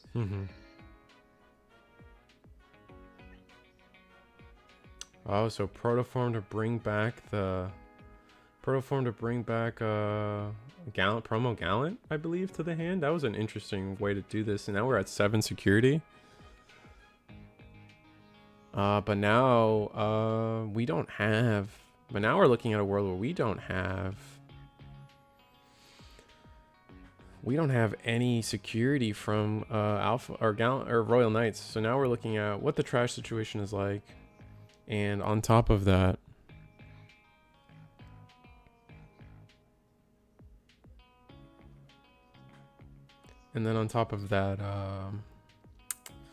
so we have to either find a way to heal or find a way to get game. But like again, our Royal Knights, we're not gonna proc Purge.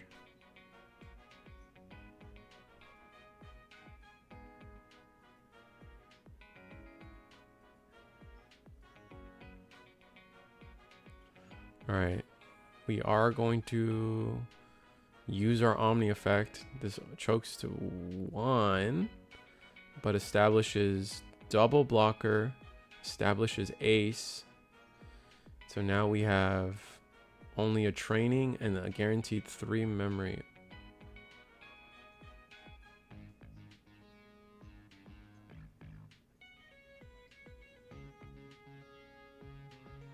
I love the back and forth. Yeah, the back and forth is pretty great right here. But we have Crimson mode. Oh, is the Crimson mode just for game? Ah, dang it. We have enough attacks to just... Yeah, we send enough attacks sideways, but the trash is just big enough that Crimson mode wins us the game there. Wasn't anticipating the BT13 Omnimon being able to... actually be able to play out and come in for free. Or play out and keep turn. So, yeah, no. Royal Knights, undefeated. Into, do we have undefeated number 2 going into round 5? Megidramon. Everyone's favorite, Megidramon. Oh, everyone loves Megidramon. Stole the heart of everyone in chat.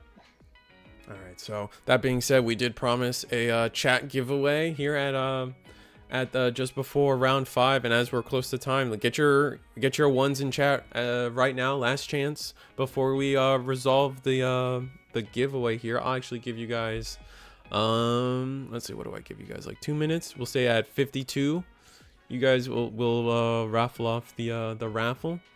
Or actually, we'll do some quick sellouts first. After the sellouts, then we'll do the raffle.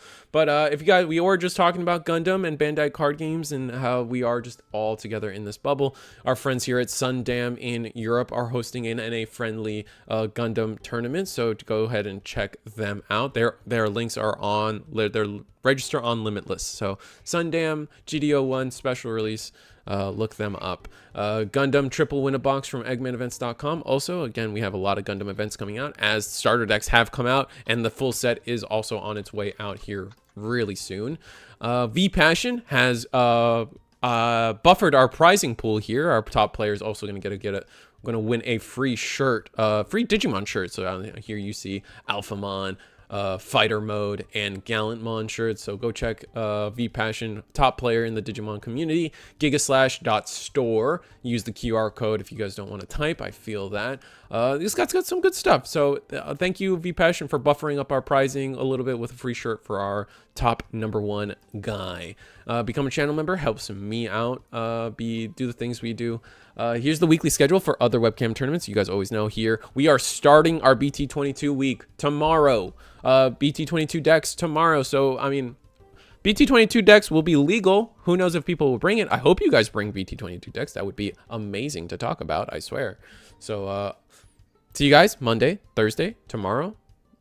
After a few days after that, yeah, but then also DigiGuard United and DigiGalaxy has our Wednesday and Friday time slots here filled in for their weekly webcam tournament. So if you guys are looking for more action, more content to just watch every Monday, every Thursday. And then Digipanda merch, B222 sleeves. B222 is out. Everyone's got the cards. So why don't you update the art on your decks too while you're at it. Riftbound's trying to happen, and this is our event where we are trying to incentivize early registration and you know, raffles for all attendees in tonight's tournament. Also, there's a raffle for them, but let's go ahead and how do I show this off? I'm not sure. This is a little bit beyond me. I just know we could collect all the people and. Yeah, I think. Let's see if I can show this off properly. Let's see. I hope there's no like crazy personal information here. So let's just go. I'm gonna add. Table 1's being deck checked right now anyway. So Okay, cool. Beautiful. That is honestly ideal. You know what? I think I figured it out. Here we go. We're gonna go here. Okay. And what can you guys see? You see my button? No.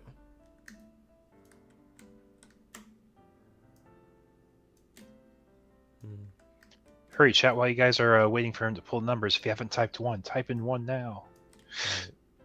All right. All right. I think. Oh, we're in the wrong spot as well. Hold on. Okay, we'll get there. I promise, chat. I'm sorry. All right. You guys see this? I'm gonna click choose winner. All right. I think I'm just gonna click choose winner. I think you see my mouse. You guys get to see. I don't think you guys get to see my mouse. That's unfortunate. Anyway, I'm clicking it. We got over. Marcy. Oh, Marcy. He's been part of the channel all the time.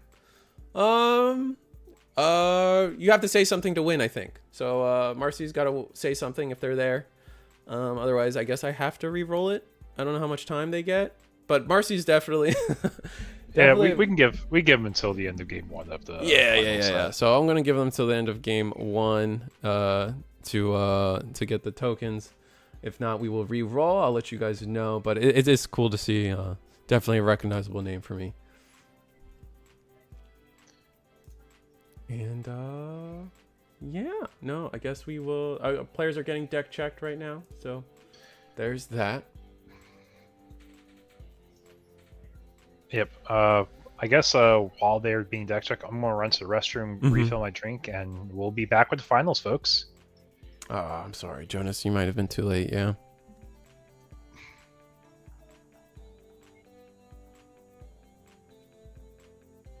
Finals. Woo! Yeah, no, we got finals coming. We have a bunch of stuff coming.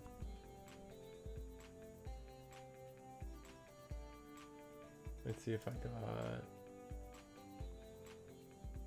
See if I. You know what? I think Marcy's in the Discord as well. So let me see if I can just kind of. Maybe I should have. You know, we learn lessons every time we do something here on the channel, and maybe I should have given a smaller window of participation. Just leaving it up might have been a bad idea. My bad.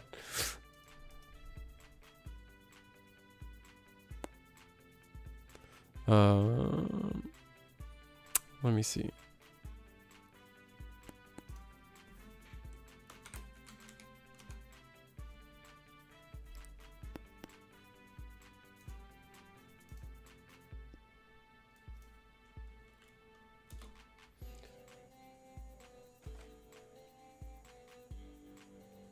Did you go to the shop already? Oh, you guys are meeting up for Union Arena, right? Union Arena also came out, guys. I don't know if you guys are in tune with Union Arena, but Full Metal Alchemist just came out, which is exciting. I'm a big Full Metal Alchemist fan. I'm on record. I love the original Full Metal Alchemist. I love the old the new Full Metal Brotherhood. Like, it's all good to me. It's all beautiful content. I love all of Full Metal Alchemist. I accept. I know a lot of people like to hate on the first one, but I think it's great. I think it's fine.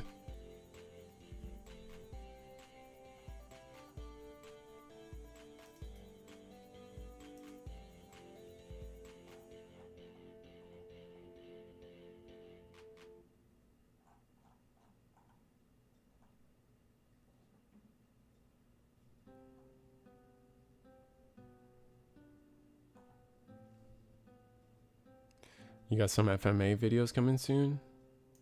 You thought the first was better? That's a unique take. I don't know if... I like them both, so I don't want to like pick a favorite personally. Combination of how BT8 and BT9 meta was with Grandis and Alphamon came out right when One Piece did. People were already ready to leave. You might be behind. Are you behind on the conversation? But I will honor your comment here. I agree. However, I don't think you have your time frame right. I think well, I guess no, I think you are right, but then we had our nationals and One Piece had just come out and we had our nationals, which was BT11, and that was awful. Absolutely awful of a meta, and like everyone like I feel like we lost a lot of people to One Piece during a time where Digimon was probably at its lowest. Yeah, both our players are finished with their deck checks and shuffling up now. So we will be good to start our finals here in a moment. All right, and I don't even have to change the cameras. Look at that. All right, so remember, if you guys are friends with Marcy Perez, let them know to say something in chat before I just pick another winner, you know? Yep.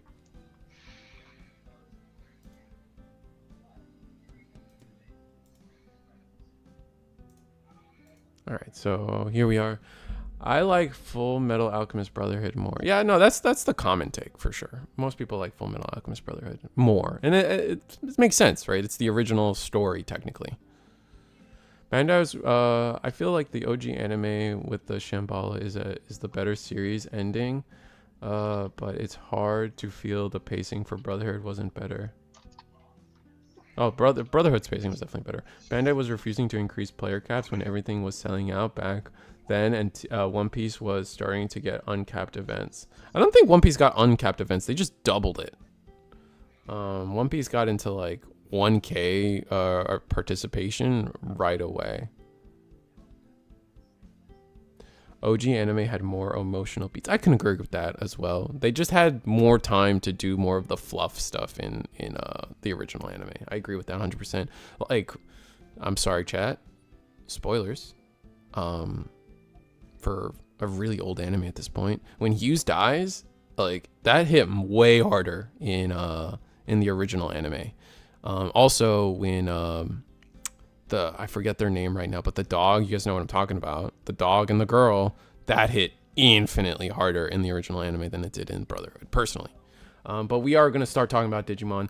Royal Knights has the opening. We're going to go Digimon Emperor to start. Megidramon gets a good analog youth on the board with a promo, secret rare Galamon to hand and a Guilmon in the back. And we're going to also lead with a Guilmon to discard, draw 2, just getting all the pieces all together.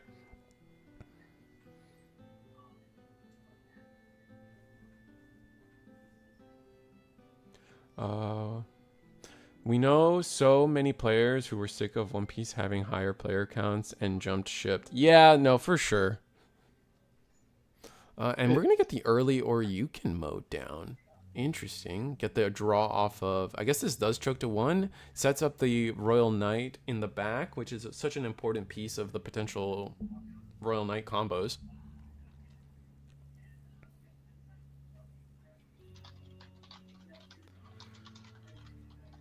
And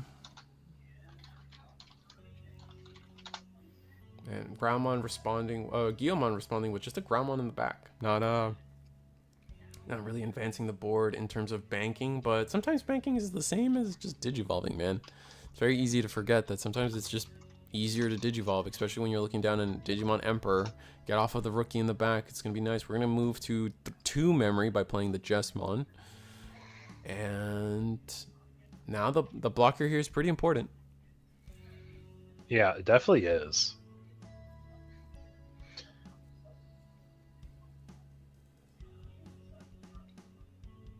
But yeah, we have 50 minutes on the timer for this entire round, so... I need to make sure my judges time-stamped once they finish deck checks. Mm-hmm. We're going to go into... Wow, we're going to go into Growl.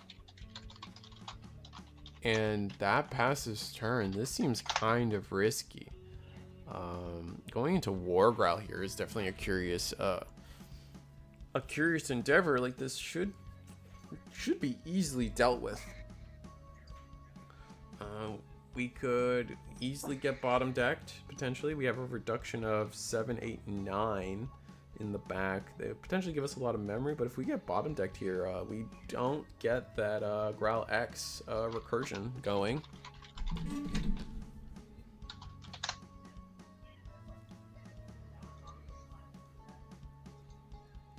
I think the advantage here for Lighthouse here as our Megidra player is the fact that they are on, and then we are going to do that. We are going to just bottom deck with an Omni X, denying a good amount of value from the Megidra line.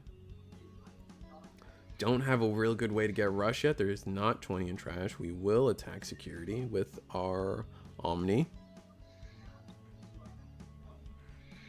Yeah, I'm really curious if Michael's going to get a chance to emphasize Hakuto in this matchup, because it is a good card for this matchup.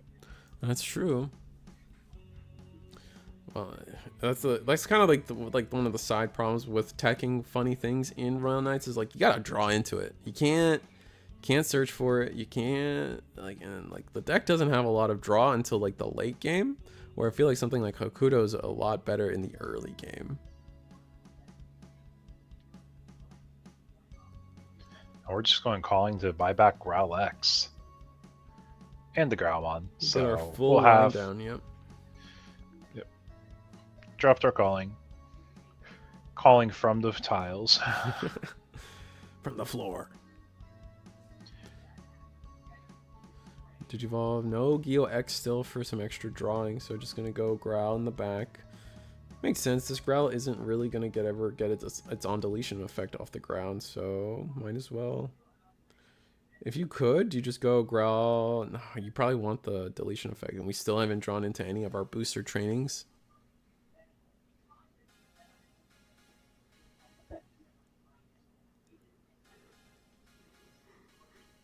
8, 9, 10. So we're halfway to 20.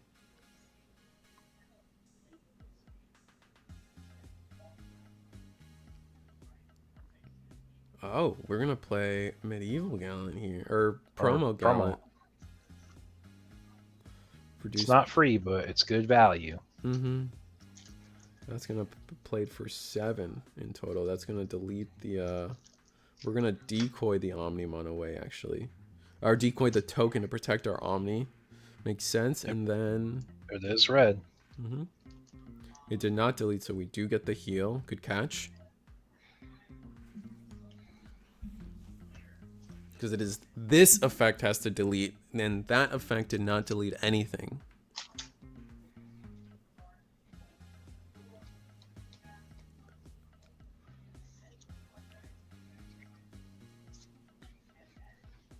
We're gonna play Cool Boy for 4, and then Jessamon for 1. Wow. Gain a memory, draw a card. Maybe we see the Hakuto.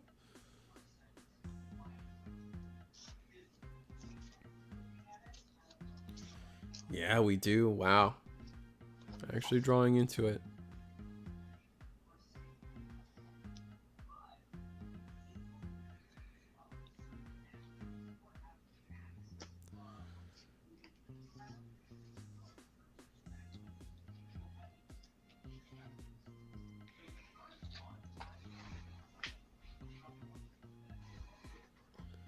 All right.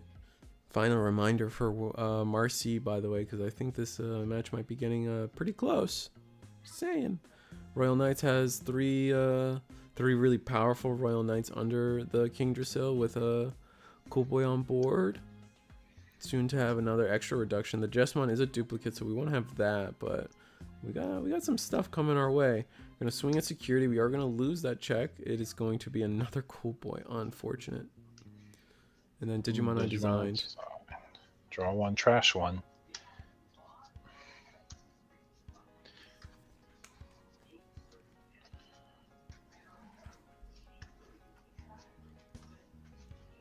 Slowly just going to chip away with this Rush Gallon, I guess, until they finally decide to deal with it. I can see us go...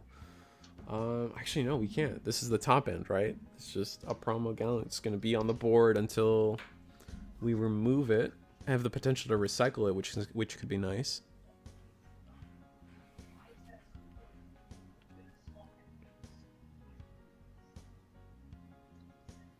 Oh, Omni comes down.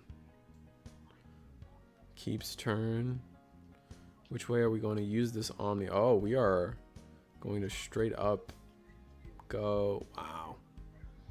I mean, this is 5 attacks to 5 security. There is 6 attacks technically to 5 security, so we'll see where this goes.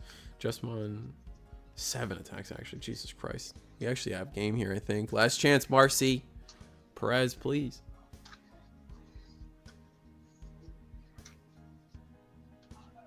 Yep, the swing first makes sense.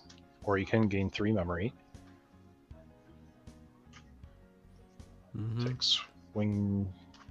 Take a swing. Take a swing. Token. Jack Raid gains 2 memory, but doesn't matter. Oof. Almost. Or you can memory mattering. Yep. Then Omni for game. Yeah, we even had an extra attack there just in case. Oof. All right. While the players are shuffling up, I promised I'd re-roll it, so we're gonna do it. Viewership goes up. Yeah. Well, that's how it be. All right, let's see if I got this. All right, it's on the screen. All right, I'm picking another one. Scott Johnson, you there? Please? Maybe? I kind of regret a lot of how I did this. I feel like I should have been more less deads with the side ups for this one.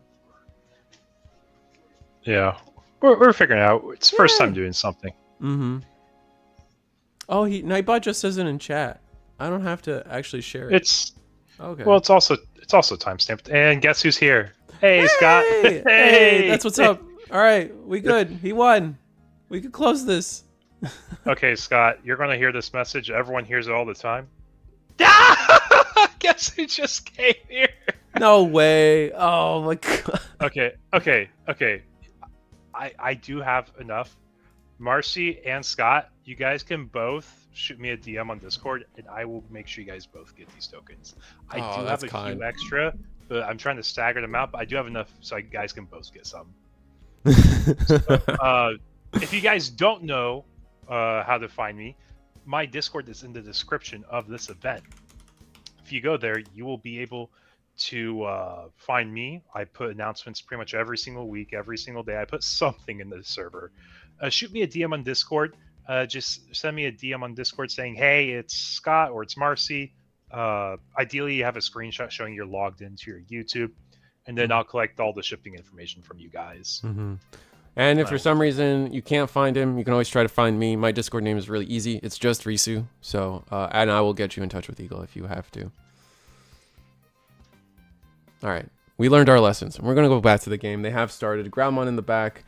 King Drasil is now on full stacks. We got the 7 cost reduction. We played Hakuto, and we played our Cool Boy.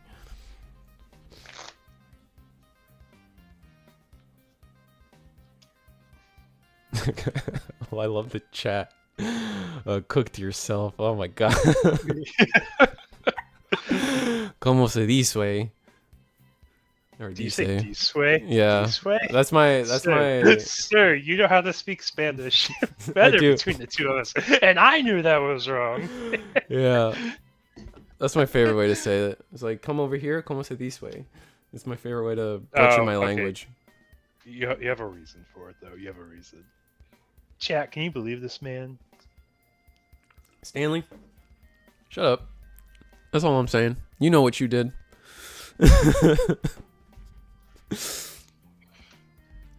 And if you don't know, if you think I'm talking to you and you don't know that I'm talking to you, then I'm probably not talking to you. Yeah, there we go. I tell him that all the time, Eagle. And for my guy Mike. All right, so I feel like Megidramon's actually a little better set up now. We actually have the protection on the Growl X here, and yeah, we're probably gonna resolve that. Gain a memory. Play Gyo. Unfortunately, it's not a good like value Gyo. It's just gonna be a Gyo. It's gonna be able to attack this next turn anyway. Draw a card and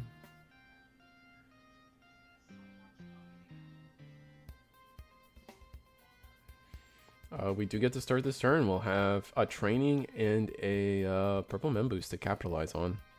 I wonder why not. Like, we're playing this matchup in an interesting way here. Instead of like going into the Growl X and just straight attacking, we are opting to play it in just like a different way, and we are going to swing at security. We're going to gain another 3 memory. Wow, we're really taking an aggressive turn here.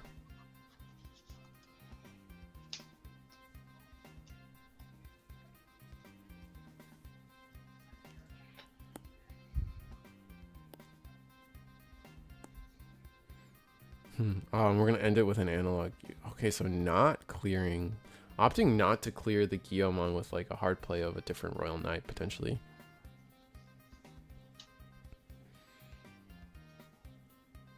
Geo X. Search top 3. We're going to get...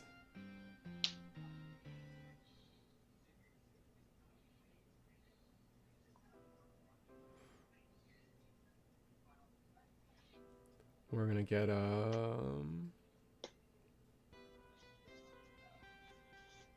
The draws, we're going to Digivolve in the back. Still Rush Geos. Not seeing like a value Geo anywhere, but the Rush Geo is still okay. Gets us some value for sure. We're going to go Growl X, or sorry, just Growlmon. Mill the top 2. We can go Growl X. Yep, Growl X, draw, discard. We know we're on the full Megidramon package, so we're probably looking at maybe popping this Mem Boost, go into War Growl, and then just Megidramon swing. That would do a number to this board, honestly.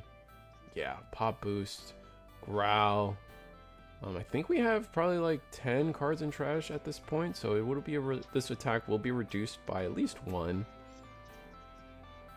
1, 2, 3, 4, 5, 6, 7, 8, 9, 10. Yeah, just 10. So it's gonna be reduced by 1. 5, 6, 7, 8, 9, 10, 11, 12. All right, so we're at 12. Yeah.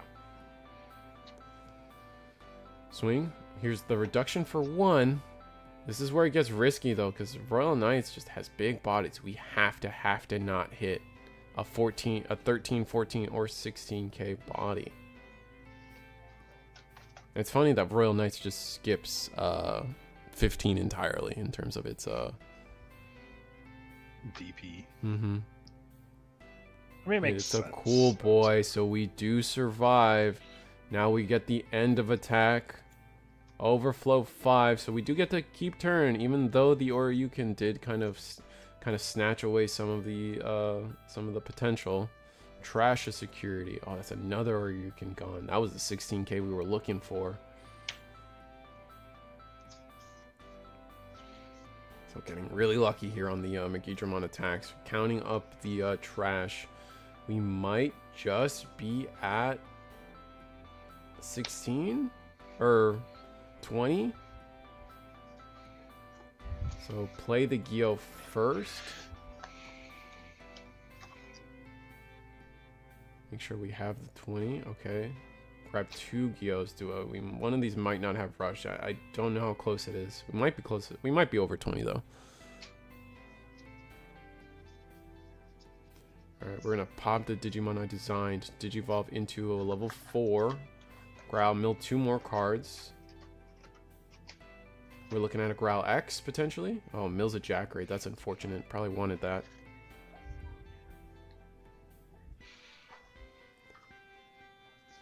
GX would have came in clutch there. Yeah, GX would have been really nice. We're going to Digivolve the Geo X, draw more cards. 1, 2, 3. Grab Secret Rare Gallantmon.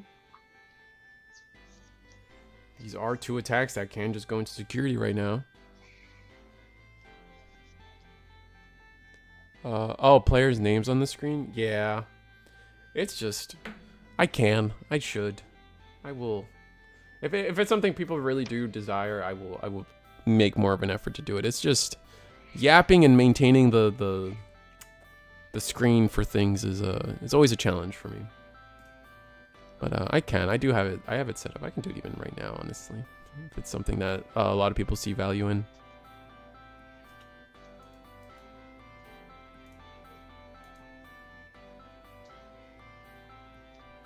Yeah, McGeeger trying to get ready to go in, make sure our Jack Ray Grav Crush combos with our Rush Skills are all set up.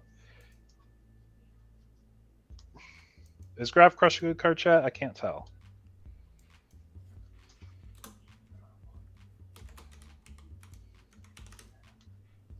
I think it is.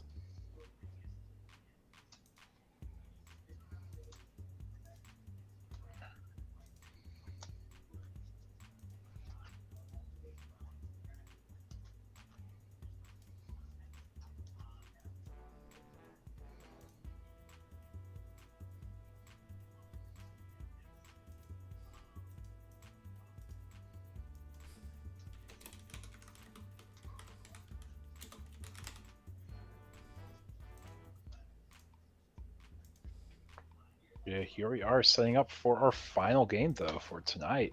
Yeah, they go to game 3, which is going to be pretty intense here. I'm trying to figure out how I used to do this. I haven't done this in a minute.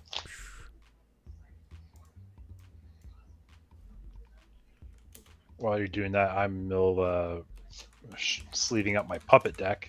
I'm swinging my BT22 stuff because I want to ship out all the prize support for today before I rip open stuff.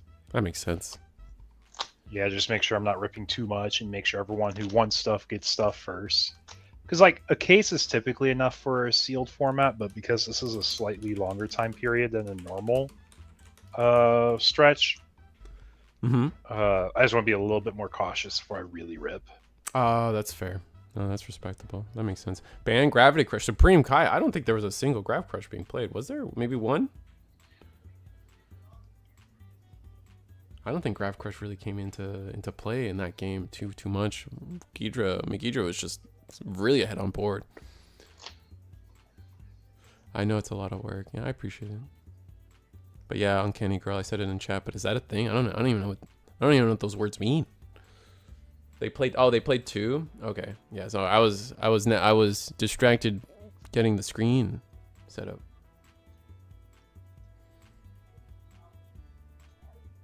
That's how they went for game. Got it. Okay. My mistake.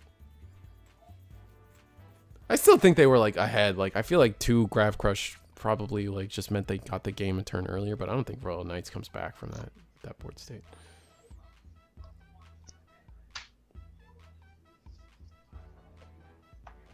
All right, 1 Grav Crush is going to the bottom here though, along with the Scramble, and these decks only really run like 1 Scramble.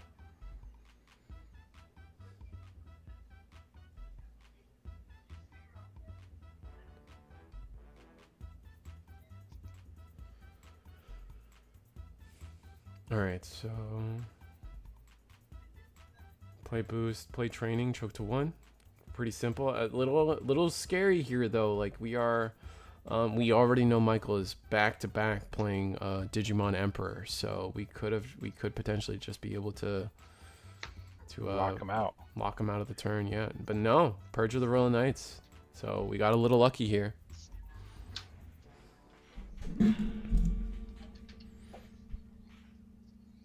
Oh, that's the top player is not named Denny. I'm so sorry. I just realized that mistake.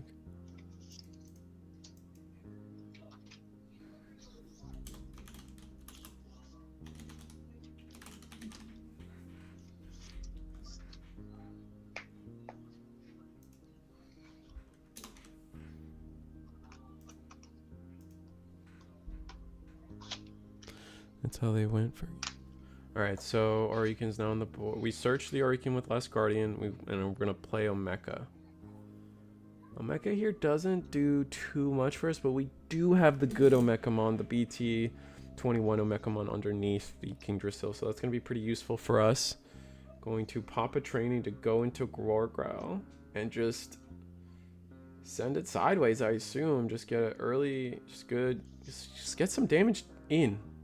I think that goes underrated here, the potential of being able to just do some chip while we can. Maybe we die first check, so then we'll do 2 checks of security damage, and it be simple? Oh, it's a Lord Knight. Wow, so we do get both checks. And it's on Omeka. Wow, so a weak security here at the start. We're going to get our end of turn effects going. We gain a memory. No Growl X, by the way, to loop another Gyo, unfortunately. But the Megidramon's going to be able to pull off something. Yeah, there we go. Get the rookie. We get to bring back... still going to trying to resolve the Digimon. And... yeah, still trying to resolve GG. Or maybe we're skipping it. No, like, good X targets. Usually you're bringing back your X targets, your Gyo X, your Growl X, but here we're just going to go for normal Growl. Yep. Now we resolve the on deletion of Omeka to tuck under.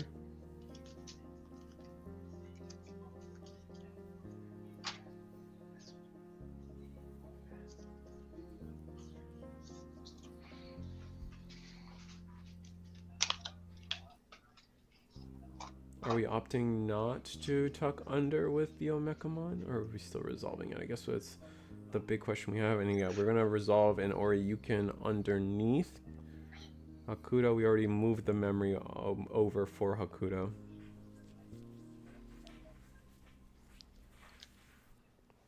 Draw a card. So this is good. It's an interesting spot we're in. Alright, unsuspend, start of our turn. We do have a reduction of 7, 8, 9, 10 underneath. Still no Digimon Emperor to help us draw. We're going to Last Guardian for 1 memory. It's going to use up that, but... oh, wow. That's a rough search. Rough. Yeah, it's quite difficult there. Alright, but we do get the reduction and choke to 1 here. Delete the Gyo. We got at least some good draw and discard off.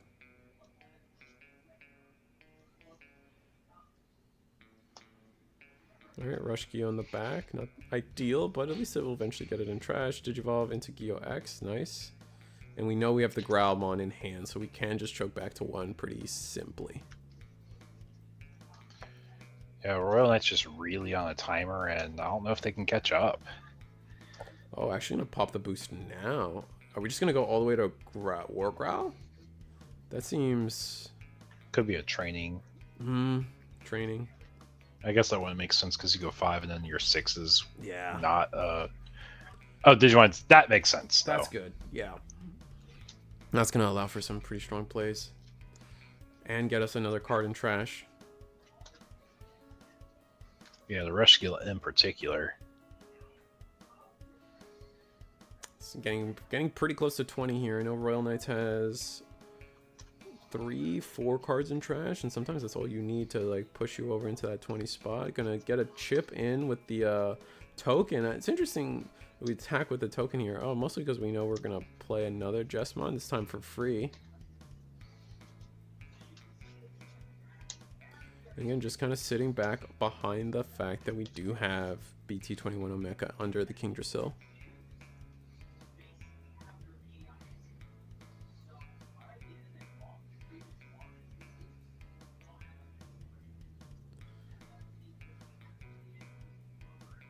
Alright. Purge of the Royal Knights to pass turn. To have a pretty strong setup here. Good blockers.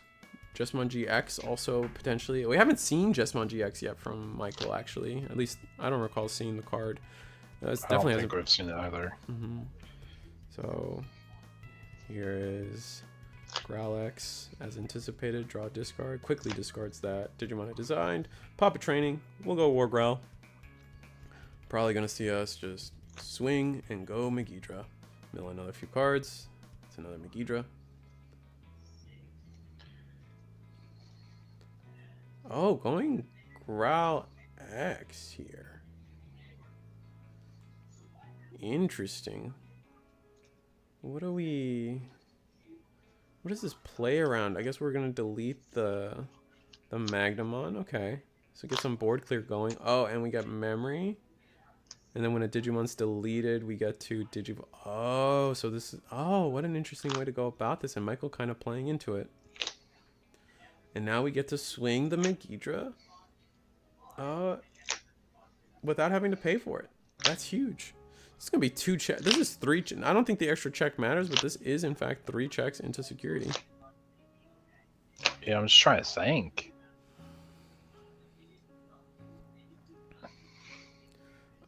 We do end of attack, delete all Digimon with no cool boy to protect us.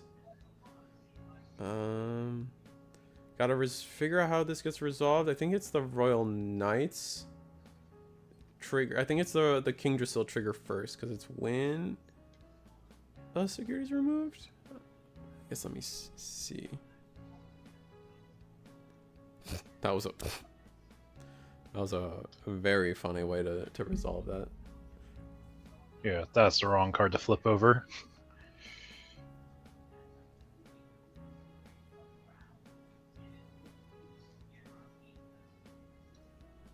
Yep, now we get all of our value. Just triple check and make sure we got that 20.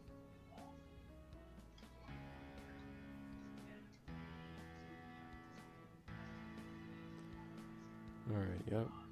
We have the Rush Gyo. I think we even get Growl X, so we get the double Rush Gyo down. We don't go... Oh, we can't go Omni until all the on-deletions are resolving.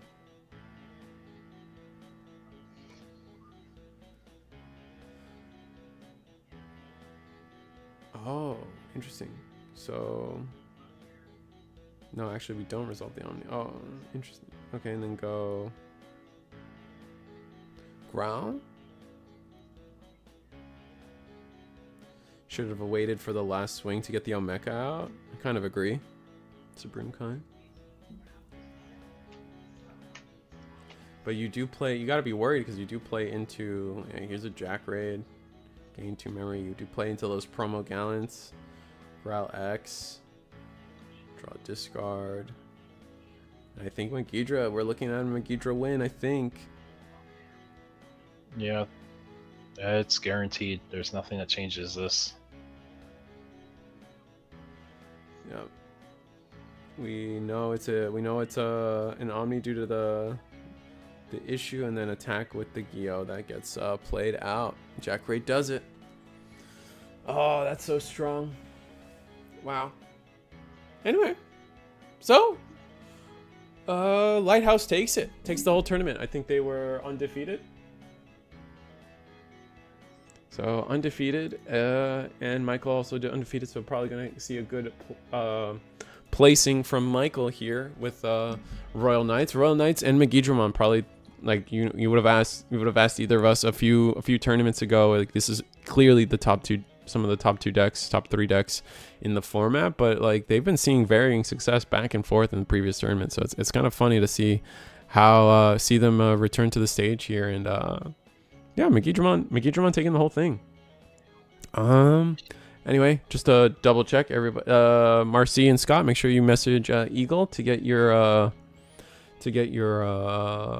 giveaway tokens. I think going forward, I think I have a better idea of how to do it. But yeah, no, we're probably something we're gonna include going forward. In different ways. I got some stuff that I want to figure out myself to give away to people. So we'll figure stuff out. I'm glad you guys all participated. I hope you guys enjoyed tonight's show. Let's go through some of the sellouts real quick.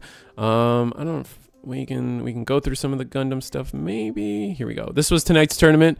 So tomorrow means tomorrow's the start of BT22 here at Eagle's Nest. So every Monday, 7:30. Every Thursday, 8 p.m. Eastern. We got Eagle's Nest and it's BT22. BT22 prizing will be the payout, right, Eagle? Yep, that is correct. We will be offering BT22. We are done with EX09. Wow. So we are. That is a good buy. Any purple cards that get a limit really need a full ban with how much they draw. They will see it a lot still. Yeah, it's definitely an interesting conversation to have about what purple can do and what one-ofs really mean. Sundam for Gundam. Make sure if you guys are interested in Gundam, check them out. They are registered on Limitless to check them out. Eggman This is a sold out event, so if you guys just want to watch the stream or maybe try to get into the wait list, usually Eggman gets to open up 5 to 10 slots usually for these win a box events from eggmanevents.com. So if you guys are interested in playing, there's still a chance. It's not a big chance, but it's a small chance. But that's going to be all Gundam goodness next week with Sundam on Saturday and Eggman on Sunday. So definitely check that stuff out. Last but not least, or I guess not last but not least, Lifehouse got an extra. Not only did they win the first place prizing payout for the case tournament tonight, which was almost capped out at a full case, V Passion also is donating one of their shirts from their merch shop. A really cool choice between Gallant, Fighter Mode, or Yukon. And if you guys are interested in any of these shirts yourselves, definitely check out gigaslash.store. Use the QR link. There's just some cool art there, man. And V Passion has just really definitely been a part of the community for a long time, and it's cool to just support homies with merch. You guys know, you guys get it. You guys get it. I'm not crazy. Speaking with homies with merch, I don't have merch, but I have a membership, and if you guys pay $2, you can be a part of it, and it's pretty cool. Here's the rest of the weekly webcam schedule for the Digimon card game, DigiGuard United on Wednesday and Friday, along with DigiGalaxy on Friday, Eagle's Nest, you guys already know, Monday, Thursday. DigiPanda merch, homies with merch, like I said, sleeves, playmats, and some sales too. So use my link in the description below to do DigiPanda things. QR code on the screen as well. And then Riftbound, maybe one day, we'll see. Anything else, Eagle, before we say goodbye? It was a fun day, man. I'm super excited to have such a big turnout. We're excited for tomorrow, so we will see you all guys tomorrow. All right. Peace, guys. Good night. Have a good one. And I'm clicking the button. Good night. It was always fun.